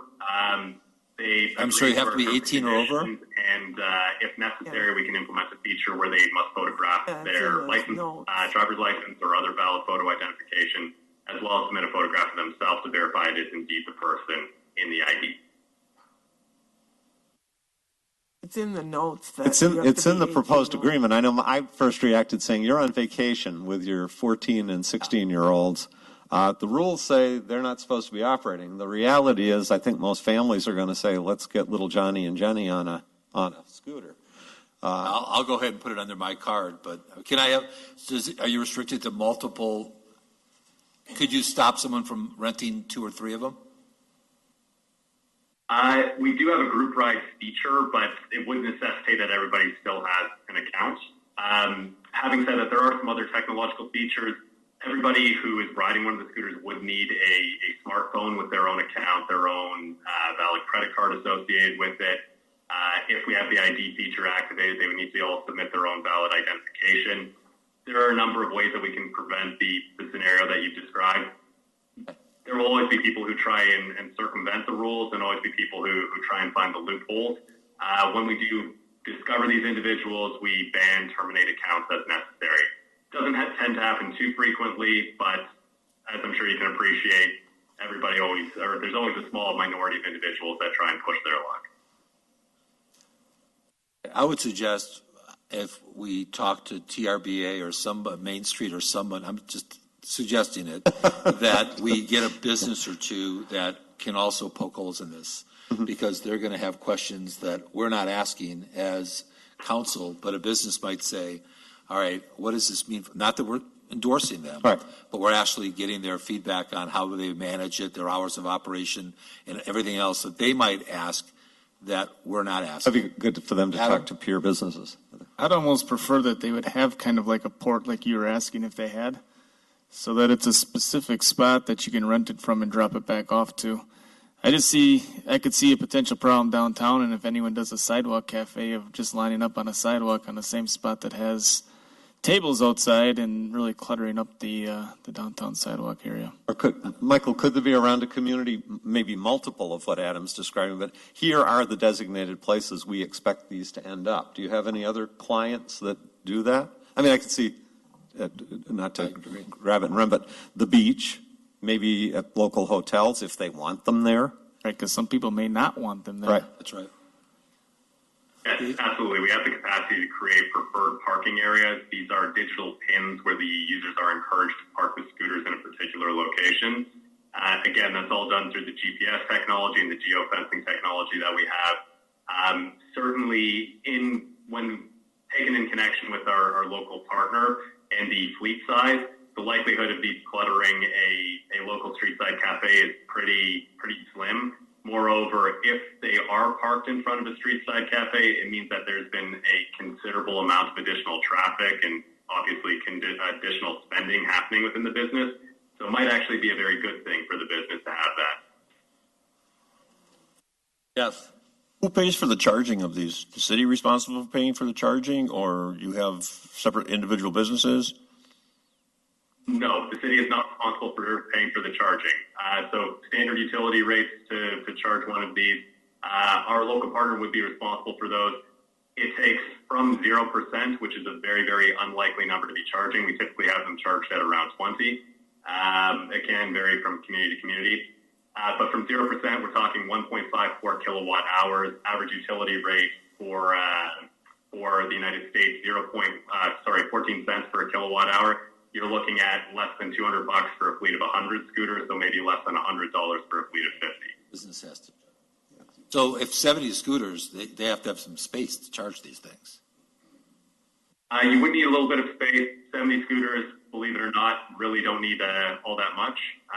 Certainly there is a qualification process that they go through. One of my colleagues, if somebody does express interest, one of my colleagues will discuss with them all of the needs, all of the requirements, go into a lengthy conversation to make sure that they are set up for success. We do hope that we do require that our partner have some level of infrastructure available. It is one of the ways that we can ensure that our fleet is run very effectively for the community. I can ask, who'd you end up hooking up with in Appleton as far as the local partner? Because they're I think I might be violating some privacy laws if I disclose that. In general, we try and keep our partners' privacy kept pretty closely, unless they are the ones who approach various city staff. Okay, fair enough. So, Mike, I'm assuming you're going to, as you solicit, let's just say everything's kosher and we go wonderful, and you're soliciting a local business. I'm assuming you're going to walk them through a business plan, a P&L, how they're going to make money, knowing they're going to have to charge 70 scooters, deal with pickups, deal with all this stuff, and how they're going to be able to make revenue from this. So you probably got a canned P&L or pro forma based on per scooter revenue, I'm assuming, based on number of months it would potentially be active, based on number of people that would use it. Is that correct? You're absolutely right. There are a number of different calculations that we can run for various cities. As I mentioned earlier, the average take home for these individuals is a little over $70,000. They make money on every single ride that is taken within the community. So think of it essentially as a revenue share. What it means is the better performing the fleet and the more motivated the local partner, the higher the earnings that they demonstrate. We have some local partners that earn substantially more than that $70,000 figure that I've provided to you. Certainly, I have every confidence that Two Rivers will be one of the higher performing markets based off of the similar types of cities that we are operating in currently. Okay, thank you. Just one other thing. It gets cold and snows a lot here, kind of like where you are. To what I see provision like in Appleton, they're not to interfere with snow plowing or snow removal. This isn't an urban transit kind of community. I perceive this as much more of a seasonal, local and tourist kind of thing. How does that pan out in other northern climate, small lakeside or waterside communities? I think your business is going to be pretty scant in January and February. Ain't going to be me. So we are operational in a number of northern markets, including Canada, including some of the Scandinavian countries in Europe. We have a whole process. It would be a seasonal business. We call the process hibernating the scooters because their company name is Bird and it's cute marketing. So they're all brought into a central location, racked and stacked. They go through a software procedure so that they are partially shut down, brought out again when the weather's more appropriate the next year. Okay. Any other questions for this gentleman? Do these have a GPS chip in them or something so you can find them? That's correct. Every single scooter has a GPS unit, has what's known as an IoT device. Basically, a GPS unit connected to something similar to a cellular phone. So we can actually issue commands to each scooter individually. That's what helps us control where they can and cannot go, lets us control some of the utilization, like no riding between midnight and 4 a.m., etc. There's a few other modules and technological components to them, but don't want to get too caught into the weeds. Does that work underwater? Good question. Very good question. We actually have sensors that can detect when a scooter is submerged. The make model of scooter that would be sent to rivers would probably have an IP67. Some of our newer models have an IP rating of 68. So we have some of the highest ratings in terms of making sure that these don't present a water hazard or any kind of challenge. If a scooter does end up getting submerged, there's a whole process and protocol that we go through for them to be recovered, and we have some special tools available for that to happen as well. Okay. Any other questions? Thanks for hanging in there, by the way, so late in Canada. Thank you, Michael. Thank you, Michael. Yeah. By the way, just share, Michael's usually in California, I understand, but since COVID, he's been back north of the border. So thank you. Council will discuss this a bit further, and we can follow up with you tomorrow. Thank you, sir. Have a good evening. Take care. Thank you very much for your time. So this was really just for information only, and then we'll talk about that. Or you're not looking for any motion tonight, Well, I guess are I was looking at least for some feedback. If we, it's like everything else, opportunity cost, there's going to take some staff time. Is this something, to do it this summer, if it required action in, say, 2 to 4 weeks out, is this something council has an interest in pursuing? Mr. President. Yes, Mark. I like the enthusiasm. It's a neat idea. There's a lot of questions. I think what's going to happen is if there's a principal person who's interested in his business as it becomes more known, I think they're going to they'll take the lead initiative and determine that. It's not going to work, Greg, for the city to say yes unless we have an operator in town. And that operator will help answer some of these questions that are posed before us right now. You can't, as a city, we can't say, let's run with it. Because That's why I suggested, Mark, having some businesses look at it and actually give a point of view if they're interested or not and poke holes in it. Yeah, it's business driven and it's not city driven. Well, no, it's not city driven, and I'm not sitting here as an advocate for it, understand. It's like, well, this is interesting. We got some other communities that are doing it. And if I understand the model, it's city, if you set the regulatory framework, then we'll get serious about finding the local partner. It is kind of a chicken and egg thing. Well, I think we'll have to look at what the existing regulations are on the highways, the city streets. And then if it's suitable, I think you're going to have a principal business run forward to us and say, hey, I want to do this. And it'll be up to us whether or not we want to implement it in the city. Any other question, Bonnie? My biggest concern is where are you going to drive them? Bicycles are on the sidewalks now. Yep. And they're an enforcement hassle. What? They are. People, because that's an enforcement hassle we hear all the time downtown. People upset because bicycles are zipping down the sidewalk. We've had people, not too many, but people struck by bicycles. Happened. Well, right. I'm just saying that's my big concern with this. And they do clutter around. I've seen them in Minneapolis. They just kind of lay there but I'm mostly concerned about where you're going to drive them. And popping up all these different things, all these golf carts, all these motorized this and that. I'm seeing, it's like, doesn't anybody walk anymore? I just wanted to bring it to you in case somebody makes a trip to Sheboygan to the South Pier District next summer and comes back and says, this is really cool. Have you thought about it in Two Rivers? I think, Greg, what I'm hearing is, first of all, I appreciate the enthusiasm in bringing fresh new ideas. To try to get, my personal point of view, try to get something done quickly by this summer, I would think we got bigger fish to fry. So part of me wants to back up a little bit. I do also agree that there's Bonnie's concern with, and I'd love to hear eventually as you guys look at references or we talk to other cities that have already had these, what kind of problems they've had. And I think we need to ask that question first before we go ahead and just jump into it, or ask the staff to spend a lot of time and energy going down a direction that we may learn from just having some phone calls. And I'll be glad as a council person to pick up the phone and call a couple of the references he's talking about, or cities, or maybe a couple of us could. And maybe come back then to council and say, here's what we've learned. And maybe it's as simple as that. If that's a consensus, let's look at those peer cities. I'm so finished. And not burden the staff with having to do that, because you guys got plenty to do right now with trying to deliver what it is we're trying to deliver. So I've got no problem if someone wants to assist in doing that. They can gladly join me on it.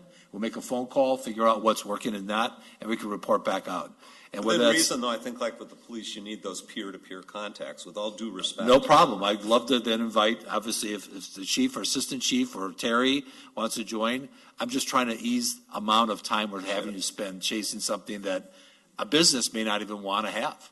And we spend a lot of upfront energy delivering something that's never going to see the light of day. And I don't want to chase a shiny object. It's cool, it's interesting, it's neat, but it also has a ton of challenges. And if I'm Darla or Bill, I don't know if I want a bunch of these in front of my gallery. Laying Sure there. I do. Yeah. 20. Depends on whether they're coming in and buying something. I think if we had somebody that wants to do this come for us, it'd be a different story. Right now, we don't have anybody in this It's city. a chicken and egg, right? That- What's that's- coming first? That was the point, Right. yeah, I agree. That's it. You know, I think, looking at this, whoever does it is going to have to hustle, I think, on busy days. Half the people are just going to drive them to one spot, and they were laying sites. And Person's that's- going to be running around town picking them up all over the place. And he I only think you makes guys money have to when it's hustle. running, so. What's that? He only makes money when it's running, and that's what the GPS system they have. They say it's stalled, well, a good operator will run and pick it up. Hold on, Jeff's got a good question, so go ahead. Ask me say out loud what you asked me. What does the city get out of this? I mean, what's in it for the city of Two Rivers? I think although it's not a local business, much like what we talked about with Mr. Klein, is it another thing that's offered here for the enjoyment of visitors? Does it help a local hotel when someone says, hey, we had a good time in Two Rivers, and this was something that was available? I was reading through these other contracts, and there's no percentage, no There's monetary. not a there's return, nothing. and I didn't raise it tonight, but and if we have that further discussion, that needs to be raised. Are there any cities that are saying, hey, we face it, we don't get anything out of bicyclists coming through town, and we love our bike trails, but, are there cities that, hey, you maintain the infrastructure, our police, public works, everybody else would deal with the hassle if these are littering the community? Is there a way to glean something directly from it? Tracy? I believe Mr. Klein had said today 5%. And it seems to me if somebody's making over 70 grand a year from rental of these, they could certainly part with 5%. $3,500 would be okay, right? It'd be a drop in the bucket, to your point. Exactly. Yep. Yes, sir. Yeah, Go so ahead. council members, one thing that I want to just explain to you as well is even though you're talking about maybe tabling this, and not worrying about it right now, it is something that we do have to look at because governor did pass statute that allows these scooters and these e-bikes. So one way or another, we got to kind of figure out what our stance is going to be as a city, because if we're not looking at going this route, then what we have to do is start amending all our ordinances to address where those e-bikes and scooters cannot be. Because we have that in statute is we can restrict those things, but otherwise right now they're legal by statute. Understand. So By the way, great point. Thank you for bringing that to our attention. There's rules of the road issues. Darla? Yeah, Bill did some research on Bird earlier today. You want to speak to that as far as what the Better Business Bureau had to say? Their rating was horrible. It was F, 1.3 out of 5. A lot of really bad testimonials, just things that laying all over, these are big cities though, Santa Barbara, Santa Clara, California, and San Diego. They got a guy going around just picking them up, scrap scooter company. He had 10,000 of these scooters in his yard, it just. Problems in the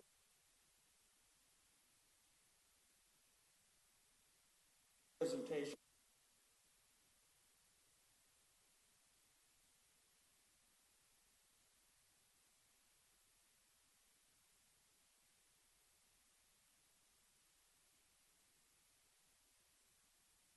Well, and little wheels don't.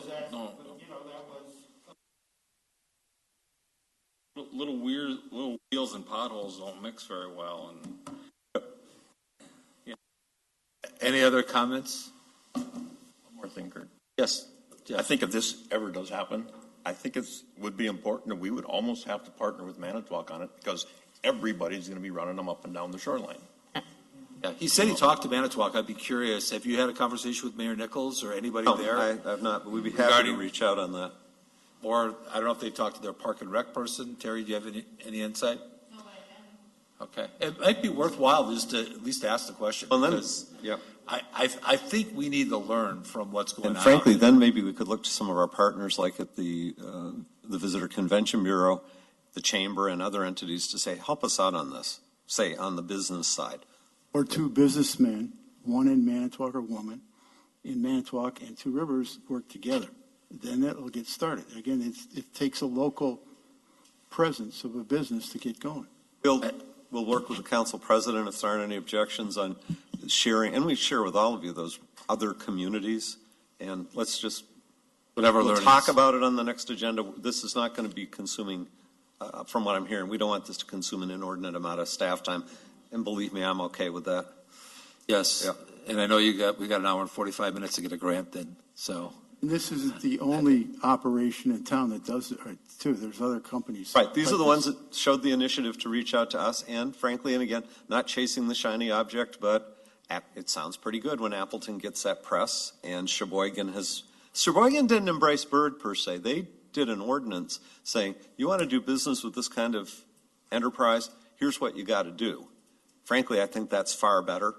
Yep. I like the idea of having a unique draw. So I don't think anybody's disagreeing with that. We just want to make sure it doesn't become difficult to execute. Right. And we're not executing, a business would be. Any other questions? So enough discussion on this?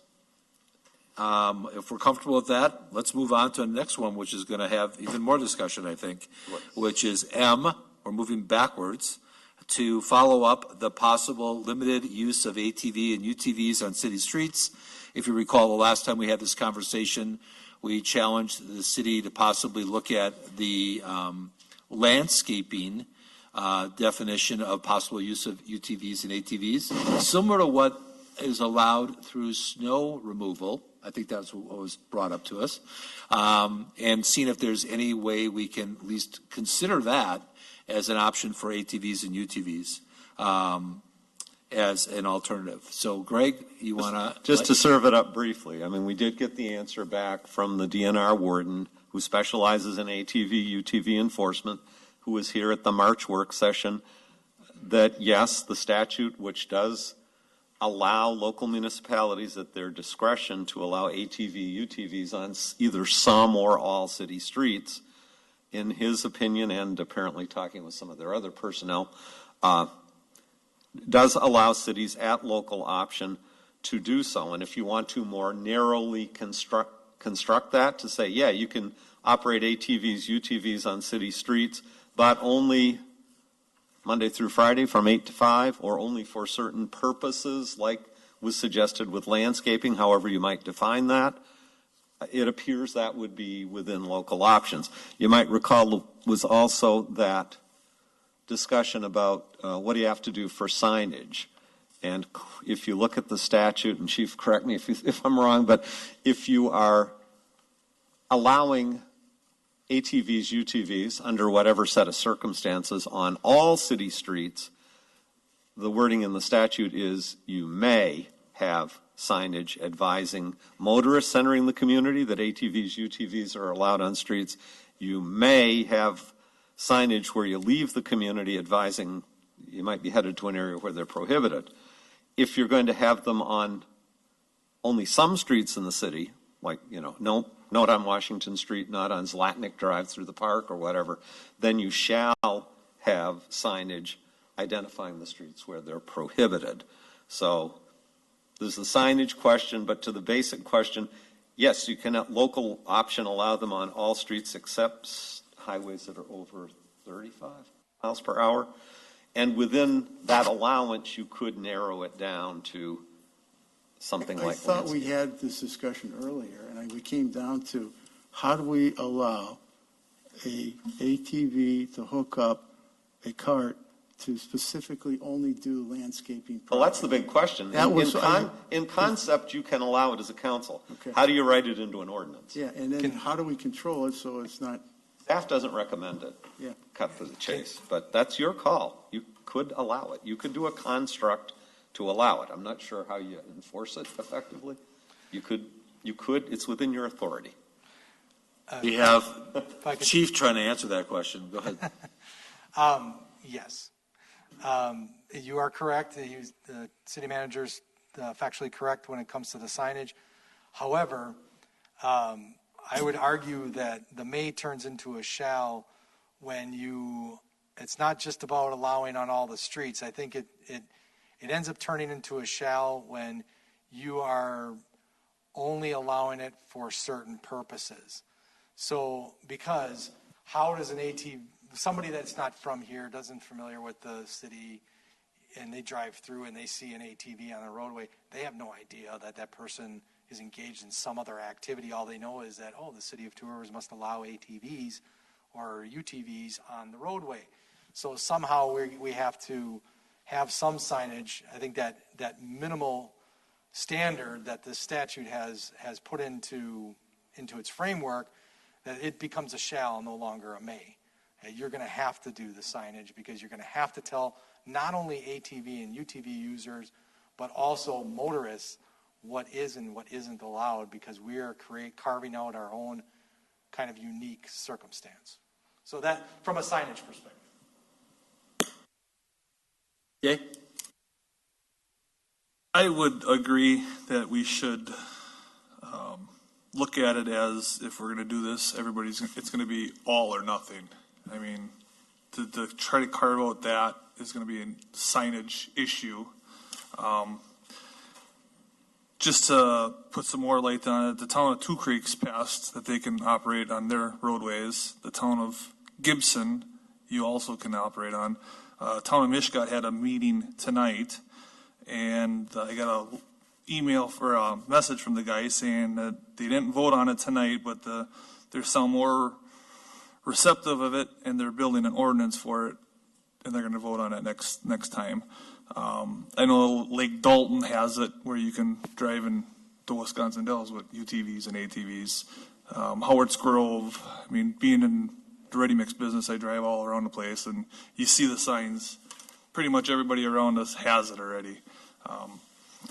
And if I might, you're absolutely correct, and I think, it is very common in all the townships, may even completely surround us. There's no doubt about that. But I'm just saying that they all, if you look at their signage, it's they're doing the whole thing, or they're doing nothing. Yeah, and I would tend to agree with you on that. I mean, yeah, I think carving out some exceptions for kind of maybe a very small minority, creating all the restrictions and all the things might be a little overkill, but just to kind of address the issue with kind of, the world around us. At the end of the day, whether the town of Two Creeks, town of Two Rivers, or everybody around us decides that they're going to allow that on their township roads, the one fact still remains, and that is that you really can't get into the city of Two Rivers despite all of that, because every single road other than Woodland Drive is a county highway or a state highway, or it's county highway for sure. So 42 is 45 miles an hour, so you can't come in there. You can't come in on Highway 42 on the north end. County O, County VV, all of these roads, they're all county roads, and they're not allowed on county roads. They're allowed on township roads, yes, not on county roads. So you could come in on Woodland Drive, you could go through the parking lot at Aurora, you could maybe navigate the streets that abut Aurora, Taylor, Eleanor, Lakeview, but you couldn't get out of there. So yes, you're absolutely right. The places around us may be allowing that, but you wouldn't be able to get into the city of Two Rivers with any one of them unless there was an off-road trail, which we do not we do not have. And that's the thing that's unique to all these other places, is that they do have, they've establishing ATV routes or potentially ATV trails where they can hook up with, which again does not exist in the city of Two Rivers.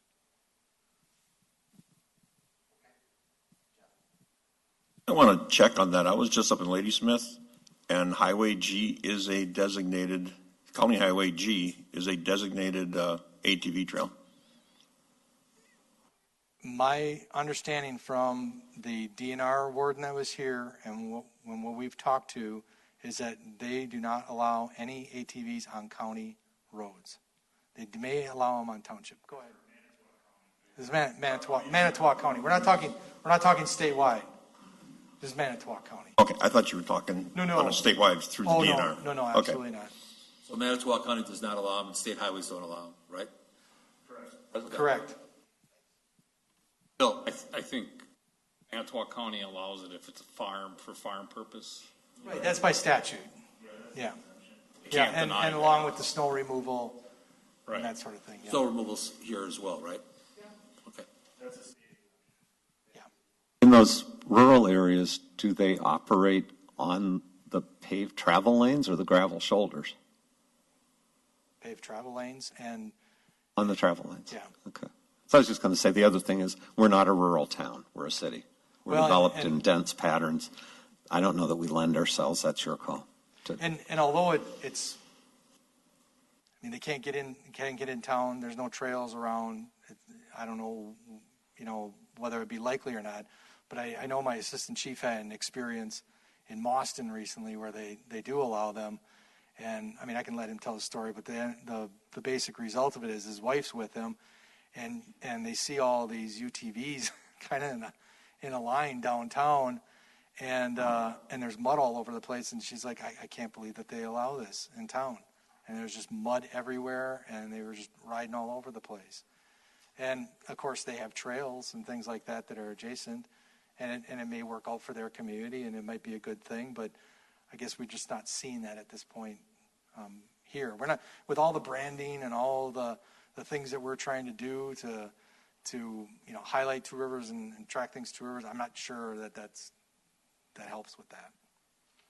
Any other questions or comments on this discussion? It is an open discussion, but the purpose was to try to come back with, is there a carve out for landscaping use of ATVs and UTVs similar to what we had for snow removal, not for necessarily doing it all or nothing type thing? And you could do that.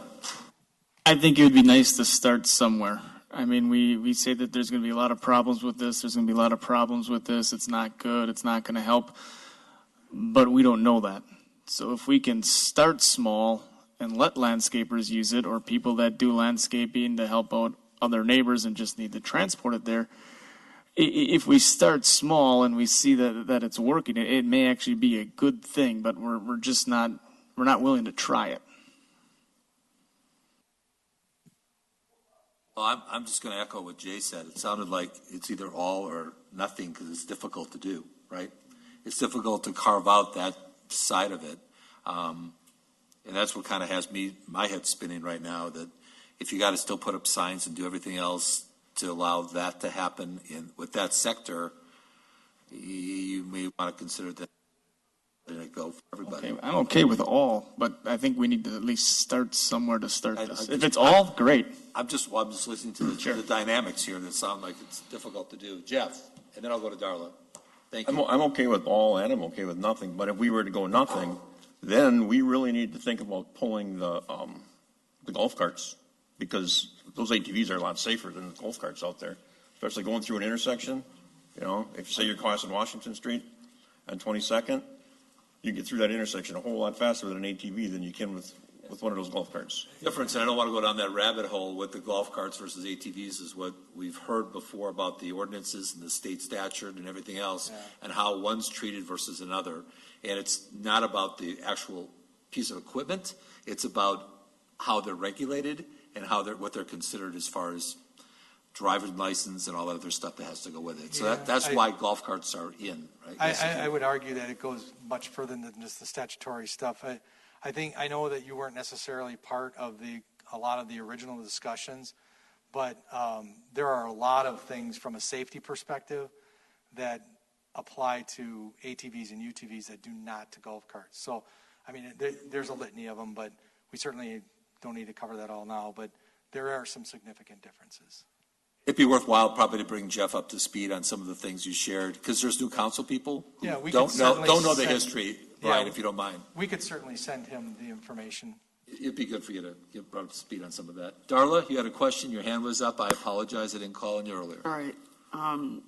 My concern is, I mean, we've heard a lot about the police department tonight and what they're up against and a lot of their, a lot of the issues for our area. I mean, they just busted a guy over at the hotel. I think he was a Manitowoc resident with, what was it? It was 26 grams of meth. So we have a bad drug problem. That's a focus for our PD. Last time we were together, we talked about sex offenders. That's a problem for our PD. There's other things too that, require the PD's attention and for all officers. And what I'm concerned with is the fact that they're driving along, they see some guy on a UTV. Maybe he is on it for landscaping, maybe he's not. And I'm sorry, but human nature being what it is, I could see somebody trying to pull one over. And I don't want our police officers to be in a position where they have to second guess themselves or even have to figure out if that person should be pulled over, which would open them up to a whole other litany of issues. So I don't see, now another thing too is when you say landscapers, is that recognized bona fide landscapers, or is that just anybody who just feels like he's going to go out and, water his neighbor's yard or whatever, he's getting from point A to point B. And I don't think it's fair to our police officers that they have to be put right in the middle of this. Mark? I look at everything in terms of time and return. As a city council, the biggest thing is develop economic development in our community. We're wasting a lot of time on this, and we're not going to get a real economic return on this. I'm looking at closed session issues. It's getting late. We've already spent hours in this already. I say that right now it's not the time. Let's just move on and leave it the way it is. Tracy? Brief. Could I also get whatever you're going to be giving Mr. Dalkey, because I wasn't on the previous and I'm not understanding the differences here. And I also agree with Mr. Bittner that, since there's no motion or ordinance to be considered informal, why don't we table this discussion to the next closed session, and that gives us time to look at the material, please. I've got no problem with that. Is that what that? Sure, I'll make. Are you making a motion to table? Table it to. Do I have a closed second session. on that? I'll second that. Okay. All those any other discussion? So that's to the next regular meeting, Tracy? I think you said closed session. I said, yeah, to Not the a closed session. Oh, not the closed session. No. The planning session. Work session? Work session. Okay. Whatever it is. At the end of the month. That allows them time to get brought up to speed too. Any other discussion? All in favor of tabling it to the next conversation so we could get some of our council people up to speed with various ordinances and a little bit more of an insight? Say aye. All in favor? Aye. Aye. Anybody opposed? Okay, thank you so much, guys. By the way, thank you for. I just want to make a comment because all the questions that were given to us tonight were very good questions, and I would have actually liked to. It is a discussion thing. I'm just saying to review it because they were good questions. Whoever put those questions in about the ATV, UTV. My memo. Yeah, thank you. And with the staff's questions based on our request of whether we we'll should do just landscaping. we'll tee it up for another work session. It's great. That's our job. But I agree, Bonnie. It was good that they did the due diligence. Thank you, guys. Let's move on to information only, Greg. Why don't we just say it? We had a regular council meeting on May 17th, 6 o'clock, and a work session on May 24th, which Tracy just alluded to, that we'll talk about it then. And I forgot Anything to else? mention it earlier, but the MAVCV's tourism breakfast, you may have gotten an email on this. I don't know how well publicized it was, but it is Wednesday the 5th, 7:30 a.m., free breakfast, information on tourism in the area at the Lighthouse Inn. Do we need a closed session, Mr. City Manager? I was just going to ask for RSVPs. Does anybody plan to attend that? I'm sorry. Does anybody plan to go to the tourism breakfast? Lisa, I would. Okay, Mark, were you able to go? Okay, because they had no RSVPs from Two Rivers. It's here, right? Okay. I just saw it for the first time tonight. Yeah, Won't I be don't here. know that you've gotten anything on it before, to be honest. Closed session. If you're good for it, we had anticipated discussing the matters pertaining to the agreement with Progress Lakeshore. I do not have anything on possible assistance to economic development. Okay, let's go into it. The City Council reserves the right to enter the closed session per Wisconsin Stats 19.851E, deliberating or negotiating the purchasing of public properties, the investment of public funds, or conducting other specified public business, whenever competitive or bargaining reasons require a closed session. Possible city assistance to development projects doesn't sound like that. It sounds like we're going to discuss the matters pertaining to the service agreement with Progress Lakeshore. Do I have a motion to go into close? I'll make a motion to go into closed session. Thank you, Bill. Do I have a second? Thank you, Tracy. Roll call. Jamie. Adam Wilhusky. Aye. Kurt Andrews. Aye. Mark Bittner. Aye. Jeff Delkey. Aye. Tracy Coach. Aye. Darla Leclerc. Aye. Bill Leclerc. Aye. Jay Remiker. Aye. Bonnie Shimulinas. Hey, thank you guys for all hanging in there. So you want to talk about the Progress Lakeshore? Yeah,